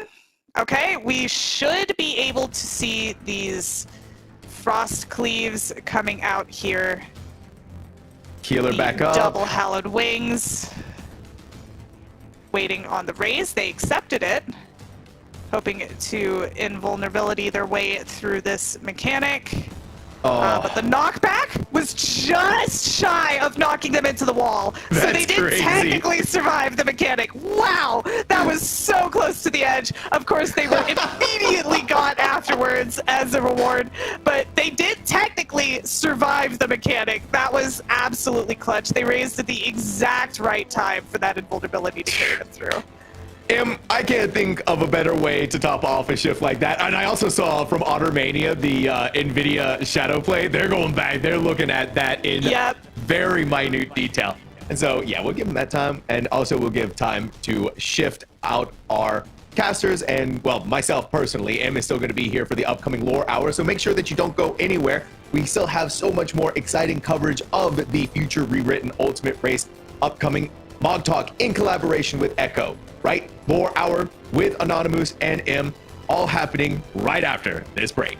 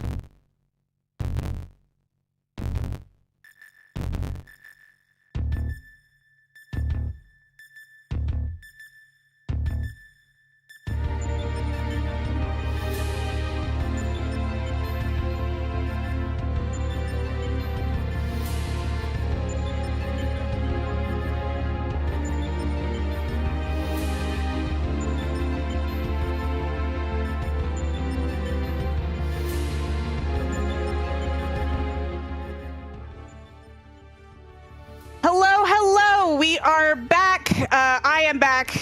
Sam has gone to bed. I am MNRM, and I will be hosting our special segments. We've got 1 hour of lore to talk about because we have a whole bunch to discuss about this fight. And here with me is my good friend. You all know him. He is Anonymous, my lore buddy. Hello, hello. Have you been following the race at all? How much have you been digging into this? Because there's a lot of good stuff for us to go into. Following is an interesting choice of words. I can say yes to following. I thought you were going to ask watching, and I would have to give a complicated answer, right? Because I have been like kind of listening to the fight as I prep for Thanksgiving stuff. Yeah, that's fair. So I shouldn't ask you how to solve the new version of Light Rampant that we have been seeing today. Is that correct? Probably not. Probably not. Okay, well, maybe you'll have an idea of how to solve it by the end of it, because we will have race footage going as teams progress while we talk about the lore and some relevant mechanics coming up. This is actually an excellent stream to start with. Have you heard the talk about the crystals? Because this has been the big component, the intermission phase that seems to be something that will be relevant later in the fight, but we're not sure how yet. I know that there are crystals, and how they function mechanically in terms of which ones are we talking about? The ones where you want to destroy some and maybe not some others? Yep, that's what's on screen right now. You can see that they elected to destroy all of the light crystals on the outside and then DPS down Reen in the middle. Yesterday we were seeing a caster LB3 to take down everything with a health bar in this phase, which would result in a little narrative message saying that an ice crystal has broken forever. Instead, what we're getting here is you see that crystal go into her chest, and the fight continues. Both resolves take you to the next phase, but this is a narrative element that will come up later, but we haven't seen how. Yeah, that sounds symbolic of something that may have had something to do with the normal and savage mode. Yeah, quite a little bit. Something to note, we are going into phase 3 here. We have seen the 4th phase where an apparition of a memory familiar from the Eden's Promise fight itself appears, very specifically the one in which they are exchanging a necklace, which is formed from a little bit of crystal handed off between them. So my bet is currently that is what we are seeing either shatter or be absorbed by Reen in her ascended form. It's hard to talk about what's happened to Reen right now. There's kind of a lot going on with her etherically and soul-wise. It's a little bit of a complicated mess. So the piece of ice that breaks may be, in fact, the never melting ice shard that we're familiar with from the original story. That is the current theory, yes. If that is the thing that ties their memories together, then the question becomes, do we want to protect that memory? Or do we want to break it? Because this is a rewritten future. What if this is a future where we don't preserve that memory and that identity? But that is why we have you here, because you've compiled a list of things to talk about. You can see why I looked at that and went, yeah, this is exactly what we need to dive into, because that is what's key to the narrative of the fight at this point in time. See, I was actually very nervous when I first got a DM from you earlier too, because like most of the times I've prepped stuff exactly like what you're seeing. Like Frosty will DM me like, hey, let's do some ultimate lore. Like, just no big, man. Just like prep like a review of the story arc the content comes from, any shared lore underpinnings you think might be interesting. And I like wake up, I roll over, I grab my phone, and I see like, hey, let's do like mechanical meta narrative. Let's do like a hero physical fight mechanics. Let's do like predicting the phases. Let's do like Final Fantasy 8 reference guide. And I'm like, I'm making like a charcuterie board. You're talking like this fight? Like the one they're doing? Well, I haven't played 8 since they made like Pepsi Blue. What is... Never mind. It's better that I don't ask that question right now, I think. I'll be entirely honest. And to be fair, I said that list was more of like a outline for myself, because as I've been tracking, as I've been commentating, I have been taking notes, because you know how I like to make connections and jot down everything I see to see what kind of sticks as far as putting pieces together. And so far we've been able to put a few puzzle pieces together, which has been a lot of fun for me. I'm going to count on you to help out with like the crazy, like bring all of the cool theories in with me. Absolutely. You know I'm good for that. So basically what we're seeing fight-wise, the story of Futures Rewritten Ultimate, it is based off of, for the most part, the Futures Rewritten patch, where we got the Eden's Promise raid tier.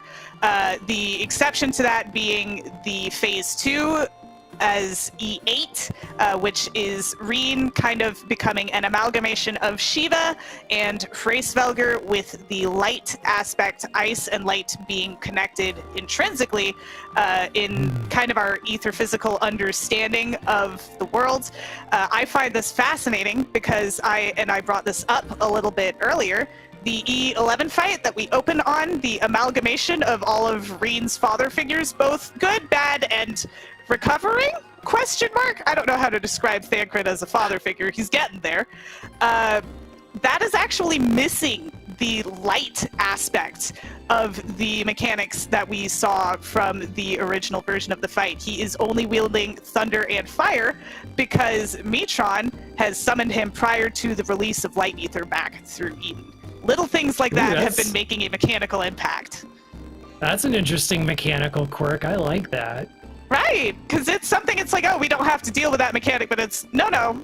If we're following the narrative of the fight, the opening cutscene is essentially the same that we get from Eden with Reen taking on the ice and light aspect, except in that moment of vulnerability, Metron possesses her and decides to summon Thancred, Thanjit, the Voth 3 Thanjit Thancred amalgamation of Fatebreaker to take us on instead. Reen is still housing that light ether. It hasn't been released, and thus it's not a part of that first phase. That is very cool. Defeating him does take us into that second phase where we do fight Reen in that form. It does narratively take us back to where it was in the Eden Raid as well, the original one, where Gaia comes in swinging with her hammer as the Endless Ice Age is being cast. That soft enrage. I was about to actually swing a hammer on screen as if I was holding something. I should have brought a prop. I think that would have been fun, just have Gaia's hammer ready to go. Hammer of Darkness. Hammer of Darkness, baby.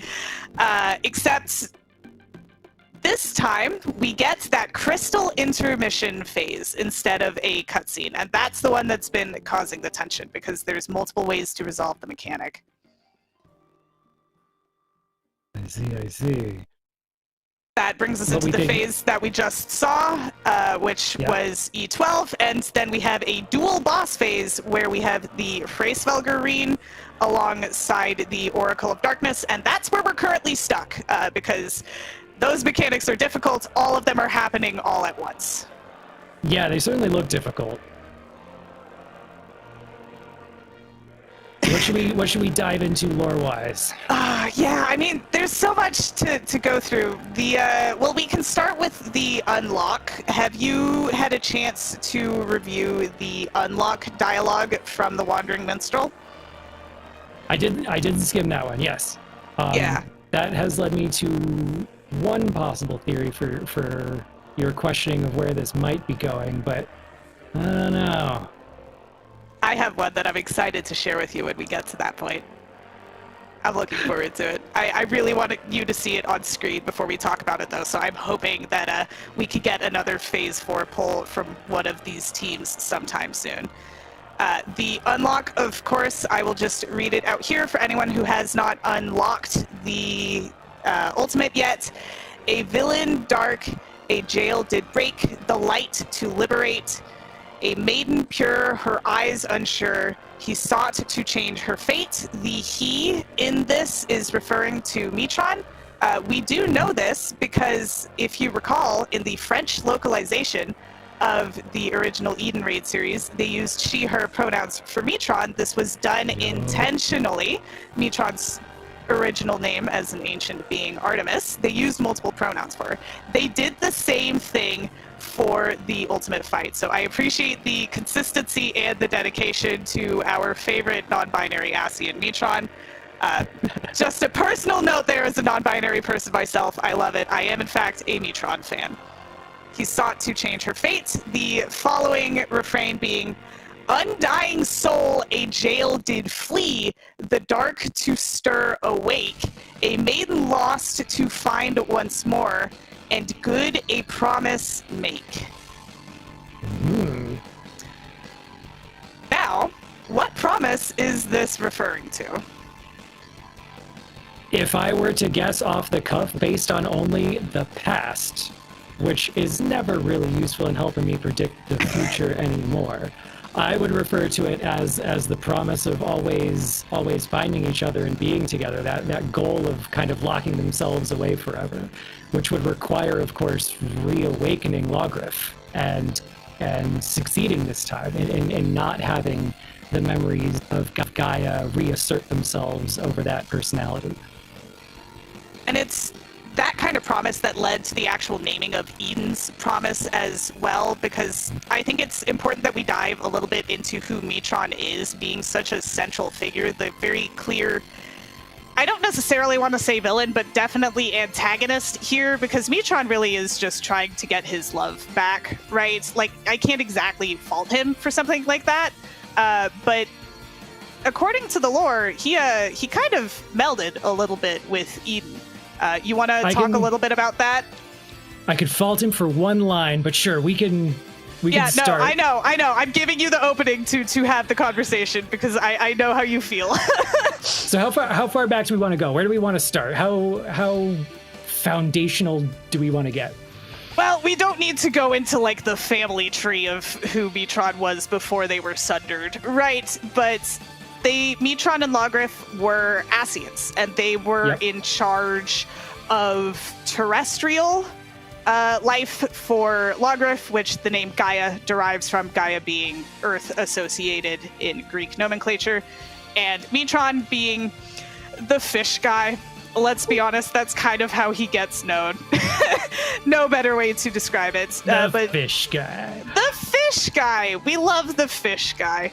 I did dive a little bit into fish lore to see if any of it would be relevant to this ultimate race. I wish we had time to go down that rabbit hole. I learned way more than I thought it was ever going to. But let's pick up from there, and then will you share a little bit about what happened with Eden originally prior to us discovering it during the raid series? All right, so let's see. We'll go back to... the first time we saw Eden, it looked like it was just kind of like a giant Sin Eater corpse out in the empty. The empty being, of course, like the quasi, almost void left behind by the flood of light. And when we got out to the empty to explore this first Sin Eater, we actually found out it looks like biomechanical inside. It's almost like a derelict ship. So we decide that we are going to use this to undo the damage to the empty. What could go wrong, right?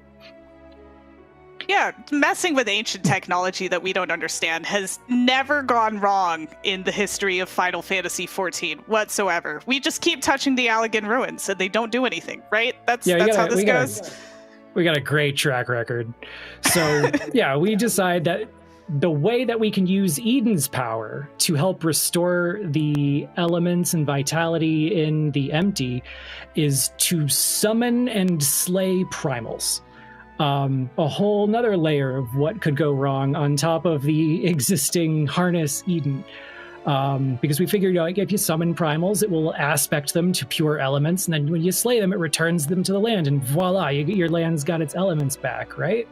So there's a whole primary storyline about restoring the empty and the primals that we summon, and we don't care about any of that today.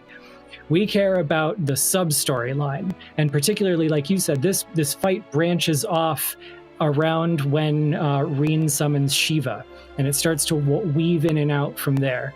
When we first tapped into Eden, something called the Voidwalker showed up. And it turned out that this entity was a young girl who was about Reen's age. The Oracle of Darkness to her Oracle of Light. Your classic bubblegum goth combo, like your Wednesday Addams and your Enid Sinclair, like my music taste and also my music taste. So Gaia claims that she's had a voice in her head that she just calls the fairy, and we're like, okay, we just leave it at that. But you got to wonder, if Reen is the Oracle of Light, and the Oracle of Light is a reincarnation of Minfilia, then we decide not to think about it. So in the original story, that's where Metron comes in, is after we have dealt with Shiva, Metron shows up. and says that, in fact, weakening the hold of light on the empty has weakened the prison that Metron is in. And so Metron is now able to do far more than whisper into Gaia's mind.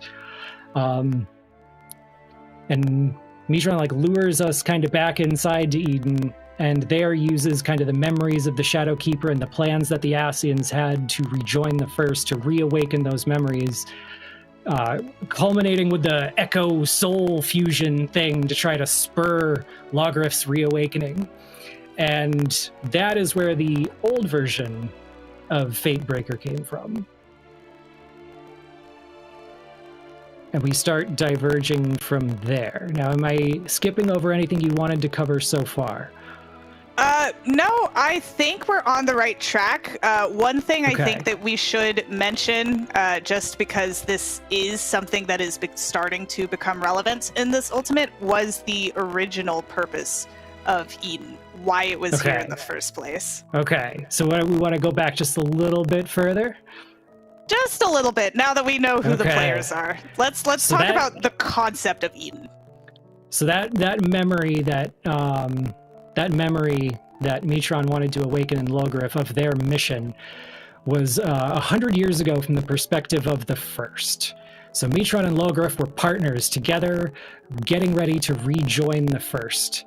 And so when the 13th had fallen to the flood of light, it allowed it's a flood of darkness. Sorry. Whoa! Yeah, I know, I went completely the wrong direction. When the 13th fell to the flood of darkness, it created a situation where like kind of the cosmic balance almost wants the First to lean towards light a little bit, at least allegedly. But we're led to believe this is accurate. So the Ascians decide that they are going to harness an imbalance of light to skew all of the elements umbral. And that will set the stage for a calamity. And so in order to keep the light in check, they use their pawn, the Shadow Keeper, to spur Warriors of Light into being. And the whole goal is you strike down the Warriors of Light at the right moment, and you trigger your calamity. Well, that doesn't happen. The pawn fails. Not only does the pawn fail to kill the Warriors of Light, the Warriors of Light go on to kill Metron and Logrif, cascading the balance out of control, causing a flood of light, ushering in the empty. And when Metron shows back up, he reveals he has been Eden all along. The death blow from Ardbert's Blade of Light transformed that Ascian into Eden. Yeah, so this is kind of the thing I wanted to hint at, right? Because we find out after the events of Shadowbringers that Eden was kind of at the root of where we were getting to this calamity, because the events of Shadowbringers essentially are Emet-Selch attempting to complete that goal, albeit in a little bit of a different way, because they are still trying to bring about rejoinings with the First. And the entire events of that expansion are you, as the Warrior of Light, also taking on that ether. I wouldn't necessarily say following in the path of Metron, but you were kind of absorbing that amount of light ether onto yourself. Now, the specific phrase that I was waiting for you to say is flood of light, because guess what has become a mechanic that is a part of the current wall in Phase 4 of Eden? Oh no. It is light waves, the same ones that we kind of see visually. It's the same visual effect, but as more of a line that we end up seeing from the Hydaelyn fight. Do you see where I am going with this and where I think the narrative of this Ultimate could possibly be taking us in a direction towards? Well, the first thing that comes to mind is that I guess there's just Hydaelyn associated fight mechanics now have more to offer than kicks. Sundering kicks. Yeah, that is a good way to put it. My fear with this, knowing the original intent of Eden, a lot of the focus has been narratively on Gaia and Reen, because those are the characters that we know and love. Everyone is very, very invested in their relationship. We want the best for them. And Metron often tends to kind of be viewed as someone getting between them, because he is trying to get Logrif back, the Ascian that he knows and cares for, or she, depending on your localization. So the real fear for me here is, and the real implication, the worst case scenario of how like bad this particular timeline could go if we're reimagining this, if we rewrite the future of Reen and Gaia, there is also a world in which we could be rewriting the story of the first in and of itself if the Flood of Light ends up winning out, with Metron coming back into full power as Eden. I'm just putting that thought out there. It's a theory, but it is one that we do have a good bit of basis for based on the established physics of this world and the fight that we've seen thus far. You were making a face at me that I don't know what to make of. Did I throw too big of a curveball at you? No, I'm just processing it all. I went, you know me, I went a very safe route. I went a very safe route with my theories, and you're giving me stuff that I'm like, ooh, I gotta move some pieces around. I gotta see if this connects. So yeah, that's the face I'm making. Worst case scenario, but the math checks out. I've been going through, like, previous clips of Eden's Promise, all of the Savage tiers as well, just to double check all of my knowledge on the cutscenes. It's worst case scenario, but it is a possibility of where this fight could be heading.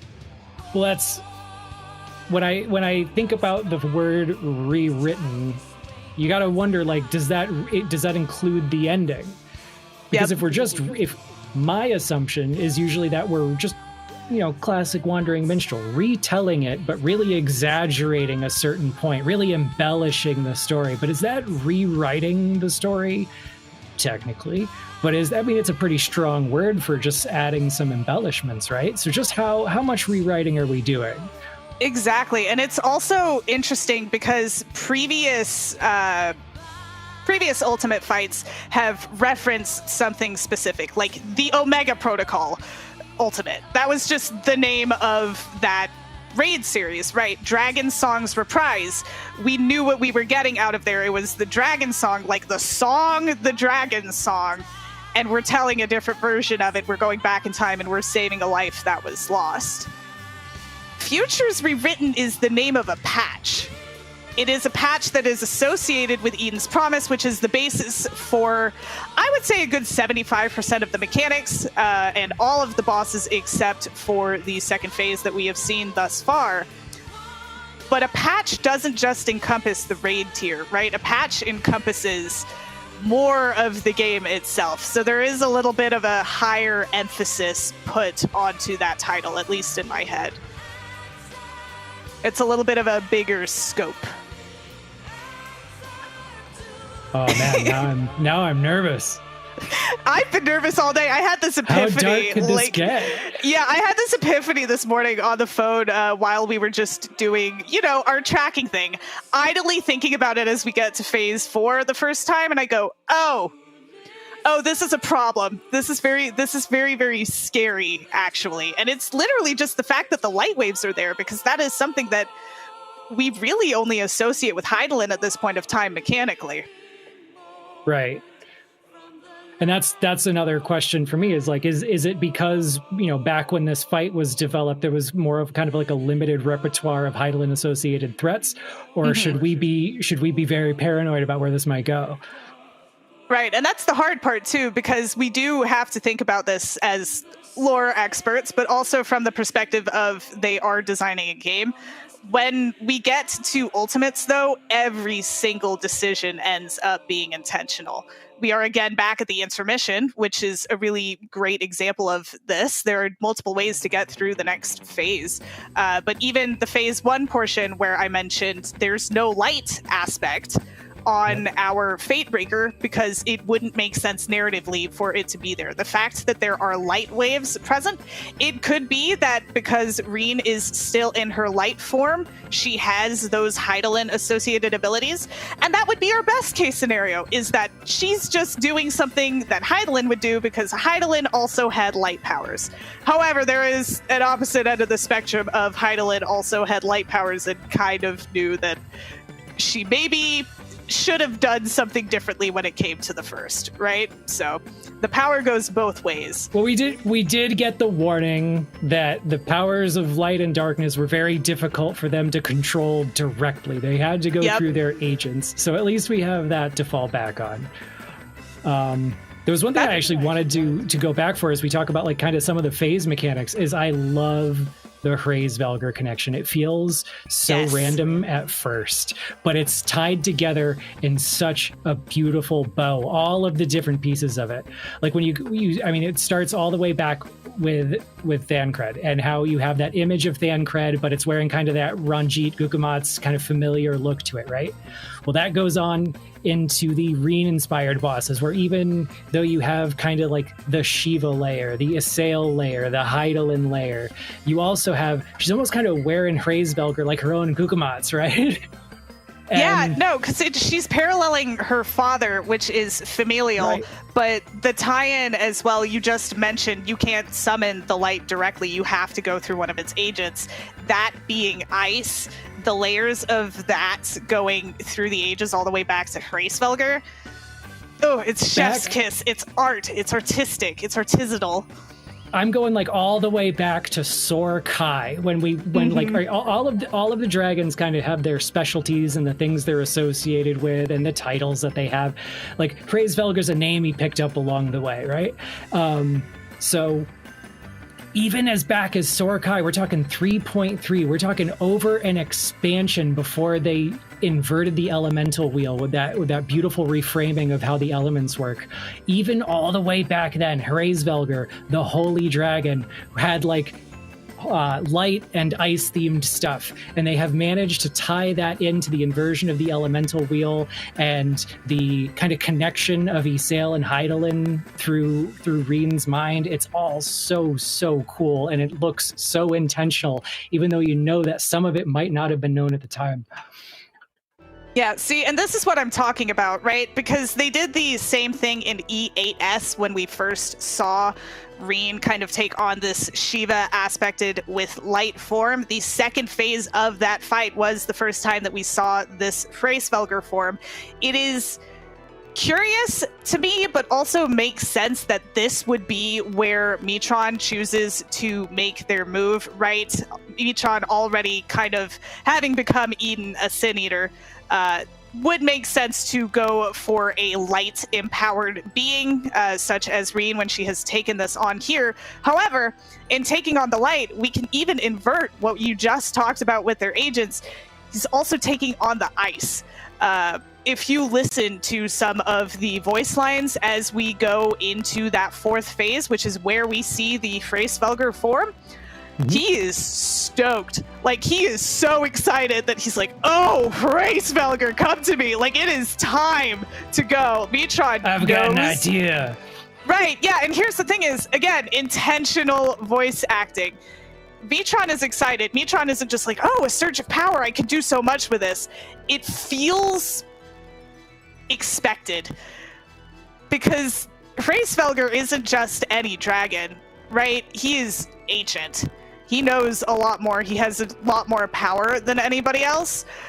That knowledge, again, a little bit metaphysical, right? Because Hraesvelgr isn't actually here. Right. There is still a certain strength in calling upon a memory of that, because we are dealing with the concept of memory and identity as being a source of power in this ultimate, the layers to which they have constructed everything. And we're going beyond just like, hey, this is the story of the fight that we're experiencing. The way that they are telling the layers of that story through the mechanics, through the boss design, through the little pieces like that, it tells a whole lot about what is actually going on in the grand scheme of things. And this being a minstrel's ballad, like, we have even more wiggle room to like say, well, maybe it's not literally true, but it fits in the logic of the fight. In the internal logic of the fight, we can create this through line. And I really like the twist of Metron harnessing what has kept him prisoner for so long. Because if you go back to like the early lore, you have like light was so difficult for Ascians to work around that the Sundered couldn't even enter the waking sands, right?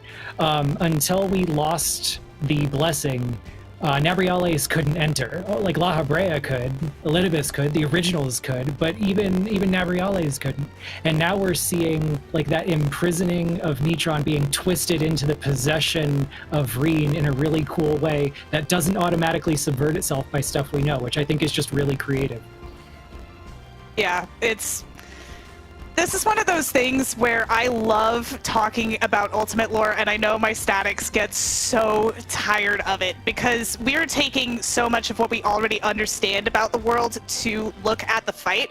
But these fights, they also tell us so much more about the world at large because they still have to work within those same physics units, right? Even if this is, oh yeah, a tale as old as time. We're just going to write like a fiction version of it. Okay, well the fiction version of this still has gravity. The fiction version of this is still treating physics as physics. And again, ether physics is like the thing that I am passionate about because I want to like take things apart and know how they work. It ends up becoming very, very relevant mechanically in cases such as this, especially when Eden is literally dealing with balancing ether and the order of things in the world, because the consequences of unleashing ether to this world is that they could cause another flood of light, which is my fear is that we're actually going to see a calamity at the end of this, accidentally causing or fixing or just doing it intentionally because we're supposed to break the future.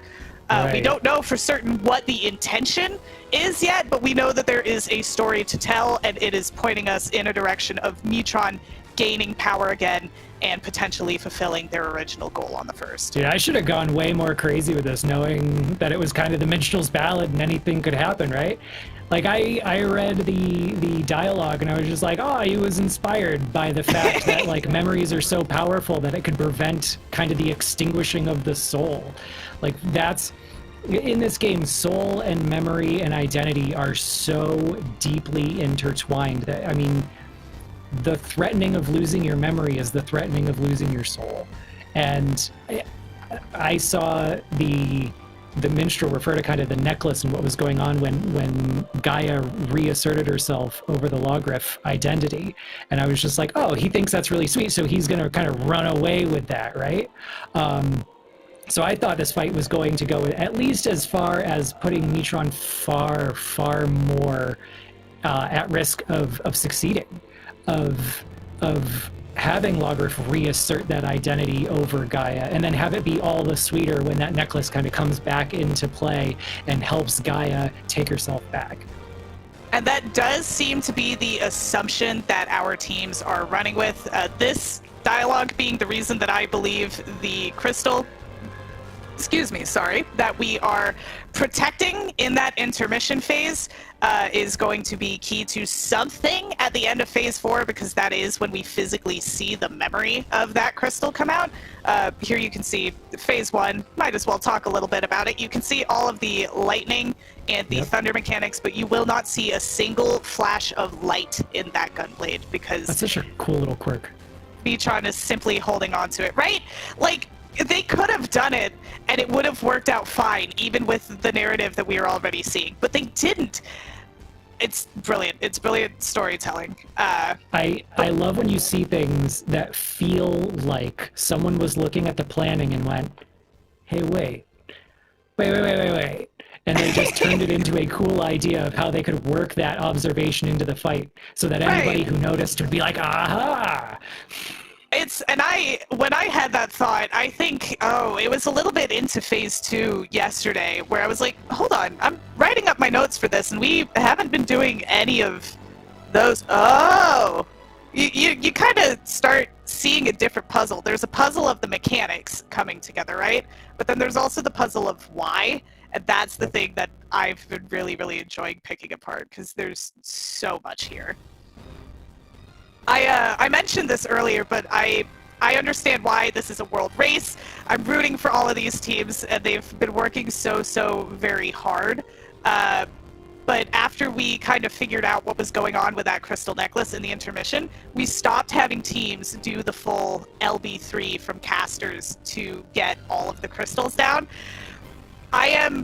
This is my plea to static members, to anybody. Once the race is over, please do a run where you intentionally destroy that crystal, because I want to see what happens narratively in the fight, even just a single time, if that goes through. I think that we have been resolving it correctly because we haven't been getting that message of it breaking completely. I think that it's being solved correctly right now. I don't want to deter teams from doing that. However, like with DSR, there was kind of indicators that you were doing it wrong, and it gave you a little bit of a different version of the fight. I wonder how the fight will be different if you intentionally solve that mechanic incorrectly. That would necessitate getting to the phase where it becomes relevant.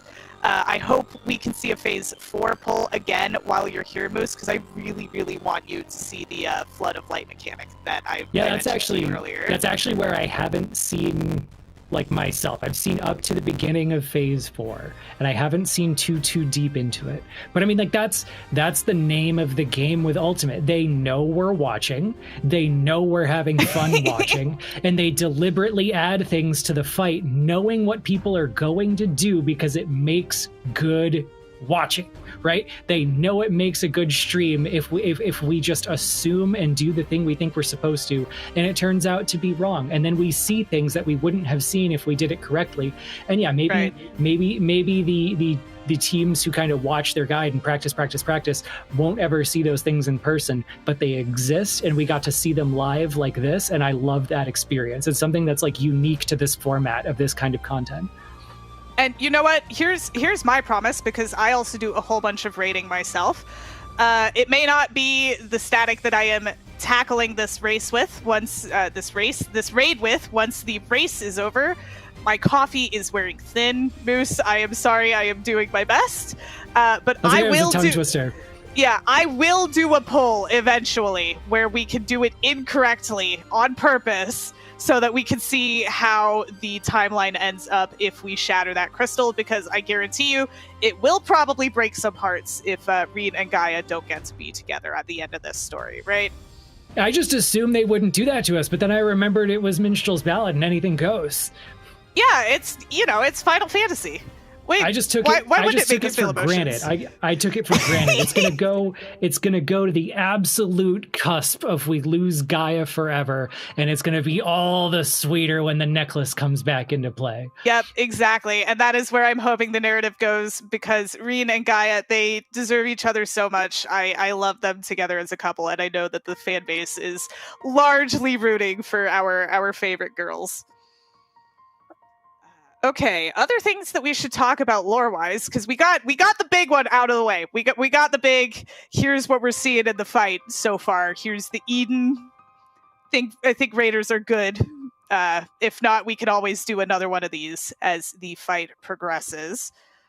We are getting another phase change into the intermission here. Do we want to talk about Final Fantasy VIII for a little? I'm along for the ride for 8 with you. If you want to take me on a ride through 8, I'm for it. So I'm not going to summarize the whole thing. A lot of it is related to what you were mentioning earlier, the question of identity, the question of memory, the question of having a soul. These are ideas that Dawn Trail has been tackling themselves too, right? With the living memory constructs, all of that jazz. Now, Final Fantasy VIII takes a different approach to it, where in order to gain power, you let a guardian force, or a summon in classical Final Fantasy terms, insert itself into your brain and use your memories for power. And you don't know that that's happening until you have forgotten people that you used to care about quite a bit. It's a little bit of a narrative parallel as far as it goes here. That is, of course, one of the kind of meta-narrative things that are related to it. A lot of the music from the Eden tier also comes from Final Fantasy VIII. The Extreme that plays in the second phase of E12S. It is the Oracle of Darkness's theme. It is also a fight theme when you fight a well-known sorceress in Final Fantasy VIII. The theme that plays when you fight Fatebreaker, the legendary beast, plays when you fight a beast that the sorceress has summoned based off of a I don't know how to describe it. It's like a childhood imaginary friend, but it's a monster that you really admired for being strong and dangerous. A childhood enemy monster. Childhood anti-hero. Yeah, but it's a creature. It's like a beast. It's called a Griever. Cool. It's just dangerous. It doesn't really come up outside of it's like, oh yeah, it's on Squall's necklace. Let's summon it before we do the final fight, right? So is that like how we kind of gloss over the place where Fate Breaker appears? So instead of it kind of being based on Reen's hopes and fears and everything that comes together as Thancred and Ranjit, we can tap into that Griever reference and just say that this was like the mightiest being in her heart, which is still sweet that it's her dad, but also now it's an 8 reference. It is also at its core supposed to be a protector, something that is a protector then being turned against her.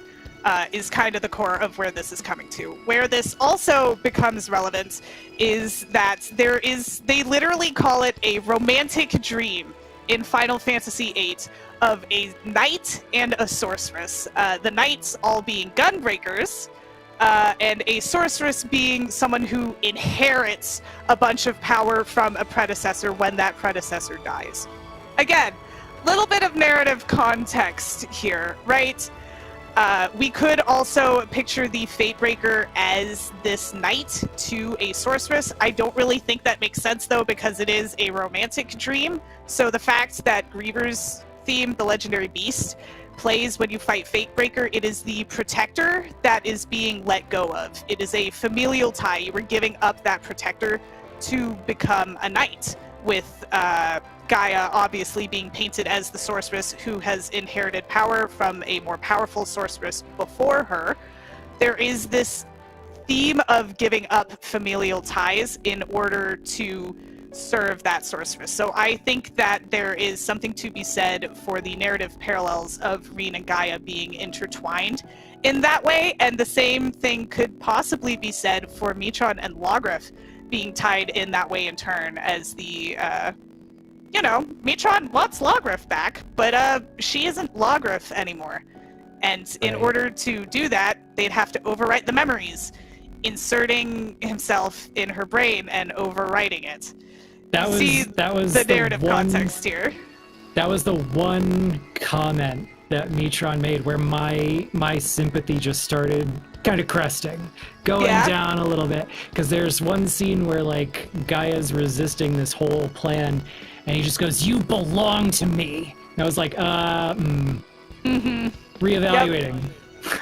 Yeah, and it is that shining a light on it in that way, right? It's possessive and it's aggressive, and we're not rooting for them, right? Because we want Gaia and Reen to end up together, but it's impossible not to have that parallel the relationship that Logrif and Metron had, that Metron is desperately clinging to. So the fact that Metron has chosen to possess Reen, both for the light, like we talked about earlier, for Metron's original goals here with Logrif, but also in an attempt to get Logrif back, this is a way that it would work, because Gaia isn't fighting for herself. She's fighting for Reen, and vice versa. It kind of ties them into a little bit of a feedback loop. And I love the way it plays out too, because like there's a layer of sympathy in it. You want to have sympathy for that situation, but also like you're not fighting for someone who is here and willing and alive. You're fighting for someone who is dead and has been reborn. And yes, you could restore them as an immortal wraith. That is, like the first thing she says when he hits her with the junction, which I understand is another 8 reference. That's literally the thing I was describing about putting a guardian force in your head. That's called junctioning. I was, while I was watching the fight, I was like, what? He just instantly turned her back into Logrif by pointing at her, and they're like, hey, that was a junction. That messes with your memory, man. And I was like, okay. Yep. It does all go back to 8 a little bit on this one, which I think is so much fun that they leaned into it for the ultimate as well.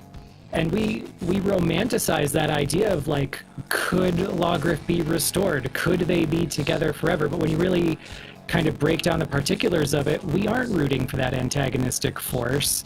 And the story kind of goes out of its way to set up a few kind of points of illegitimacy in that plan so that we can feel comfortable rooting for that alternative where Gaia and Reen end up kind of keeping their connection. And I think that's what kind of makes, again, coming back around to the necklace, the thing that we keep thinking might have something big to do with this fight, is that was the symbol of their connection. Would Gaia have fought this so hard if not for the identity that she had through her experience of her connection to Reen as symbolized by that necklace? Maybe not. And that's what I find kind of so heartwarming about it, is that's that connection that causes her to fight this plan of Metron so hard in the first place. Yep. Oh, and we may be approaching a phase 4 pull here. We have 10 minutes left of our little lore sequence. They have to get the boss below 20% before this Memories End cast finishes. It's a little blurry. Ah, they didn't make it. It was so close. Oh, I really want you to see it. See what happens when I think in my brain, you can do it. I'm a jinx. No, you are not. Lore things. You don't bring me to mechanic things. No, but mechanics are all lore, Moose. It's all been lore this entire time. I am impressed. No, they always are, but that's a whole other conversation. I could spend days and days and days doing nothing but talk about how much lore is crammed into Ultimate fights. I'm pretty sure that's why I'm here, because Frosty got tired of me doing it during Prague. It worked out, though, I think. That's just, I really want to shout out the dev team for that. Not just for making really cool, interesting, challenging fights, but for managing to use the hardest mechanical content, the hardest combat content to tell narrative stories so effectively anyway. Yeah, it's really brilliantly done.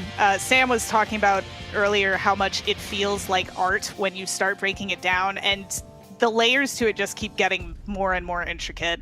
I mentioned Gaia being a sorceress here. Sorceress is the main villain, Ultimecia, in Final Fantasy VIII. She wanted to induce something called time compression, all moments condensed into a single instance so that she could retain her power forever instead of passing it on. Time compression being something very relevant for relativity. Okay, we have a phase 4 transition for you here, Moose. Yes. Here is the transition that you were waiting for. She is the usurper of Frost. Such impediments to our resonance must be expunged. And here, Metron is very excited about this. Like, seriously, go listen to this. Somebody, if they have a clip of this with the voice line, you've got to hear how excited they are. We will take a look. I'll make sure to send you a clip later of this, Moose, I think.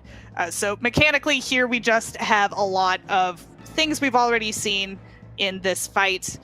Don't know how much you want me to try and walk you through this. This is a combination of Light Rampant and Spell in Waiting. I've actually got one more lore connection that you just brought to mind. Yep. Sorceress and time compression. There's actually 2 connections to that right here happening in this fight through these phases. There are, because they're making the mechanics faster too. All the way back in 2.5, we had Nabriales invoking Zodiark's name to control the flow of time, to rewrite the laws of time.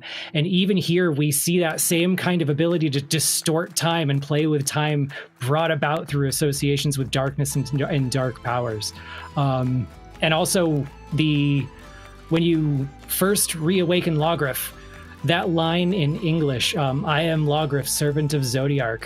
In Japanese, the word she uses is I am a Miko of the King of Precepts, which is like a priestess or sorceress associated with the King of Precepts, the 12 title for Zodiark, which is very cool.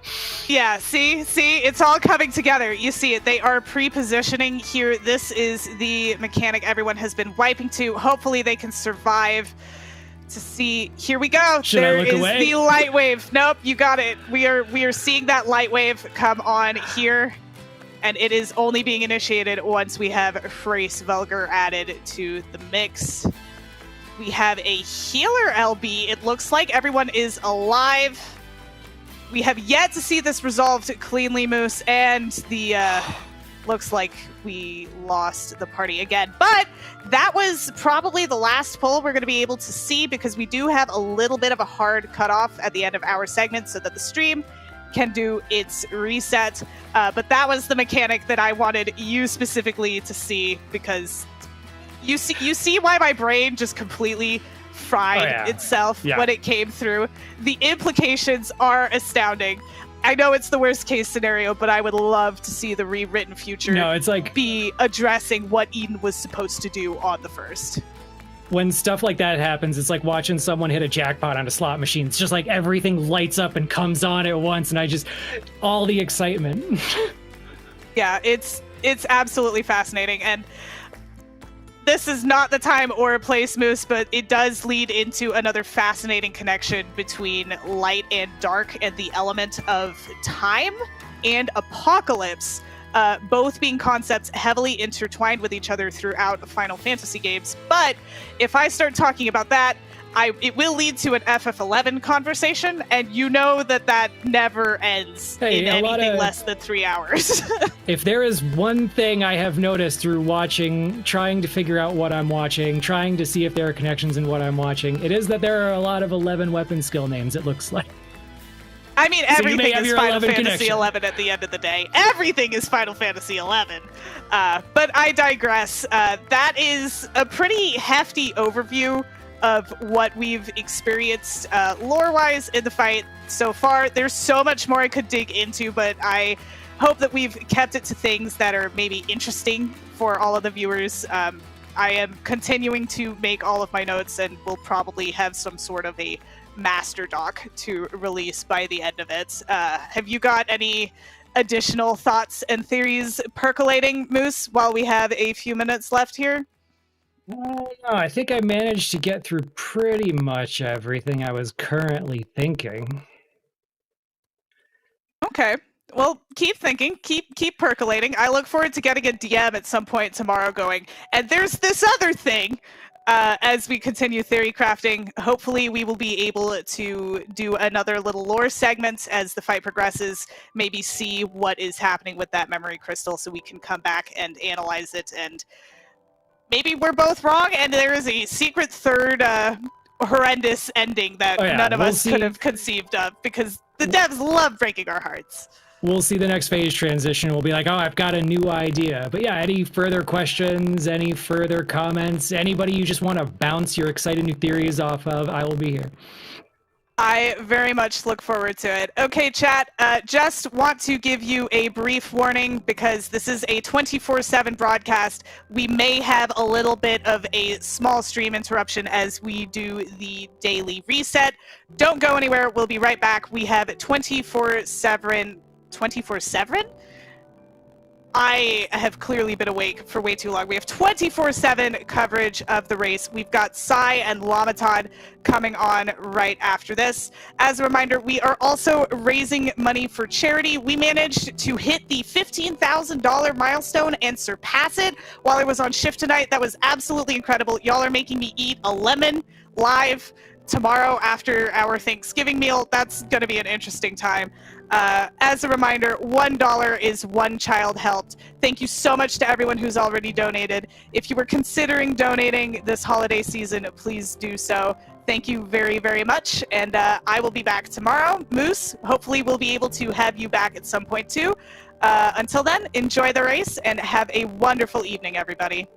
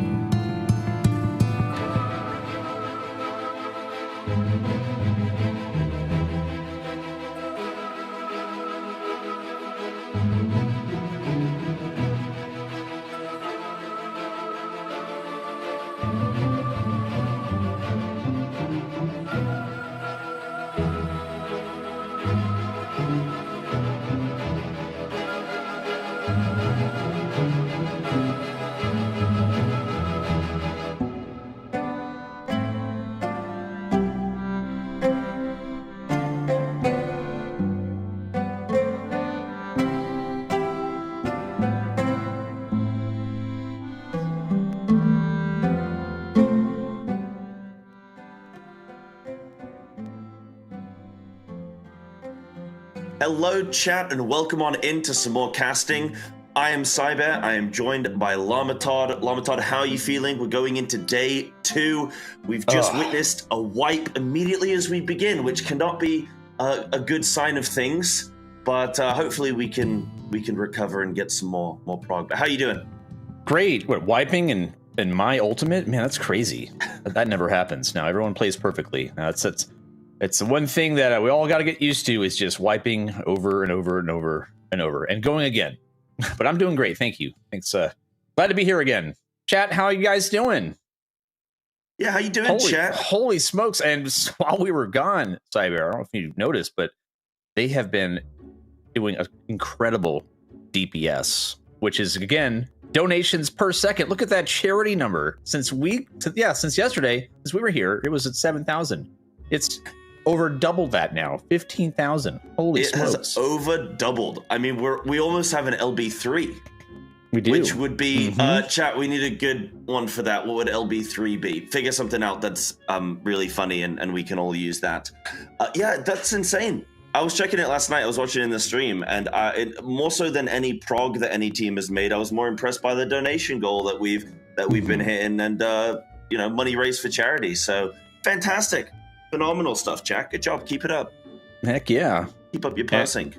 And I see that many of our top groups are now on phase 4 with Kindred in the lead. Oh my. Yes, phase 4 is getting hit, but it's hitting pretty hard. It's clapping back at Raiders.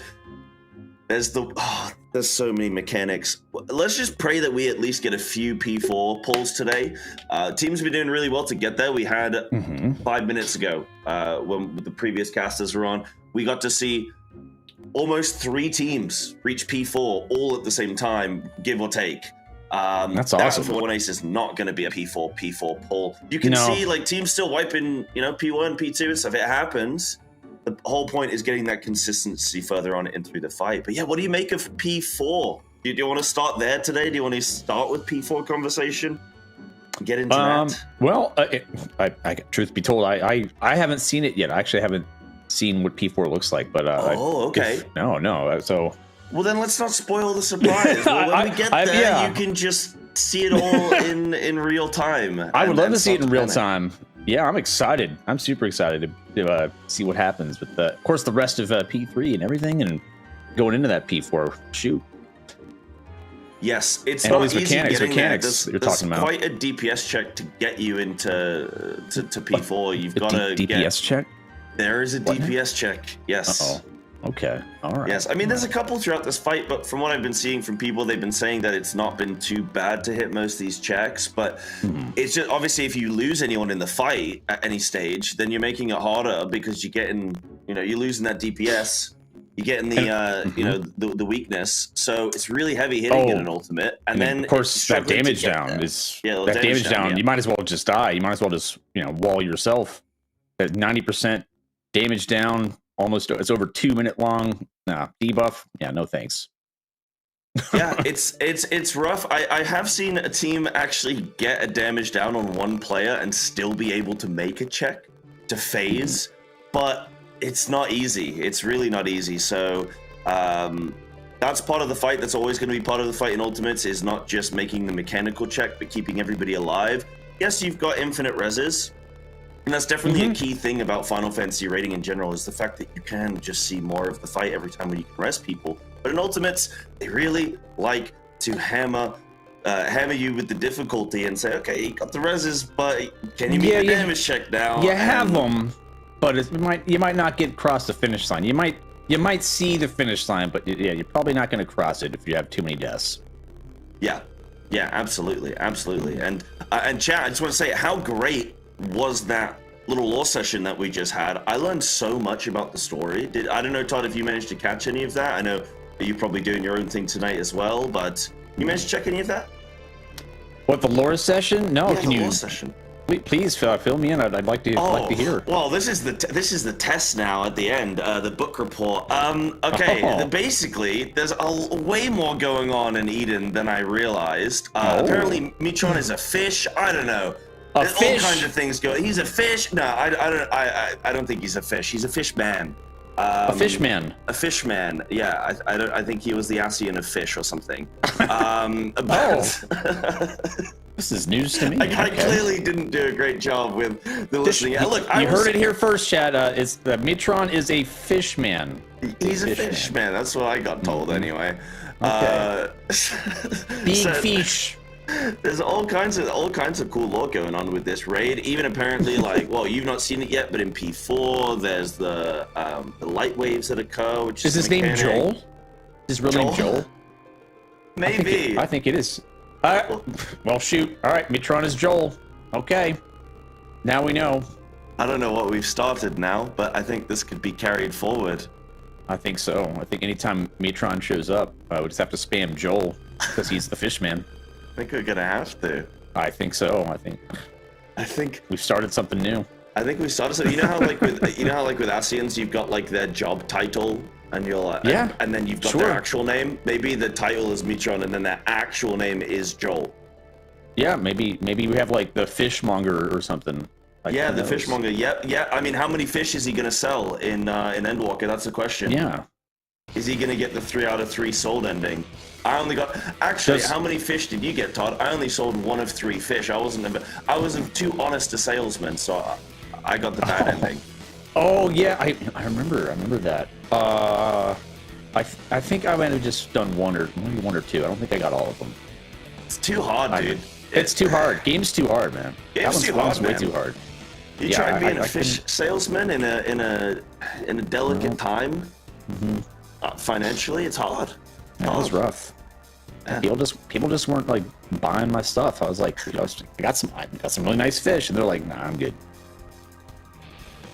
Yeah, it was a crazy quest. Like, dude, look, I got these towers going on, man. I can't eat fish right now. There's a 5G tower in my back garden. I got too much going on. Yeah. But okay, so we're getting to the bottom of the lore. I definitely need a refresher, but it was a very interesting lore session. All right, well, I'm gonna make note of that. It's okay. So let me get a pen. So yeah, get that down. Fish. All right, there we go. All right, get a piece of paper here, and this is gonna be Cybear's commentary and lore. So Metron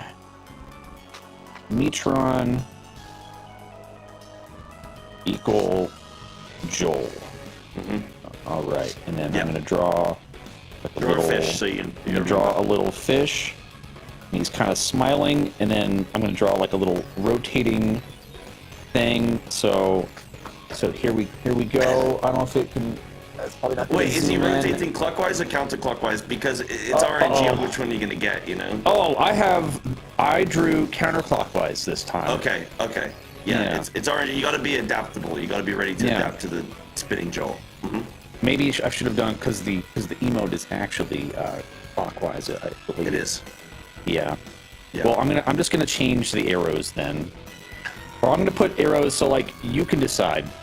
Maybe put like a soak marker as well, like a group stack or a tank buster or something. I don't know what equals Joel. What he would do. And then it's kind of, I don't know. You kind of. Oh yeah, I can see it. Yeah, I can see it. It's very bright, but I know. Like my key light is just kind of washing it out. Your raid plans must be amazing, dude. That looks. Right? I think that's very clear for everyone. Yeah. Speaking of raid plans, how's your raiding been going, Todd? How's your through progression been? Have you got much further than you did yesterday? Well, no, because of the American holidays that we have coming up here. We have Thanksgiving, so we might not be able to raid until possibly this weekend, Sunday at the latest. We're going to see if we can get some more reps in.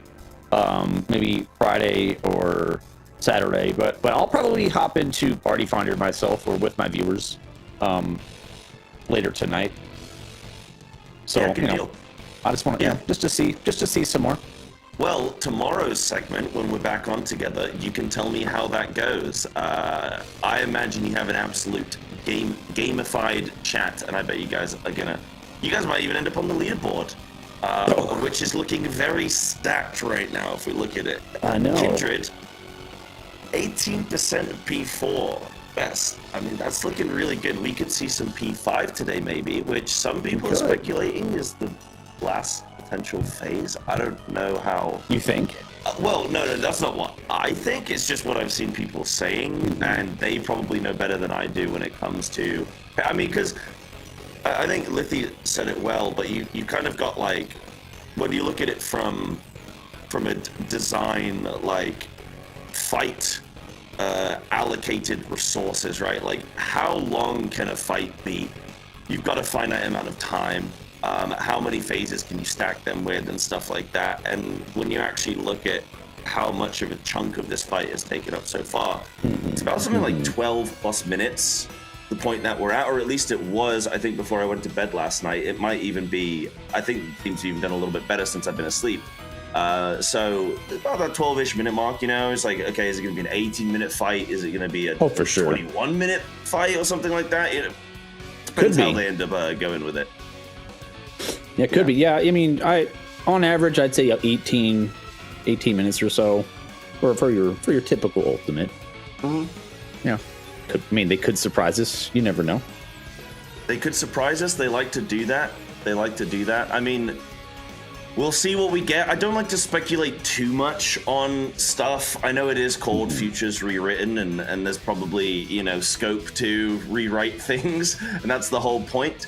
But I don't like to speculate too much unless I have some kind of foundation to do so. At the moment, I'm just tracking how these teams are doing.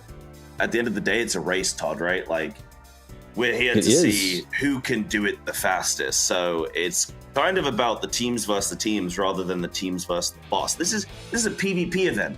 A lot of people think this is a PvE event. It's not. PvP. Oh, man, of course. I mean, sometimes in Raid, it can turn into PvP when you start like nailing other members with mechanics accidentally or on purpose. When it comes to my group, sometimes we have a little fun and grief each other. You know what this game needs? It needs more mind control effects. It needs more people in your raid to actually get mind controlled, and you have to either control them or you know, that would just be cool.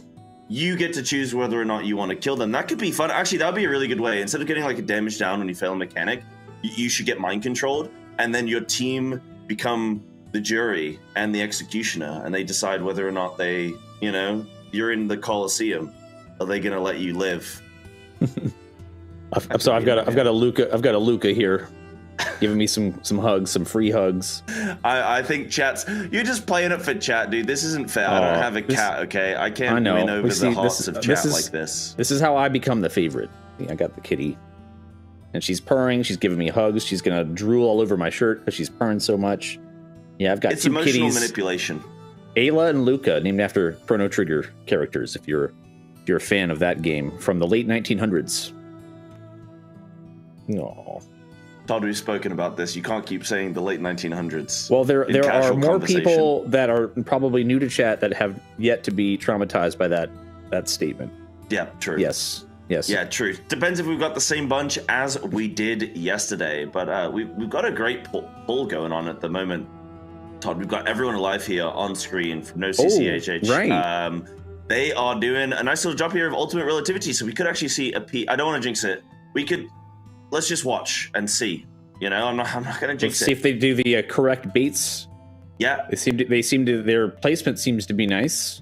Looks good there. They all no one got clipped. Position, no clipping. The next set of baits. Big slam. Big AoE, group AoE, and everyone seems to be alive. So that's well done. Now we get to see Apox, right? And there's a tank buster there, tank buster marker. They'll deal with that, and then and then we've got Apoc, which is not, I think, actually too complex once you get the rhythm down. You're looking for a couple of safe spots. I think they should split the team into 2 sets of 4. Don't need to panic with all of these stack markers just yet. You'll see maybe some adjusting here. You might see somebody swap sides here to make sure that these stack markers are appropriately positioned. And then the teams are going to split into 2 groups of 4. And they're going to do something really nice. I actually love this this positioning because there's a couple of safe spots, but you actually see the team split in sort of this 2 stacks of 2, but positioned in a very specific way where they don't all get beamed. Couple people end up getting beamed. That's not intended. But ideally, you spread out in that 4 there, and then you'll have space to deal with the hit. And there's that knockback that we all know and love from that fight. Yep. And then there's the knock. But they're going to be able to get everyone up. Now, can they meet the DPS check? Looks that's the a question. little bit healthy, and I think that's the Memories End cast. Yeah. So I don't think it's going to happen this pull. Yeah. Yeah, unfortunate. That was looking really clean. I think maybe I did curse them a little bit. I think I said like, "Oh, this mechanic isn't too bad once you got the hang of it," and then they lost a couple people. That's my bad. I didn't mean it like that. We can watch another one. So let's see if you can manage to curse this one. But I think we'll be all right this time. I won't curse it, Todd. I would never do that. Okay, wait, somebody's dead. Okay, oh, you shouldn't have said you wouldn't.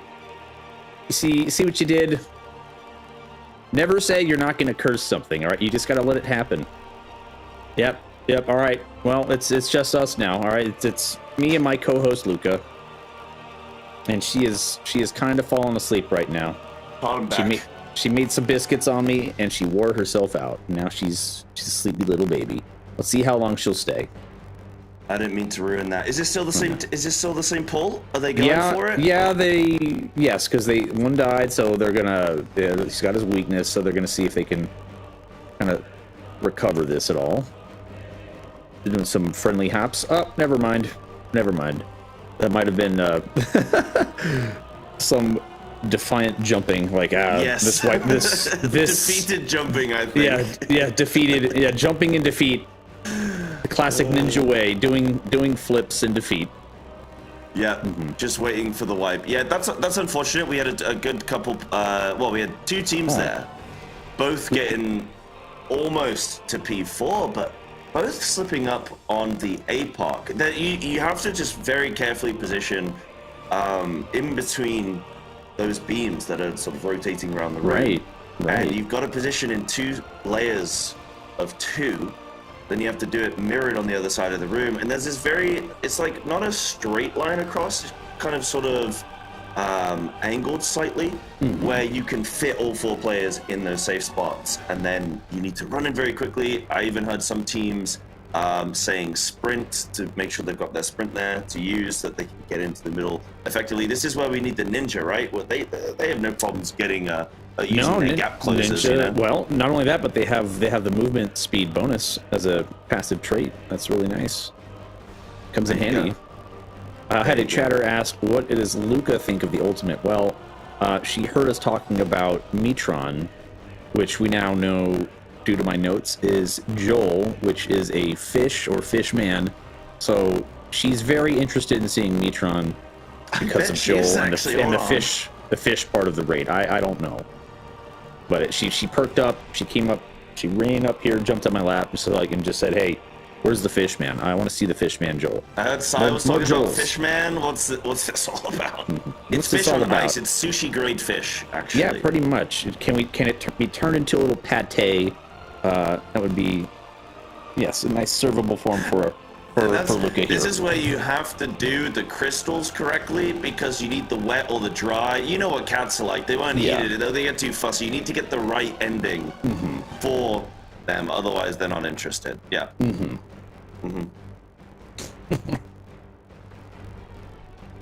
Now, she might sit with me today. Who knows? Lovely. I hope so. I think chat more than anything hopes so. Absolutely. She's a good luck kitty, right? We'll have some good luck pulls. We'll have some good prog. Yeah. Have you been able to check out too much of the prog? I know, like we've been saying, I know you got your own stuff going on. I mean, you haven't been raiding too much. I think today was quite a busy day, so I'm kind of going into this a little bit blind. Okay. Yeah. A little less prepared than the other day. Yeah. Yeah. No. I mean, it's just. There's just a few teams that have made a real good push. I know. It seems so. I don't want to spoil things, but there's a good chance we're gonna get Echo gating a little bit earlier. That's so I heard. Which means we might be able to cast and see the POVs of the raid team pretty soon. Absolutely. Yeah, I can't wait to see that. I will not cast a curse, and I promise. If there's one team I'm not going to cast a curse, it's Echo. No, I was never. actually paid to cast a curse. The other teams, that's why they didn't make P4. So I'm just doing my job, chat. I'm just doing my job. Here we are. We've got Ultimate Relativity, Automania. They've made some great prog from yesterday. And one ace as well. We saw one ace a moment ago wiping on that APOC going into P4. But then yesterday they were struggling in P2 on light rampant, and look at them now. You know, teams are really getting the rhythm down with this.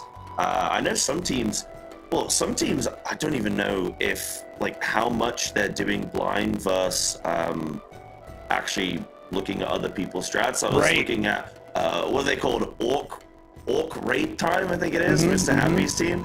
And when they reached, I believe it was P3 for the first time, whether you have the Akrai and everyone is spread, there was a little bit of panic in the comms, of not panic, but just sort of like, oh, what's gonna happen?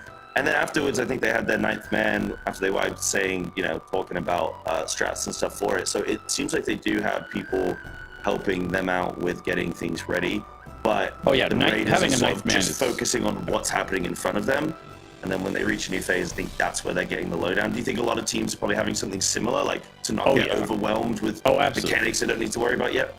Yeah, I'm sure most of these teams have a 9th man or even 10th man just like looking up strats or just diagramming things and maybe checking VODs, clips of like maybe their own prog. I'm not sure how many are looking at the other teams and the front runners. I'm sure that they might be, just to get ahead too and catch up.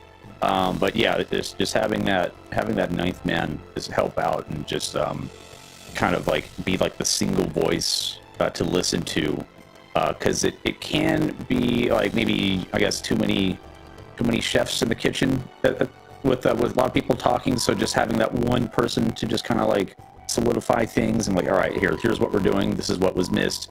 You know, here's the assignments that were missed, and you know, going forward, let's be consistent on. And then they just kind of outline all the mechanics. So it's huge plus to have a 9th man on your team. Yeah, it was just very interesting when I was checking out Mr. Happy's stream and stuff, and it's very interesting when the players get to a new phase that other teams have seen quite a bit already, and the players are like, whoa, okay, what happens? And you're like, whoa, they don't, like, I know more than they do right now. And you're like, whoa. And then you realize, like, oh, they're gonna be looking at other strats. They're just not overloading themselves, I guess, too early, because these mechanics are very complex to actually execute, especially something like ultimate relativity. And now that we're seeing in P4 as well with the worm claws and I said I wasn't going to spoil it, Todd. That's okay. That sounds no. There's no dragon fine. head. There's no dragon head. Don't worry about dragons it. It's just a dream.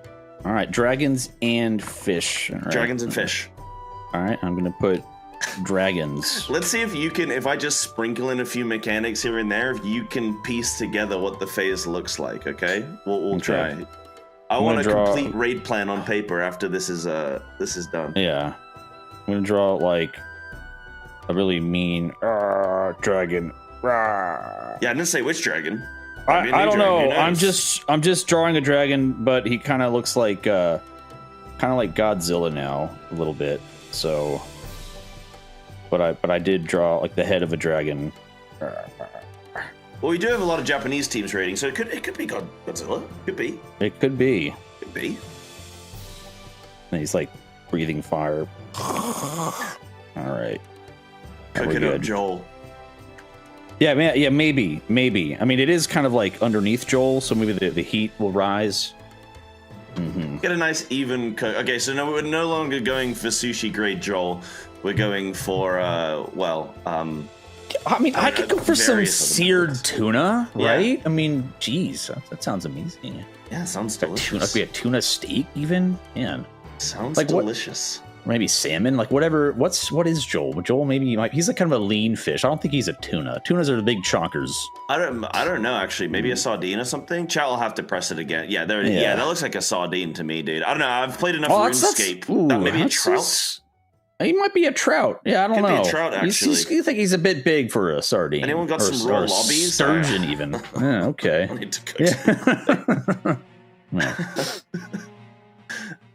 Okay, and here we go. Look, we got Kyle here. Ultimate relativity. Oh, and they passed through. Okay, so we will actually talk through some mechanics. I do apologize. Me and Todd have been chilling, hanging out, but I'm not going to apologize for talking about Joel. No, don't apologize. Never. That's fine. But we now got the APOC here. Yes, so APOC. We're going to see like 6 beams. They're going to all sort of emanate from the middle of the room. And the spell and waiting, the round. different timers for these stacks. So they're not going to go off all at once. Everyone's going to have a stack going off at different times. So don't be too alarmed there. You see a little bit of an adjust there. You see Ray swapping sides. They just got to make sure that they have a correct split, because once these groups are separate, they're going to mainly stay separate. You're going to see this 4-player spread out on one side, mirrored across the other side of the room. They're going to go, like, try and dodge these beams here. See how they just have to be so delicate with their positioning? It's so easy to just get sniped, just be on the edge and get beamed there. And then that's it. And then you're done. And you lose one person, there's a good chance there's the everyone's jump going to follow. And knockback. There's the yeet. And we just... and nobody is alive. Unfortunate. That's an unfortunately. But it's rough. We have seen, teams getting through that. Earlier today, actually, during the lore segment, I was checking out some of the prog, and they're making it look really nice and cozy and comfortable. Teams are getting through that quite cozy, but then they have the DPS check on their hands, and you need everyone alive. If you don't have everyone alive, if you get some damage downs, you're just not going to make the damage check. I am interested to see, actually, if teams are moving around where they're LBing. I know that there's the LB that you can do on Ice Gaia, Ice Reen, but then... Do you want the we could have an Ice Gaia later on. Who knows? Hey, who knows? I guess who knows what could be. They could do like a little like fusion thing, like one of these with the little dance. Oh yeah, I know. Wait, can we try it? Wait, no, I don't think we're gonna. We'd have to go. Like. Yeah, we have to go. Yeah, there you go. We are now Psy Llama. We have now fused. We are Llama Bear. And we're just roommates. So who knows? I don't know. We'll see. I want to keep an eye on a team, see how they what they do with their LBs, whether they adjust them. Because I haven't seen, because I was sleeping. I was sleeping last night. I'm sorry, I'm a lazy caster. I went to bed last night, so I didn't get to see if there was any fake adjustment gamer in some of the strats. Yeah, fake gamer, man. Actually, speaking of, I feel like I haven't seen Cryo sleep yet. Like. At all. Like, they seem to always be on every hour of the day that I'm watching. Pretty crazy. Maybe micro naps, perhaps. Who knows? Yeah. Someone in my chat the other day was saying, like, oh yeah, one of the teams is going to do a 30-minute sleep every 3 hours. I was like, okay. No way, dude. What is this, like, military sleep drills or something? They're just in their chair and they're just like... 30 minutes, go. Set the title. The 9th player just calls out the timer, and no point even getting in bed at that point. No. Goodness me, yeah. Crazy. That's efficient. It's efficient sleep pattern, though. I think. Yeah, I think it's supposed to be like efficient, but I don't know. I've fallen asleep in my chair before. Yeah, I've definitely done one of these. Like, which one? You seem like a chair salesman. I feel like you're gonna start pitching them to the chat at some point. Well, fortunately, it is. I can talk about the chair because it is a secret lab. I was reached out by Secret Lab, and they gave me this really nice Final Fantasy 14 chair recently, and I love my old chair, and so do my cats. So they like to sit on this one, and they've clawed the hell out of the back of it. So I can't really sell it. So they just like to sleep on it, and it's the decoy chair because they've already started clawing this one. I don't want them to claw this one because it has like the leather, like the fake leather. So they claw that. They leave this one alone, and they sit on that. And then I have my old chair that just has my collection of Final Fantasy plushies. So I have my fat cat. And so, yeah, I don't know. I don't need any more chairs. You've got 3. I don't even have 1. Well, you're just standing. But I can do Lalafell things, so that's, I can do Lalafell-based dances and stuff. I'm still learning those. It's for my Limsa RP that I occasionally do. Notice the absence of the E there, chat. I just want to point that out. Yeah, no, the Secret Lab chairs, they're very nice. They're very nice, yeah. My cats are so spoiled that they get their own Secret Lab chair. So this is their spot right here. That's what it's like, chat, being a millionaire streamer, a multi-billionaire streamer. Yeah. Sure, Jan. Yeah. I'm not quite there just yet. Not yet. No. Not quite yet. Not quite yet. Chat are, though, because they're golden purses. They've been smashing all these donation milestones. They have, and if I check out our ACT, our active contribution tracker, down below, bottom of the screen, it looks like we had another donation come through. So another $10 added since we started. So thank you very much. We're doing incredible DPS. That's donations per second. I do just want to point out, Todd, we've still got the 69 cents from yesterday when we hit it on stream. Just saying. And we could, well, it'd be a lofty goal, but we could do something even funnier. We could probably get another 69.69, but that would require, well, over $1,000 in donations to hit that again. I know, and you're helping kids in hospitals too with Games for Love. Like it's a that's like cause. A delivery pizza these days. You know what I mean? Like it is like $1,000. It makes the funny number. Let's try and aim for it, chat. Let's see if we can hit it before me and Todd have to skedaddle later on in the day. We're donating for the memes pretty much. Ooh, we just lost a healer during that. Yeah, I think it was on the other side. And now we lose the other healer. There's nothing more painful than watching the second healer die, you know? It's... Because you lose one healer, you're like, okay, it's okay. We can recover this. We'll get a res. Oh, the second reses died. Yeah, and they had a Picto. They didn't have any red mages or anything, so they couldn't paint a res. So unfortunately, just back to the start. Yeah, but Picto Mensa, not very good. Not very good job. I agree. No res. It would be funny, like painting like a first aid kit or something like that. Yeah. Or like the little paddles. Yeah, or it could be, you know how they've got the cat claw that you paint and it scratches? They could do that, but it's just the paw and then it's got a little bandage on and... Exactly. Yeah, that could be cute. Exactly. It could be cute. Like, we're giving Square some free ideas here. Yeah, different ways to have everyone have a battle res or something. Yeah, do you think everyone should have a battle res? No. No, that's a DPS loss, man. I ain't doing it. You kidding me? I don't want it as monk. Like, I don't. Sorry. Should everyone? But you could punch. Well, if you're a monk, you could punch someone back to life. I could. Wake up! Bam! Hey! Bam! And you're also like freaking out. Yeah, you're kind of mad at your teammate for dying, and you're just like, yeah, yo, idiot! Bam! Bam! Wake up! Or I just used their body to beat my opponent with, and then it's like they're awake, you know? Yeah. That works. That works for me. I'd probably do it once for like the memes, but then I'd be like, nope, that's someone else can do it. Res mage. Yeah, I don't really like being the one that has to res. Generally, I always panic. I know, you know, when 3 people go down, and then you're like, wait, which one am I res? And then you got to set the order. Yeah, no, I play melee for a reason. I don't want the responsibility. Thank you very much.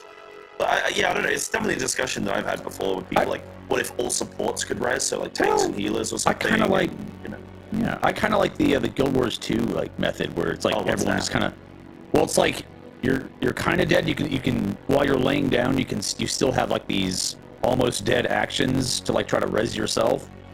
Kind of like in like COD or something where you get tapped and you kind of have a pistol. Right, and you're like crawling away, and then you're also trying to like channel like a res or something, but then people can come by and just like tap a button and it'll like speed that process up.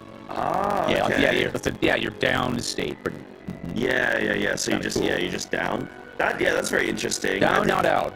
There's a few different ways of doing things. I'm obviously used to like the World of Warcraft way, which is you get a limited number of reses, and then you get like 1 res, and then every like 5 minutes you get a second or like an extra res or whatever. Which is kind of lame. It's so lame when you're on prog and then you die early and then you have to wait for 5 minutes and you're just like, I can't do anything. At least in Final Fantasy, Tower Ultimates, you don't make the DPS checks, but at least you can sort of get back in. True, but however, I of course Final Fantasy 14 has spoiled me, but with the res immunity, which you don't have in WoW, so you have to be very careful of when you take that res and where you are, and immediately upon getting up, you have to like start dodging again because you can just die in an instant, like right after.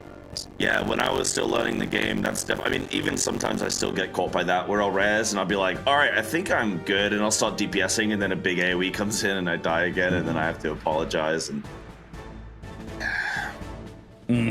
it's something to learn. There's a lot of little things in this game to learn that, like, yeah, res immunity and stuff like that, or if you get res but you res into a mechanic that that would like kill you, you know, you res into like an AoE on the ground or something, and then you just die again. Like you get through the res animation, you rise, and then you just instantly die again. And have to apologize. Yeah, but there are some mechanics even in Final Fantasy XIV that go through that res immunity, but for those that don't know what we're talking about, and this is of course we see this with like, you know, new players and people just jumping into like the normal raids and stuff, but if you die in a raid or dungeon or whatever it is, right, when you get up, you have a few nice seconds where you have this immunity that can be canceled by pressing any action. Okay, so but you can move, but you can't press any action, including sprint. All right, so just all you have to do is just get into position, wait for a heal, and then start DPSing. So a lot of people, they just, oh, hey, I'm alive, and they start stabbing the boss, but they are unaware that maybe there's another incoming AoE that's about to happen. Or when you get res, just look at the cast bar of the boss, and yeah, just don't press anything until after the AoE, so you don't have to, you know, get res again or just be a burden on your healer. I actually don't know how long the res immunity actually is. I think somebody just put in chat. Yeah, because 5 seconds. Yeah, I like res sometimes, and I'm not full health for more than 5 seconds, so I kind of just stay waiting. And then people are like, "Yo, you can keep attacking." I'm like, I just want to be safe. I don't want to risk it, so I'll be AFK for 10 seconds waiting to get healed. Yeah, but some things go through that res immunity, like completely. Or especially when like the arena changes and that you can just fall off the platform. So where you get res. You probably have seen that happens. Yeah, during M4S, so there are many platform changes. So if you don't get rezzed in the correct location, yeah, you'll just fall to your death right again. They're all over again. Yeah, that's a rough one. That's a rough one. Yeah, interesting dynamic of rezzing. I think it's a very interesting conversation in general, because it comes down to, like, the way I like to look at it is sort of, if you're not able to use your res to get back in the fight, it kind of feels like being naughty in class, and then when you get sent out of, or like you didn't do the homework, so your teacher sends you out of the class, it's like, well, now I didn't do the homework and I'm not learning. So I'm like double missing out, you know what I mean? Whereas keep them in the classroom, it's kind of the same in the game. Like, if you're dead, it's like, well, now I failed a mechanic, and now I'm being punished for failing the mechanic by not being able to have the chance to learn the mechanic. Whereas when you can res and continue the fight, you can go, okay, I messed that up, but I can still learn something. I can still contribute. True. Yeah. So I think it's quite important. It helps you learn quicker, because that's all this game is. When you look at these teams doing these ultimates, it's which team can learn the quickest. I think mechanically speaking, they're all probably a very similar point. There's probably a couple standout players that might be genuinely exceptional. Generational talents, maybe. But generally speaking, it's just which team can come up with the best strat and execute it consistently. Right. It's the consistency, the early phase consistency. That's what's gonna, keep Prog chugging along. Because if you have people that are inconsistent, phase 1, phase 2, man, it's just gonna be a tough time to get those late phase pulls over and over again. Because you have, again, even when you're playing perfectly, late phase, 15 plus minutes into a fight, you get maybe 3 pulls every hour, and then just however many hours a day. It's not that many pulls into the late phases, and then just to get that far, like even farther, like 18 minutes. So yeah, it's a handful of pulls if you're lucky, if you're playing perfect all the time. Yeah, wow, yeah. When you think about, it's easy to just kind of forget about just the math of, like, okay, wiping at 15 minutes, you can really only do that a few times how many hour, phase 6 each day, how many hours are you raiding? It's when you think about it, it's actually a massive chunk of time if you're playing perfectly. Even if you're playing perfectly. It's kind of insane. So when you're not, it's even more. You might get one good pull an hour, or one good. We saw yesterday, right, on our session, we were casting for 3 hours. We saw right at the beginning of the session, we saw a good P3 ultimate relativity, and then we didn't see it again until the end of the session. Like, that was it. Or sorry, it was exactly the APOC. Right. Sorry, the APOC. We just saw relativity. We just saw APOCs. That's it. Yeah, we only saw 2 in a whole 3-hour session. So it's the consistency, it's the execution consistently that matters. And these raiders, they're going for a long time. Most teams are probably going to be raiding somewhere between 12 to 16-hour days. It's intense, but that's what they do it for. It's what they love. And I think being part of a world-class team, I mean, to me, it looks really fun. Like I say, I've been going around checking some of the individual streamers. I always like to get the personality of the raiders and learn from them. And spirits seem high. Again, like I said, I was watching Mr. Happy, and he's they're having fun. Like, they're having a whole lot of fun compared to the last Ultimate. So that's good. Yeah, which is a good sign. I don't speak Japanese, but I was watching one of the teams. I can't remember which one it was. I think it was Lucrezia. Yeah, I was watching them, and they were all, something happened. Everybody exploded, and they all started laughing. And you're like, okay, cool. That's the kind of response I want to a wipe. You really don't want everyone goes silent in the Discord. No. It's when laughing off the wipes and just and when things happen like that and you just laugh it off. Like I've had plenty of cases like that. Of course, the most notable one actually was my first Ultimate experience, and I was raiding with Zeems, Zeno. And he was taking me through T. It was his second group, my very first Ultimate, and it was our first time into a phase, brand new phase, and I didn't know what was going on at all. But he knew, and he instructed me. It's like, all right, everyone's go make a box around this cat. Go stand next to the cat. I'm like, cat. And then I see a cat and I stand next to it. Unfortunately, I was a little too eager to stand next to this cat because it was outside the arena. So I ran out. I stood next to the cat outside the death wall, and I was like, oh, what happened? And then, of course, he wasn't even mad. To this day, he still wasn't even mad. He's like, hey, he listened to me. He stood next to that cat. He's not wrong. And we all had a good laugh. We had a good laugh about it.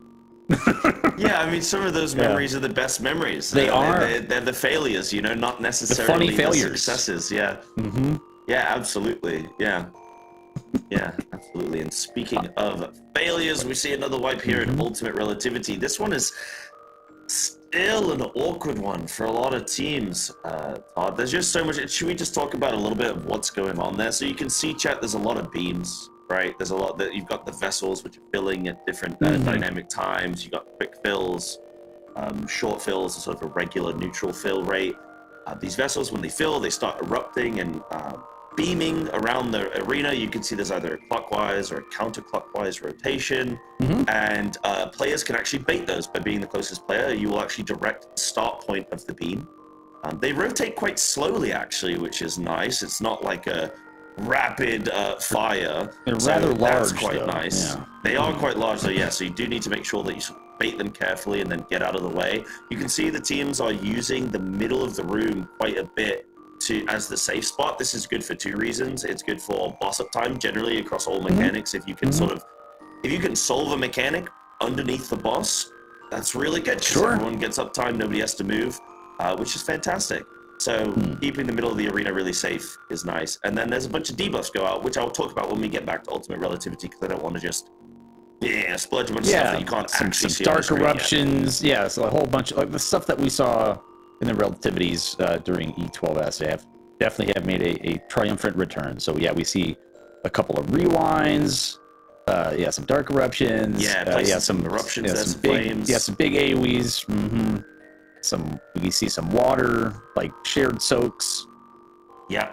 And maybe I thought I saw an ice. Yeah, the ice, stack up the donut AoE. Yeah, the ice. Yeah, so there's quite a lot going on, which I've said. I said yesterday. I say it quite a bit. I actually love getting slammed with a bunch of debuffs and then figuring out the process by which you deal with them, because there really is finite solutions. I think that's another note. I find it more difficult when you only get a couple debuffs, because there's quite a few potential solutions. So the more debuffs you get, the fewer safe spaces you generally have. The solution to a lot of these debuffs is either spread away from the group at the right time or stack up with the group at the right time. That's generally what's going on with Ultimate Relativity. At the same time, you have to bait the beams appropriately. Then you have to be mindful of the rewind, because the rewind is the thing that you have to plan for far in advance. You need to know where you're dropping that so that you get rewound into the appropriate location when another mechanic, a future mechanic, is then going to take effect. So I think it's actually, for Ultimate Relativity, I think it's the longest debuff you get is something you have to deal with quite quickly because of the rewind. Yes. And I've made another note here. Said Cyber likes to be slammed. So I have that on my note sheet. So we have Metron equals Joel, and then we have dragons, and then Cyber likes to be slammed. All right. Okay. Yeah, I'll take that. Okay, write that down. Just note that down. Making sure I got that right. Fun fact. I am a monk, dude. I am a monk. Happy's name for Ultimate Relativity is Hello Girl, because it's Fru's version of Hello World. Oh, nice. How about Hey Girl, and they have like Ryan Gosling showing up. That could be like a meme or something too. If Mr. Happy can get Ryan Gosling in his stream, that would be pretty cool. I'd watch that. I'd watch that prog. Well, I've been told I'm like a budget Ryan Gosling, or like Kirkland's, or great value. So what do you think? No. Oh yeah, I mean, I'm maybe Ryan Gosling from Wish. Yeah, like I could see a little bit of that. You know, you got the nice hairline, you got the nice beard and stuff. Yeah, I can see that going on. I can see that happening. Lidl Gosling. All right, I'll take. Hey, listen, I'll take it. I'll take it, man. Hey, it's still better than nothing. Yeah. So, yeah, good stuff. I lost my train of thought now. You started talking about Ryan Gosling. I had something, but it's gone to the abyss now, which is all good. It's gone to the abyss, like the deep sea, where the fish are, where Joel is. It's Metron. We're back in it. We're back in it. Yeah, dude, I feel so disappointed about that lore session where I then, they do this amazing hour-long lore session, go deep into the lore of Eden and its creation and all the light and the darkness and Heidelin, and then I was just like, yeah, guys, Metron's a fish, and they're like, no, that's not what we. No, that's not. Yeah, what that's what he took from it. That's what he took from it, folks. Yeah, that's like your book report. So yeah, I'm gonna have to apologize to them. You turn that into the teacher. You're like, Metron's a fish. Look, they're talking about him right now, I think. Yeah, so jumping onto Gaia, dude, this fight is so beautiful. I love it so much. I've been so looking forward to Brew, and these mechanics don't disappoint. The relativity is such an awesome mechanic. I think it's one of my favorite mechanics ever, and we're gonna go witness it now. Do you think so? You're still doing like the reads kind of in order. Do you think you'll ever like skip around to like different ultimates? I might skip Pandemonium because I kind of want to get to M5 when that release. When's that going to release? Like you got probably March, March, April, around there. I want to be ready for that in March. The question is whether or not I'm casting. If I'm casting, then I don't need to be there in time. Well, you have until to do it blind. If I'm not casting, then I will do it blind. So yeah. All right. Yeah, that's fair. Yeah, you'd have until probably August for the next ultimate. August. Oh, what's that even gonna be? Hold on, we're not done with this one yet. But I'm thinking it's some kind of like ASEAN thing. So possibly, right? If maybe I don't know what the procedure would be, right? Like, does it have to be something like, how do they normally do? Because you only get one raid. Okay, I call a tier the full completion of all 12 bosses. So you only get one raid tier per expansion. Right. So do they do the second ultimate based on extremes, or we don't know. We don't really know. Okay, I'm kind of clueless, but yeah, they said usually it's 2 ultimates. Would be really cool, like just Hades, an ASEAN one. That's what I'm saying. Yeah, I can't imagine a situation where they wouldn't do something with like Hades and the ASEANs, or I'll be honest, I think that's why they made. Yeah, I think that's why they made the extreme of Hades, like the way that they did, because specifically so they can make an ultimate out of it. Like it's just it's too perfect. Speaking of too perfect, Cryol here, they did almost full wipe. They commit a healer LB3. Now we're going to see if they can make it through this check, because they've done the APOC correctly. That was that looks like a correct APOC, and they took the last two stacks. It's if they can make this DPS check down with no LB3. This is the DPS check. So this should be I would imagine, a 2-minute window coming out here. Yes, we do have a weakness, but it's about to wear off. It's about to wear off, though. It's about to wear off. Wow, that boss was healthy. So I was just looking, I was like, okay, let's see her cast bar. Oh, wait, she's just dead. Okay, yeah.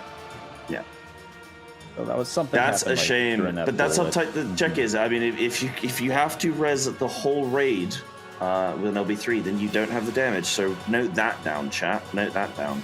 It's just not enough. But yeah, Hades. Warrior really Light, cool, I mean, Elidibus. It's got to be Elidibus, Hades, or it has to be something like that. Because if not like the next ultimate, like definitely within the next like 2 or 3. Yeah, because DSR is. I mean, that's based on extremes, we right? could have Whirlit. We could have the different weapons and like that whole side story. I actually love that, like the music, and like it was kind of tragic and stuff. And, I think we all liked Whirlit. Like Diamond Weapon. I'm trying to remember what was Whirlit. Sorry, it was the story with like the different weapons, of the Diamond Weapon, Sapphire, Emerald, like Ruby, like all those. Yes, the Gundam. Yes, you start off with the Gundam, exactly right. That was the guy with the cool. bad haircut. He was just he was taking those guys and just kind of using them as pawns. It was very sad. Dude, I did when I got. Don't want to spoil it for people. Yeah, I don't want to spoil it for do people. That. But I was you have to go do that, chat, if you haven't Big done fat it. It's tacos, incredible. Really ultimate. good mounts as well that you get from it as a reward. Yeah. Fat Taco Legend. Dude, I did a really like goofy voice for one of those characters when I first met them all. Because I don't normally do voices when I do MSQ. I did like a really goofy voice for one of them. And then his fate was not the best. And then I felt really bad because I was like doing this goofy voice for this guy, and then he was actually a pretty cool dude, and I felt kind of guilty. But that's the risk you take when you RP. So just keep that in mind, chat. But yeah, definitely go do Whirlit. That was a really, really cool series of raids, for all bosses. They're actually quite advanced as well, I think, mechanically, on Extreme. Like, they're actually some decent, like... it could be. And imagine a Gundam phase in Ultimate. Could you? It'd be crazy. What, where everybody gets to mech up? Yeah, you get a mech suit. Who would want a mech suit phase? Yeah, that would be cool. Be kind of sick. Yeah, I'd be down for that. I think people would still probably prefer like the Hades, all the Ascians and everything. Well, yeah, I mean, I think why not both? So here's the thing. I don't know if they would do the Ascians now, like the next one. I would prefer waiting until we're doing like Endwalker raids, because then you can like, come full circle and like the whole like wrap things up and have all of the stories from the Ascians from A Rumberborn through Endwalker. Yeah, of course. Instead of all the way up to, up to Shadowbringers is great, but we got so much more during Endwalker, like so much more backstory. Yeah, I'm actually being silly because I only just finished Eden, but I started doing Endwalker story, so I'm thinking Hades, Shadowbringers, but no, it's right. I think I'm mixing. Well, I didn't say too much, but I think you probably understand like Endwalker. It's like that kind of marks the end of like the. Oh yeah, no, you didn't spoil anything. All right. I didn't say anything. I was confusing the rating because obviously they're going to do a Shadowbringers based ultimate, not right. There's There's a bit more. So but then because Dawn Trail's like the fresh start, I think. Yeah. The fresh start. Everyone's chilling, eating tacos and stuff. Apparently, probably fish tacos. Maybe Joel everyone's having a good tacos. time. We have. I actually have to look away sometimes when some of these teams they go AFK and they go outside the raid, and then I have to look away because they're in spoiler zone. So I have to But another little bit of an awkward ultimate relativity there. They don't lose the whole team though, so maybe they can actually manage this. Again, the DPS check is so tight. I don't know if they will. They've only got one DPS player with the actual like damage down, if you will. So maybe possible. Let's just keep watching this through. They've got the melee LB3 if they want it. Let's just see them deal with this APOC. They've got the spell in waiting on these group soaks. Right. You might see some group swapping here, depending. People just check in. I like how they pre-spread into a 4, and then they just double-check the numbers. I don't actually know what they're looking for exactly with the swap. I know it's obviously the timing of the debuff, but I don't know how they... Yeah, it's got to be a buff timing, and how many people have a certain number of buffs, and it's I don't know if you watch like Top, but like the whole Panto Crater thing, it's like the different timings, like you had to make some adjustments. I'm like, all right, who has what? We can't have the same, countdown happening on the same side because we have limited space. So if all of them go off in a small area, it's like that's not going to work. So they make sure they swap the right people and the right debuffs. Yeah, and let's just see here if they can meet the check. I can't quite see the percent of the bosses. Well, they had 2 weaknesses, so I don't think they're gonna make it. Gonna get an LB3 off. I think boss like 23% or something roughly. That's rough. Yeah. That seems like a rough wall. Even if you're doing things pretty well, you gotta play perfectly in that phase. It seems just no deaths, no damage downs. Still, certainly no damage downs, but like even like the deaths, even just 1 or 2. Not gonna see the next phase. So that was one ace there, barely missing that check. Just again, same sort of story that all the teams are going through. Just got to clean up their ultimate relativity a little bit. Do just want to shout out, by the way, thank you production so much for always jumping to those late stage moments. Production's doing a great job making sure we're getting cutting edge progression as much as we possibly can. And speaking of cutting-edge action, guys, I'm sure we're going to have some Echo POVs very soon. We are, of course, on the Echo channel. I'm sure we are. A lot of Echo enjoyers who are going to be forward. And I got to say, I'm looking at our ACT, our version of ACT, which is our active contribution tracker at the very bottom of the screen, our ACT, our DPS now, our donations per second is over 16,000. So, you know what? We could potentially see another funny number if we just get 969 there at the end. Yeah. So it's not bad. We could make it happen again. We can make another nice number. We need $900. If you chatters can gold purse a little bit. Purse is what I said. All right, I didn't mince words there. But yeah, so please consider donating. !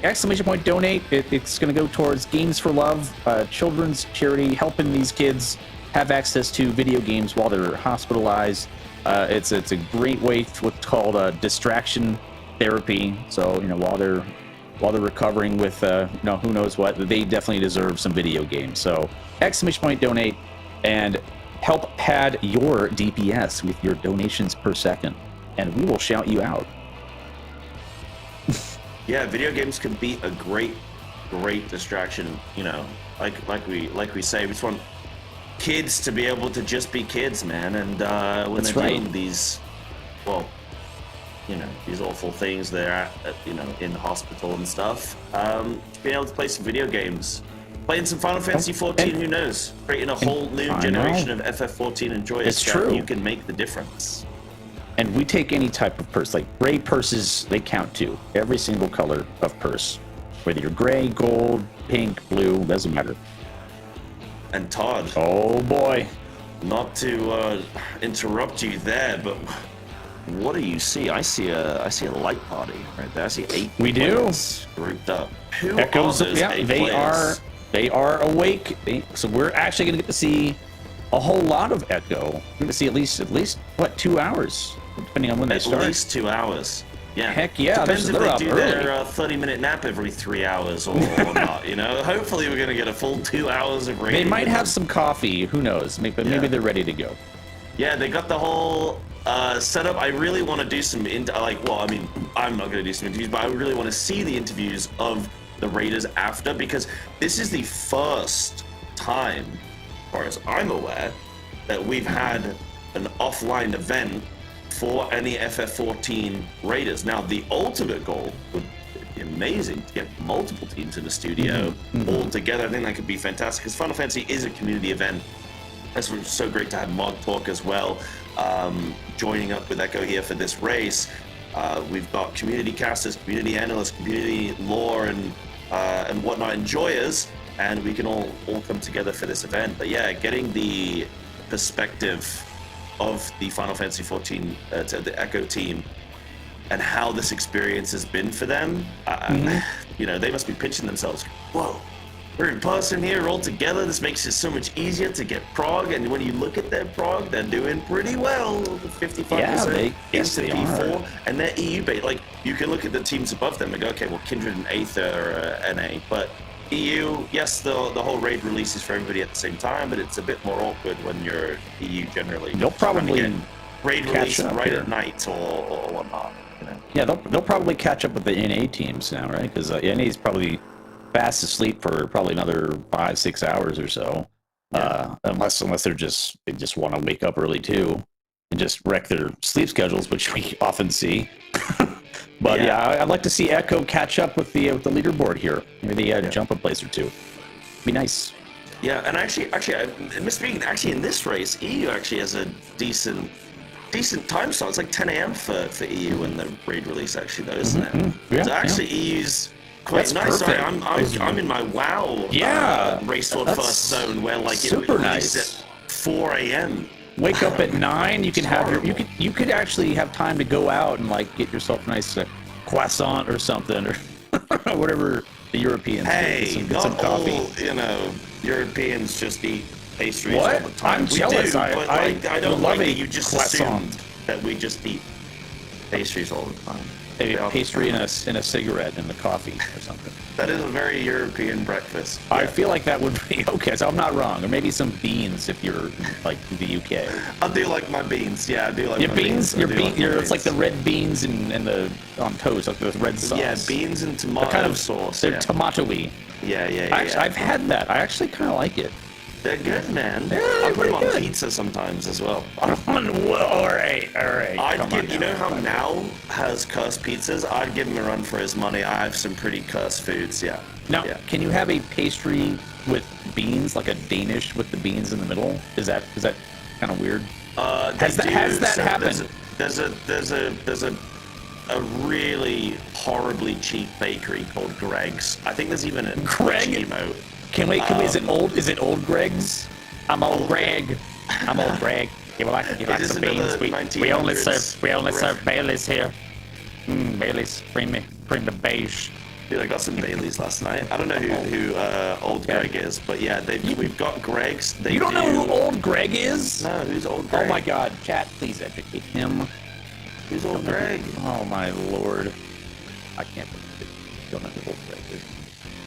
Wait, Boosh Refs. Is The that Mighty Boosh. Boosh? The Mighty, okay. yes, I've seen the Mighty Mighty Boosh. Boosh. I've seen it a couple episodes.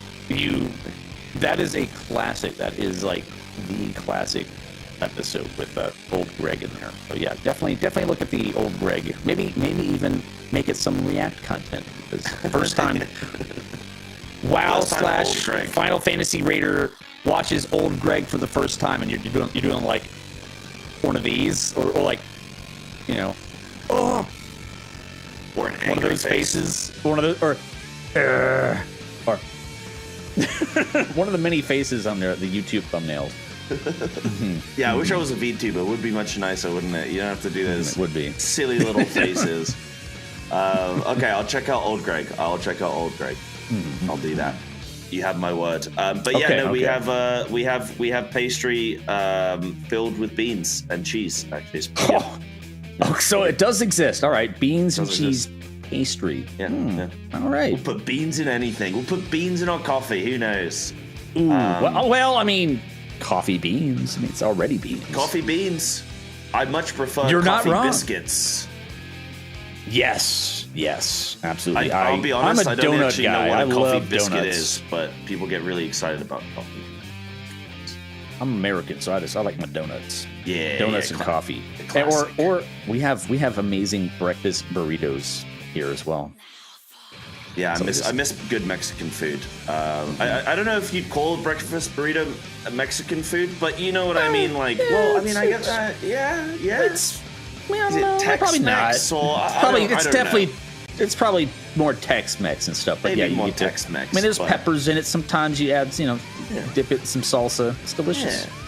Yeah. But Todd.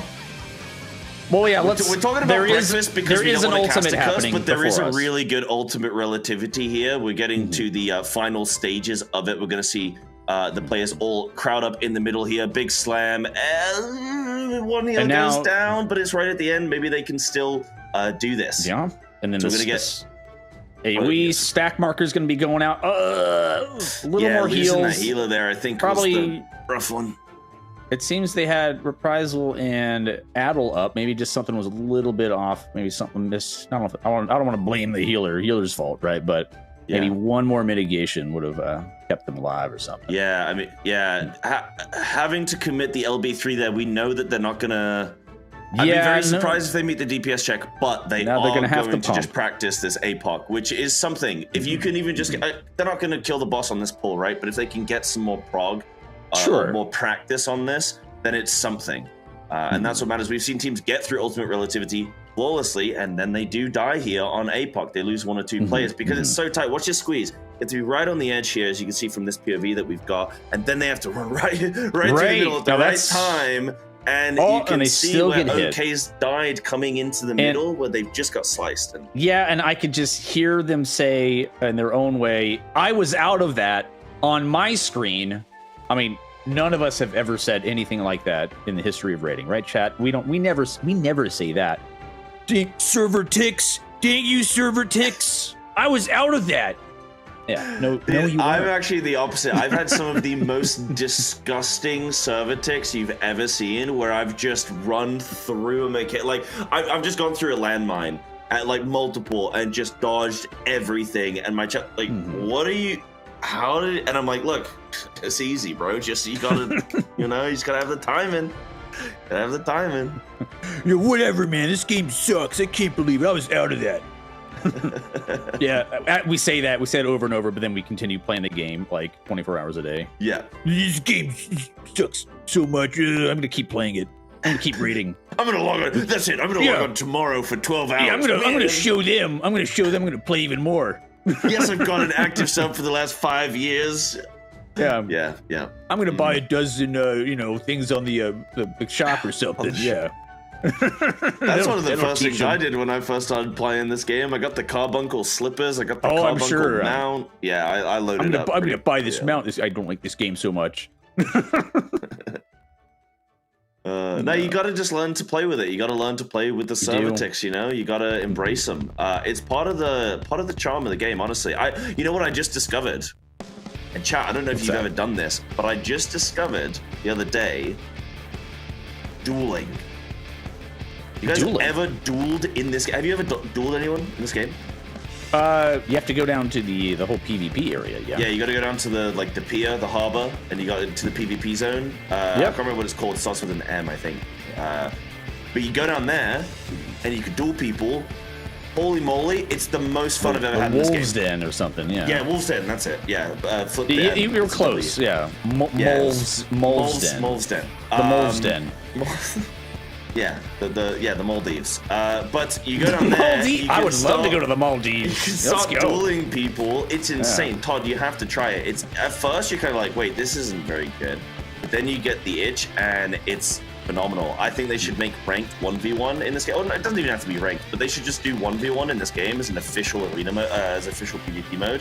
It's so much fun. You need to try it. I'm just trying to let everyone know I'm using this time now. I'm hijacking the stream to talk to you guys about PvP. It's insane. So that's my top tip. Check it out. Check it out, chat. Yeah, sure. Good prep for raiding, doing PvP. So when you want to kill your teammates. It's good combat practice, I guess, Like I said, this is a PvP event. This isn't a PvE event. You're not racing the boss, you're racing the other teams. I suppose. Huh? And what if there was a PvP phase in Ultimate? What if you had to fight someone? You had to fight each other. Yeah. Like 4v4. They're fighting each other. Well, the Usurper of Frost and the Oracle of Dark. They're always, look, she's got her hammer out. She's gonna go. What if they made you fight another team that's progging, and then like you can cause a wipe for them? There's a whole phase where they put like 8 versus 8, and it's like, who are these guys? And they're like, bam, bam, bam. Or no, you have to do. You can like drop like praise on the other team and stuff. You just see the shadow of them. So it's kind of like a crowd control situation or something. You can, or like if when you play was it Animal Party or something? When you get knocked out of the ring, you start throwing like fish and banana peels in the arena. I don't know what I'm talking about. But... No, I've never played that, but I know in Destiny that was a thing, right? Like in Destiny, you could, in a PvP mode, you could like warp into the other team and then like cause havoc. I can't remember exactly how that worked, but that was in PvP mode. Like warp into the team and start causing a ruckus. But yeah, they could definitely. I'm sure they could do that. Get on that fish bait, please. Thank you. So you can kill other teams in game. That'd be great. That'd be great. Yeah. Party animals. I had it backwards. Oh, party. I was close enough. Animal parties, party animals. It's been a while since I played, but yeah, freaking. No llamas in it though, so that would make it a little bit better. That is, I saw the Dawn Trail release. Well, I didn't see the trailer, but I saw like snippets. I saw screenshots. Oh yeah, I saw a lot of the alpacas in it. The alpacas, I know. It makes it my favorite expansion ever, just because of that. Yeah, best expansion in the planet. Isn't there like an alpaca mount or something? Have I seen that? You might have. You probably have seen that around, but yeah, there is. Nice, man. Have you got it? Oh yeah. Nice. Yeah, I got that one. I'm happy for you. I was actually hoping that the trials in Dawn Trail would be different colored, really cool looking alpacas. Are they not? Do we know what they? Oh yeah, we know what they are. Right? We know what they are. Yeah, but they unfortunately were not those. Maybe for the next set. Well, I don't think it's not gonna happen. They always pick like a theme and then that whole expansion. What about have you had the because I'm behind on the story and stuff chat, so apologies for me sounding like a noob here, but have you guys had the Chaos like Alliance Savage thing? Chaos Not Chaos. The Chaotic raid, Chaotic. is that what you're talking about? That hasn't been Savage. released yet. That will be Christmas Eve, actually. Christmas Eve? Yeah. They love the timing of their content drops over the holidays. Well, at least for NA, it's very cursed, right before Thanksgiving holiday, and then again Christmas Eve. But that was just kind of a for fun, like maybe Savage-ish level. But yeah, I mean, it's going to be releasing Christmas Eve, so I don't know how many people are going to be doing that on jumping release. Straight in. Yeah.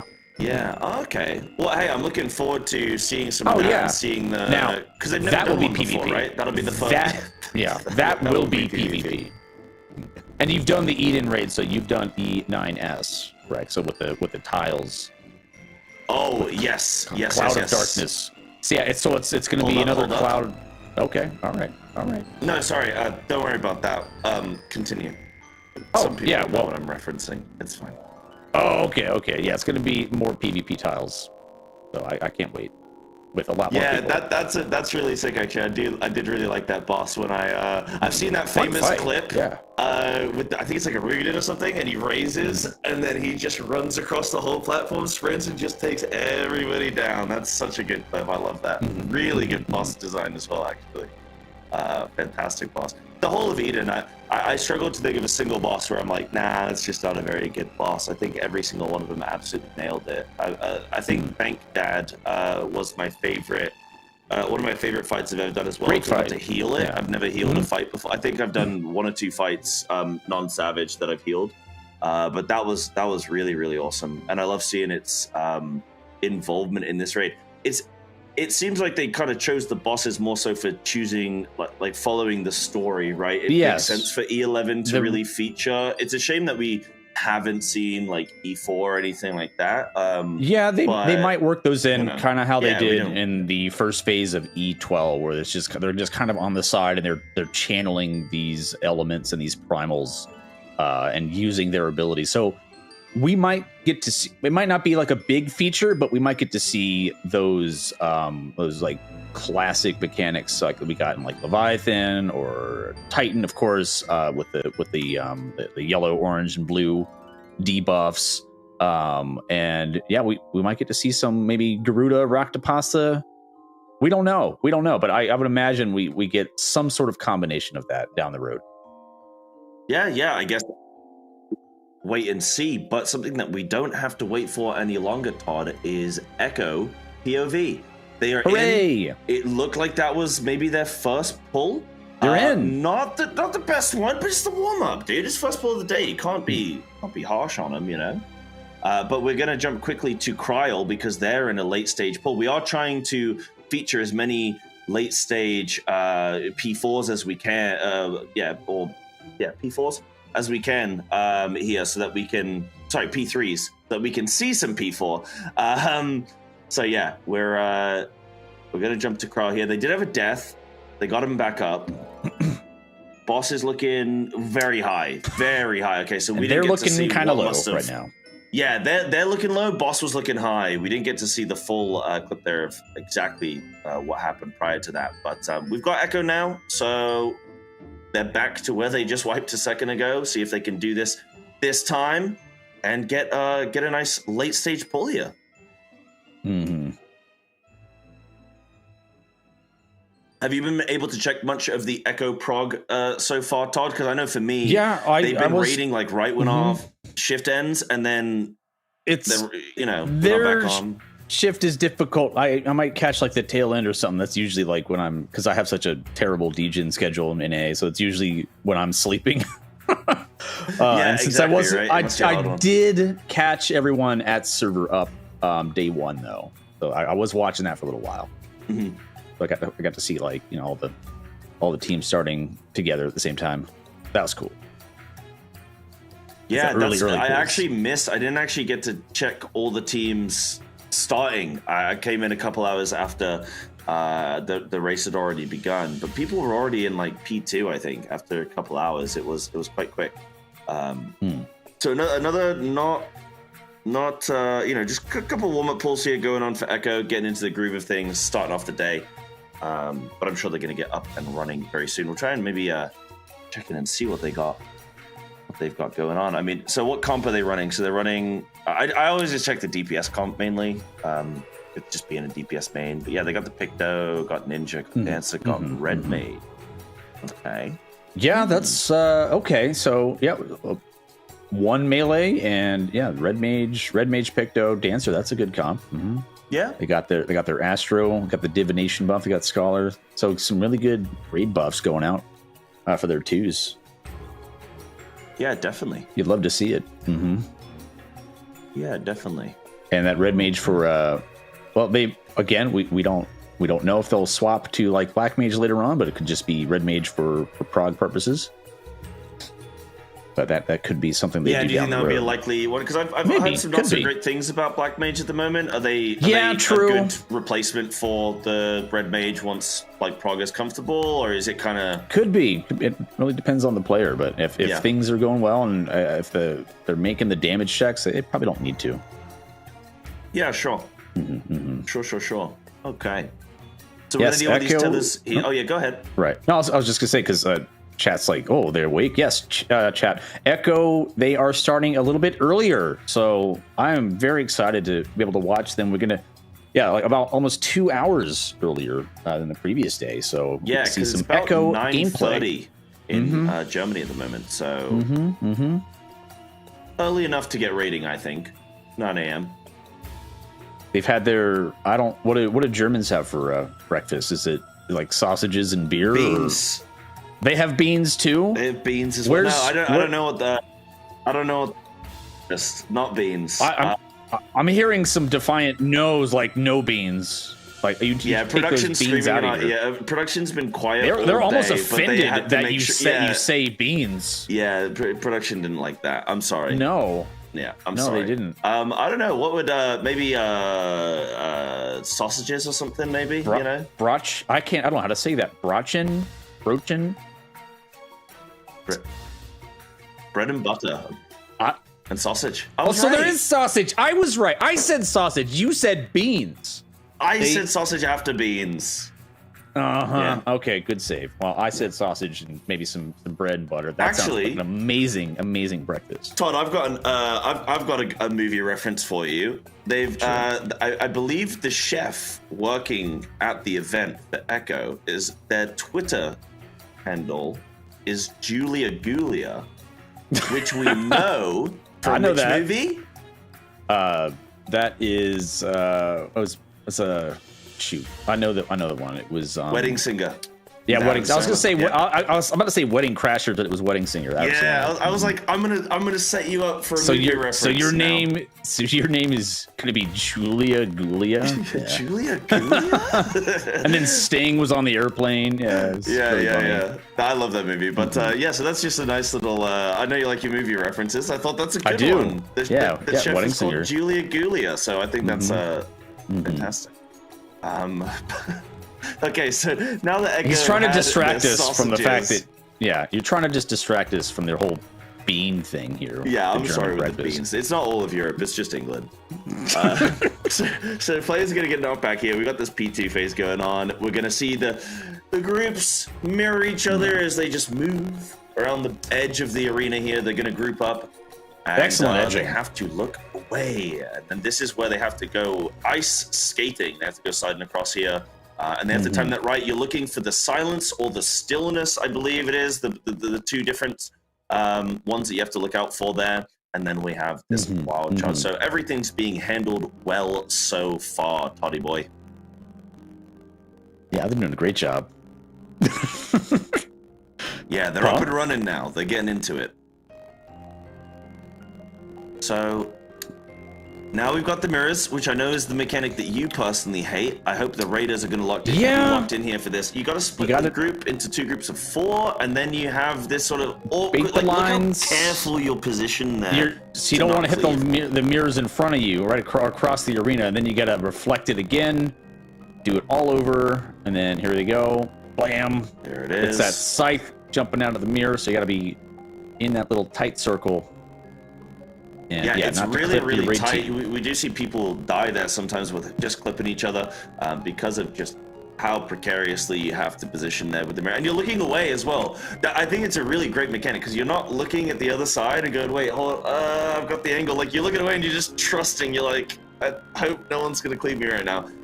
It feels like Lions on E12, but like, just more of a trust fall. I like it. You run to your tether or whatever, you just hope we're not gonna get cleaved. But everyone's up and well, and how are their stacks looking? Should be good there. Yeah, they've got the soak, and they move out there for the spread, and then because of the 4 circles around the boss that you're looking for there as the tell for the spread, and then we have the proteum. So everything being handled well, everything's looking clean. Chat, what did I say? What's so funny? I don't know what's going on. I don't know why you're calling me out. It's really weird. They're laughing at you? I don't know what I said. Something's funny to them. No idea. No, they wouldn't laugh at I'm just commenting on what the raid is doing, what the raid team's doing when they are doing mechanics. Dude, they're not laughing. Chat would never laugh at you. Chat, you wouldn't all spam lol right now at Todd, would you? What do you know that I don't? You wouldn't, right? What else would you call that? Todd, I think chat's laughing at you, dude. It looks like they are. There's a lot of XFings, man. Unnecessary discussion. Yeah. Well, let's see, a phase transition here. All right, yeah, don't blow up the dark crystals. Leave them be. And then, then we get to see our favorite goth girlfriend in the next phase. Yeah, I know. One of the casters in the lore segment before we came on was talking about how they really want to see a team kill the dark crystals, which just to see what the lore ramifications are, whether or not it's the right call. I guess we'll see. I think people are expecting that leaving the crystals of darkness up is the intended strat. Yeah. What do you think about that, Todd? If this is the puzzle, if you will, of the fight, if people are doing it correctly immediately, I think it's a good start. Or is it, because I know with DSR it was like oh whoa, what if we do this, and it was more surprising maybe. Right. Is this normal for people to get the puzzle correctly, we're assuming?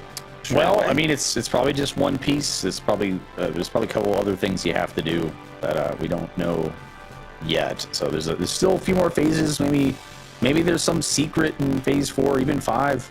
That's going to prevent people from actually clearing this thing. Yeah, could we I'm see excited. some reprog? A balance of light and dark of the future. Yeah, because we are the shadow bringers in this scenario, and there's an abundance of light. Thanks to let's check my notes again. The Fishman Metron, aka Joel, aka Eden. So we have to make sure there's not too much light. So yes, perhaps that's why we have to leave those dark crystals, and maybe there's something down the road, but we'll have to encounter that balance yet again. Yeah, and we've got Echo here, top left of your screen, chat, where you can see they're on Ultimate Relativity. This is I believe their first Ultimate Relativity of the day, unless they did anything off stream that we didn't get to check.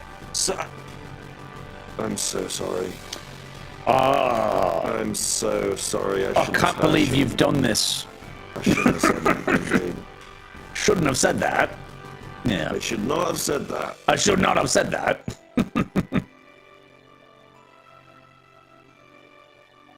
You're a raid cursor, Harry.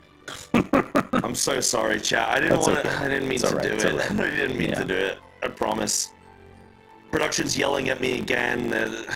First it was the beans, now the curse. Yeah, they're calling me stupid. They're calling me dumb Psy, stupid Psy. Why did you curse them? But that's okay. If I know Echo, I know that they will echo that performance. Wait. But not die this time. They'll echo it, but do it better this time. I hope chat calls you Psy Beans from now on. Psy Beans. Psy Yes. Beans. Finally. I was waiting for somebody to finally give me my true name. That's my ASEAN name, dude. That's my title, Cybene. The seat of Cybene. Okay. Wait, the seat of Cybenes. Yes. Okay, so we've got Octomania. Wait, is this? Hold on, are they phasing here? Oh, yeah, Boston. Wait, have they phased it? They did. They did. Have. Oh, it's both of them. Yeah. Oh, wait. Well, no, it's back to Shiva. We're back to Reem. So you didn't have to kill her completely. You didn't. It wasn't. She had maybe a little bit left. I think you just have to get it below 20%. Yeah, I don't know if it's quite. Most teams get to about maybe the 18 mark, and then she seems to phase. Yeah, 18, 17. Yeah, it's under that 20% mark, and then we're gonna see the baits here. The ox. Yeah. The Okrai. The Okrai. Or Okmorns. Mm-hmm. And then we have some spells in waiting. We have like a light rampant. Oh no. Yep, it's another light rampant with spell and waiting. Yep, with spell and waiting. And then it's Protean. This looks like the light rampant that I knew back then. And it's with spell and waiting. Oh my god. You see, I actually predicted this. I said we're gonna have light rampant with spell and waiting. Could you imagine? Oh, the only thing missing now is an icy floor during it. Ooh. And a full life raid team, unfortunately. Oh man. Okay. Ouchies.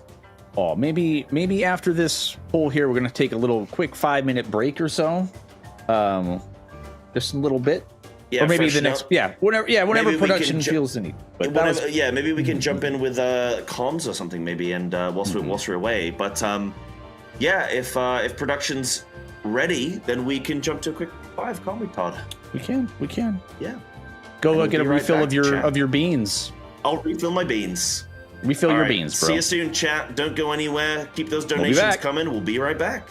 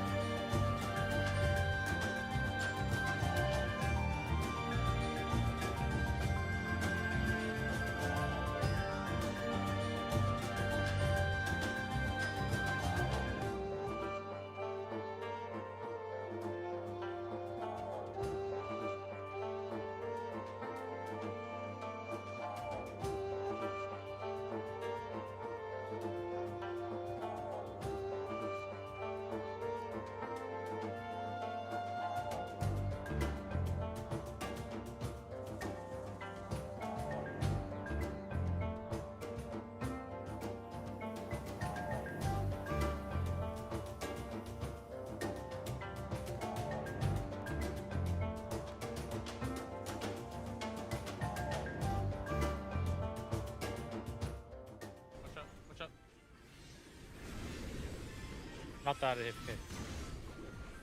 Less than 10.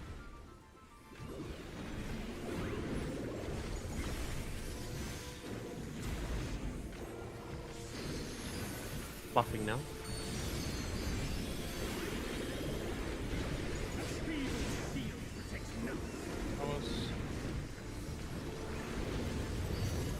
Knock back. We're gonna be slowing this time. Knock back. Slow.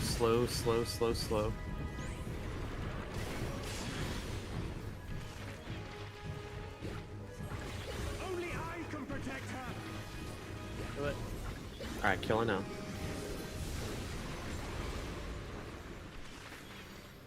You have stoked the fires of conflict.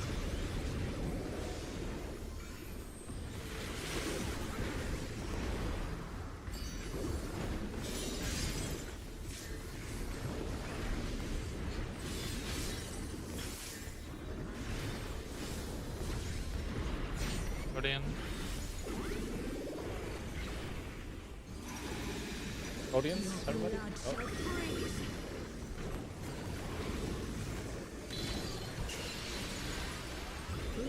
In. Floppy. Yes. DPS are in.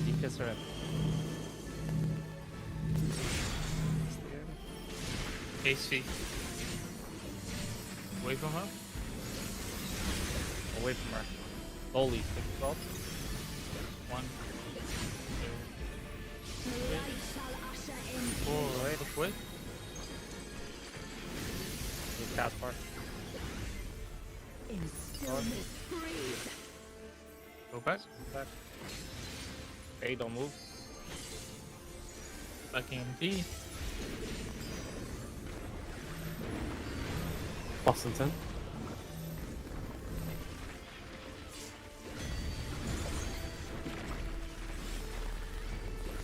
Buffing now.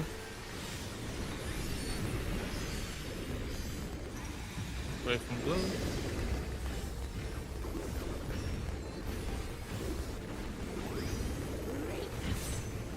Position.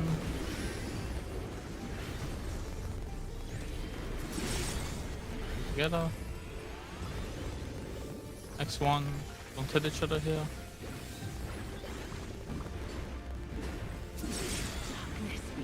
Yeah.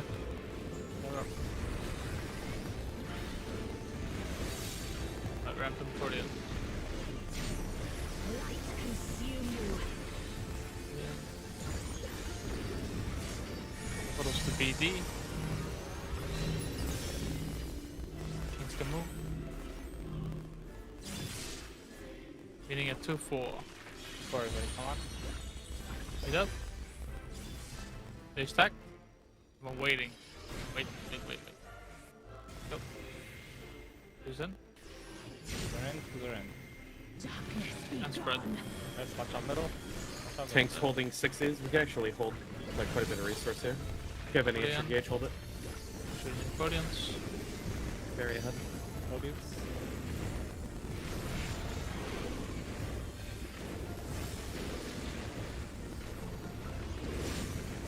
Still you then we shall unleash the light within. No, I won't let you.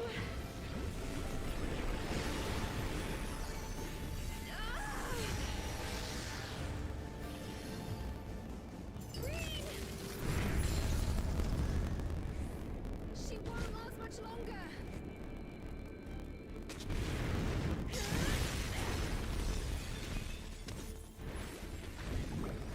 Push him and buff up.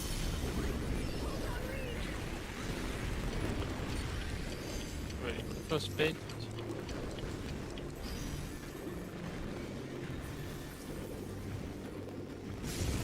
Second.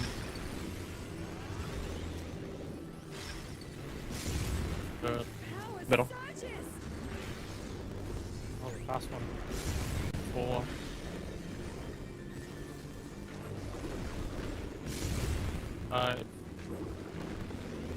Last one.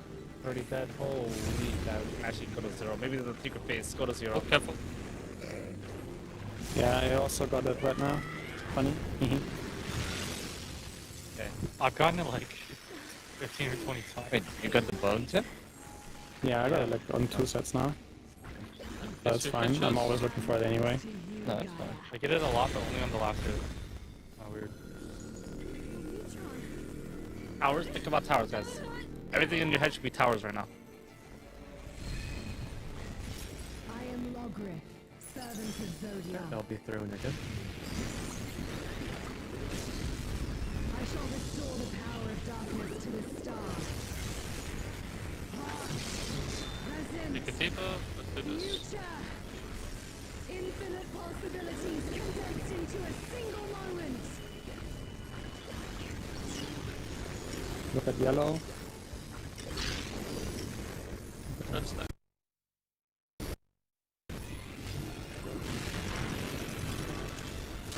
Don't play bait and McDonald's. That's that. So far, bait and McDonald's. That's that.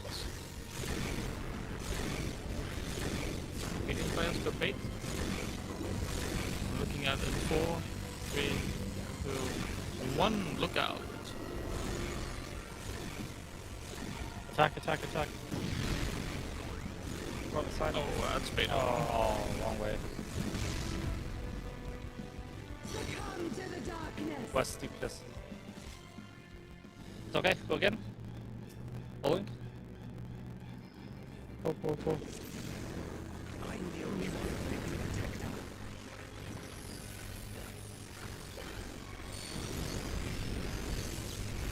Everyone clockwise? Everybody clockwise.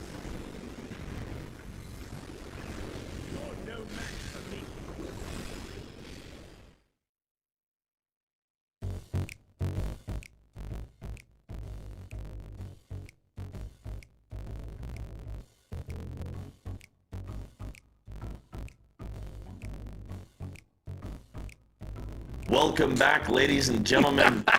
We heard Echo there saying wrong way. But they're going to get the right way this time around. Todd, we're back. It's side beans. I'm side beans. I'm high in protein. How are you? What are you high in? Oh, I've been so good today, man. This is, of course, I just have my beverage here, but I'm so glad that you got to have your refill of beans during our little break. Well, this is my VTuber arc. I will become side beans. Yeah. I will be a talking can. Bean juice will spill everywhere. Yeah, the lid opening up on the side whenever you're yapping. Absolutely. Yep. Yeah. Maybe when chat like redeems like a fart sound, which I imagine probably happens more often with you being beans, literal beans. But yeah, maybe we can have another animation for that too. I was like, Todd, that's disgusting. I don't have, and I was like, wait, no, I do have a soundboard for that. Wait, yeah, that is. Wait, hold on. You know me. Whoops. I kind of like this. I kind of like you having beans for a head. Yeah, I mean, beans drinking a coffee. What's better than beans drinking beans? Coffee beans. I know. Yeah. Wonderful. Full of beans. Thank you, production. I do appreciate thank you. it. Yes, thank you for the jokes. That's fantastic. This is Thanks for playing along. We actually took longer getting back from the break because production was like, "We got to get these beans." I was like, "Yeah, we got to get." Good. And they almost used the wrong beans too. They almost used like some American like what? Like baked beans. You got to have the tomatoey Heinz beans. You got to have the Heinz beans. You can't be going non-branded. No way. Look. Echo, you're welcome. I'm going to help you get a Heinz Beans sponsorship. I'm sure everybody around the globe would love that. Look, these towers even look a little bit like beans. Todd, we can check out here now as Echo getting into beans P2. on the mind. We've got beans on the mind, man. But yeah, we're going to be jumping into P2 here, getting in on some of the action chat. How happy are you to be seeing some Echo POV today? Chat, who do you want to win the race? Actually, am I just going to see a bunch of Echo spams? Do we have any insidious watchers here who are like, oh, I want Echo to lose, I want Kindred to win or something? What are we saying? What are we saying, chat? Who are you after? DN? DN? What's DN? D's beans? These beans. Wait, there's no echoes? Come on, that could be your raid team. The D's that Beans. Could be my. I'll put D's together Beans. One. Yeah. I'll put together one. There's some echo. Yeah, there's some echoes in there. No, I mean, hey, it's a community stream. You guys can root for whoever you want to root for. Yeah, of course. But what we are rooting for is a community, the Final Fantasy raiding community as a whole. That's what we're all here for. I just like to check in, just see how chat's coming along with the whole race so far. Any surprises, chat? I don't know. Sorry, Todd. I'm like, Dad, what do you think? But no, I'm any surprises so far in the race? And Todd, for you, anything like? I mean, I know there's a lot of history with a lot of these teams. Yeah, this is a typical, I'd say, front runners that I'm accustomed to seeing here on the leaderboard. So well done. And of course, Echo in recent years has since they started raiding in 14 has been a fantastic contender. So I'm definitely rooting for them. I've met a lot of the team. I know a lot of them. Oh. I got to meet quite a few of them.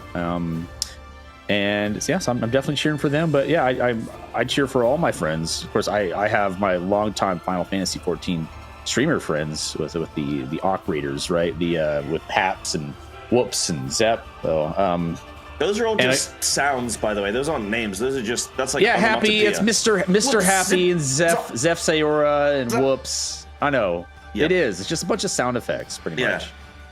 And then you got Happy, which is just one of the 7 dwarves. I love the naming convention they got going on.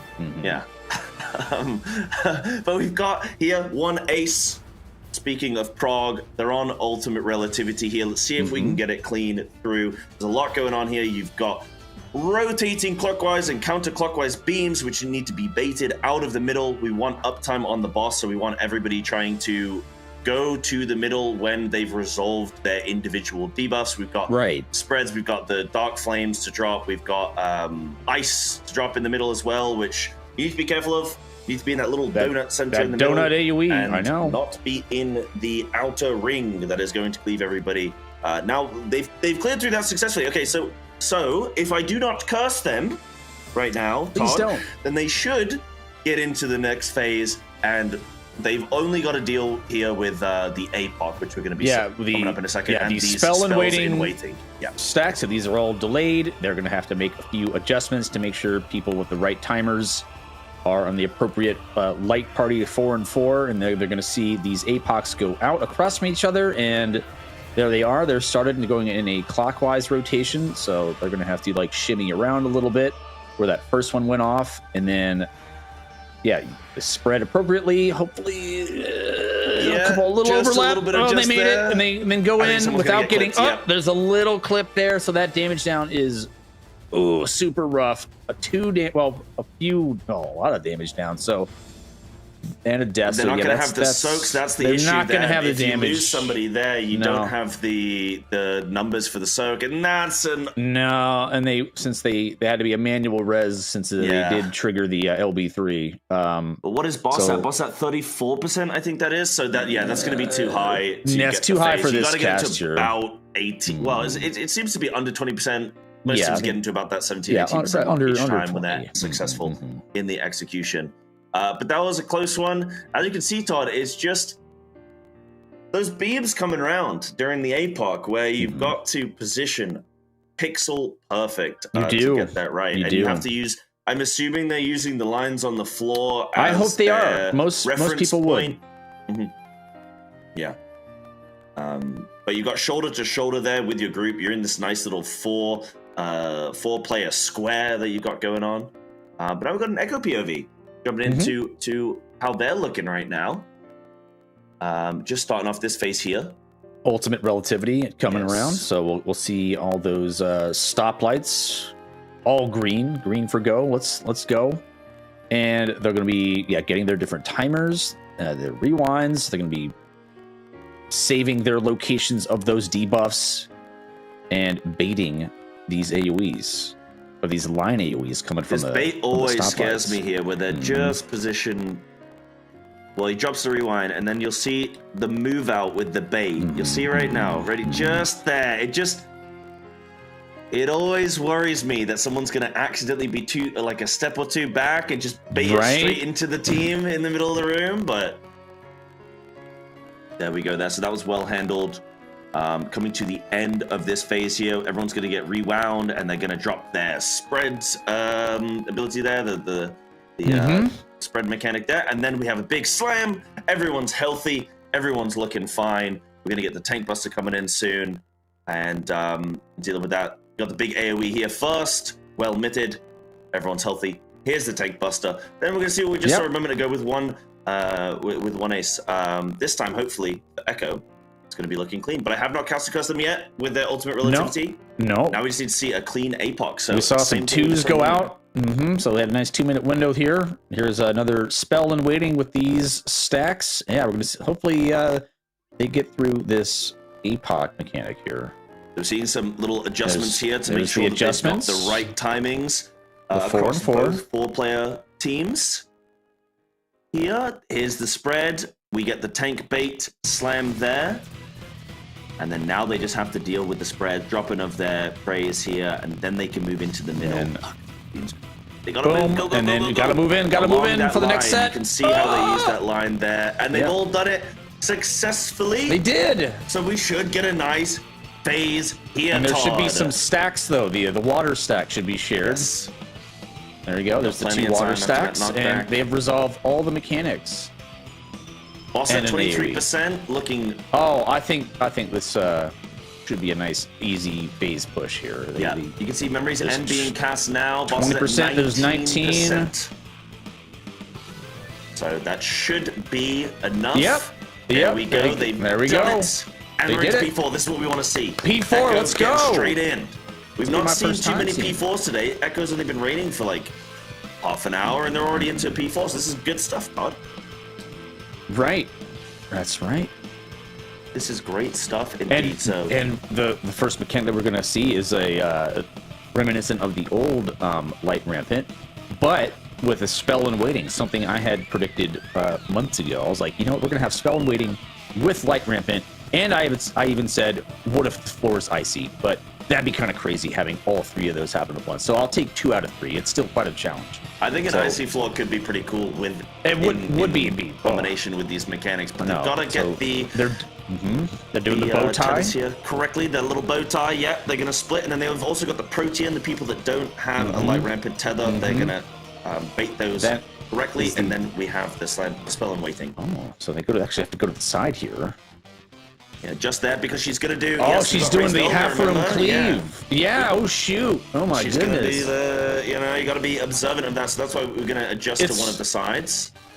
They're both. Can they? They can actually. Oh, it is. Okay, great. So it is a. It's both bosses. Yes. At the same time. This is amazing. Oh, light and dark group stacks there. Yeah, it's pretty. It's pretty cool. It's pretty cool. Epic. This is really super cool. And then just wait until you see what happens next, Todd. You're not going to believe it. This is looking really clean. They've handled everything really well so far. And then here we go. Here's the transition now. We get a little bit of RP. There's always a little RP injection. Here it is.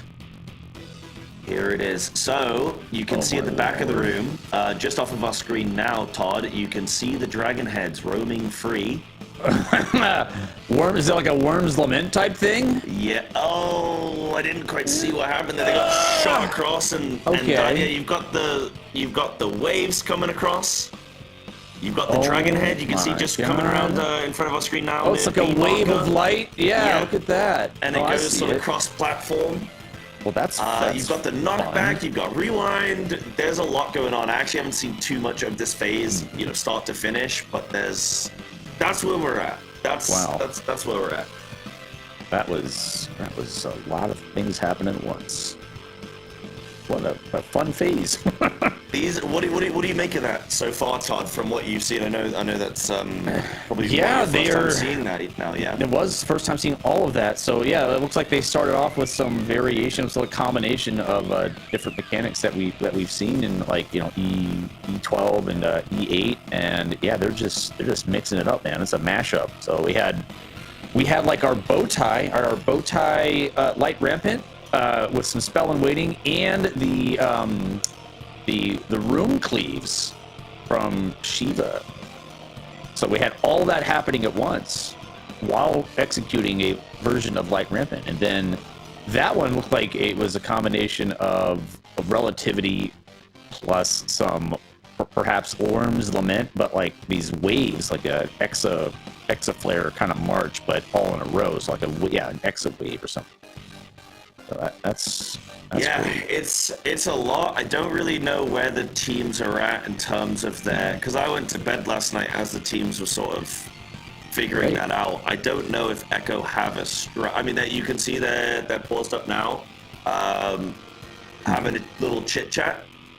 Sure. That's the prog point. That's where we need to spend the time. Oh, that's their that's their prog point. As far as I'm aware, that's their prog point. Again, I think a lot of that happened when I was sleeping last night. So this is the furthest I've seen Echo get personally. Maybe chat can correct me if I'm wrong if someone's been up all night watching. But as far as they're chatting, that's a prog point. Yeah. I don't know about Kindred because the boss is at 18%, which has been phasing a lot around about that 20% mark. So I don't know how close Kindred are to P5. I don't know if they've got to get the bosses to 0 or if it's going to be another low percent phase. But yeah, they're having a little chit chat now about that. Okay, Kindred is seen in Rage. Okay. Oh, okay. So how many more mechanics after that until you see Enrage? Or is it just that straight into Enrage? That's what I'm probably at least one or two more. Probably a couple of like AoE type tank buster things, and then maybe another big mechanic.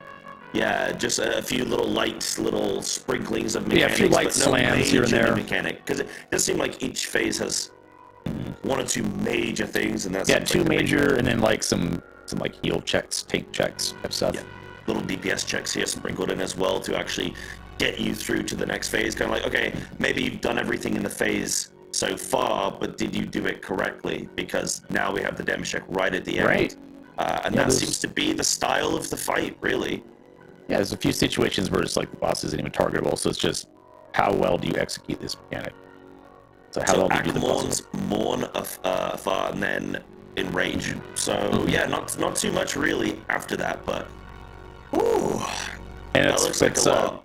With the Akmorns, if you see them again, remember they count upwards each time you see them like subsequently. So like down the road, maybe they count it even higher. So maybe like the end rage, it's like however many Akborns it just that have goes happened on the fight. triple It just keeps going. It bam, just bam. keeps Yeah, going. and making the healers sweat. I'm like, oh god. Yeah, I mean, how would you, Todd? You've got buckets of experience in this game. How would you even go about starting to tackle a phase like that? What do you think the teams are discussing when they see a new phase like that, and there's a knockback and the waves and the rewind and all the stuff going on, and then they've got the worm claw as well. They got the debuffs that they've got to go and hit the head with. You just do the mechanics, and then you just kill the boss. Like I don't see the problem. Just do the mechanics. I mean, you just do the mechanics. Yeah, you're not wrong. You're not wrong. And you get through to the next one. You just do that again. I don't know about you, but like normally you have a team of 8 players, right? All coming together and giving their own little bit of insight, their own perspective. Okay, ooh, that one looks a little bit off. What happened to you? Yeah, there's a little bit off. Oh, that was that was nice. I like the jumping around. A tiny bit off. Yeah, the panic jumping. Like maybe if I jump, I can dodge it, which actually you can do in Guild Wars 2. I learned that you can dodge mechanics by jumping. I would kind of like to see that in 14. Didn't they do that in? Isn't there a fight in this game where you jump? There's like gravity and like floating things with the the Z-axis, I suppose, but like not so much like with normal like mechanics and stuff.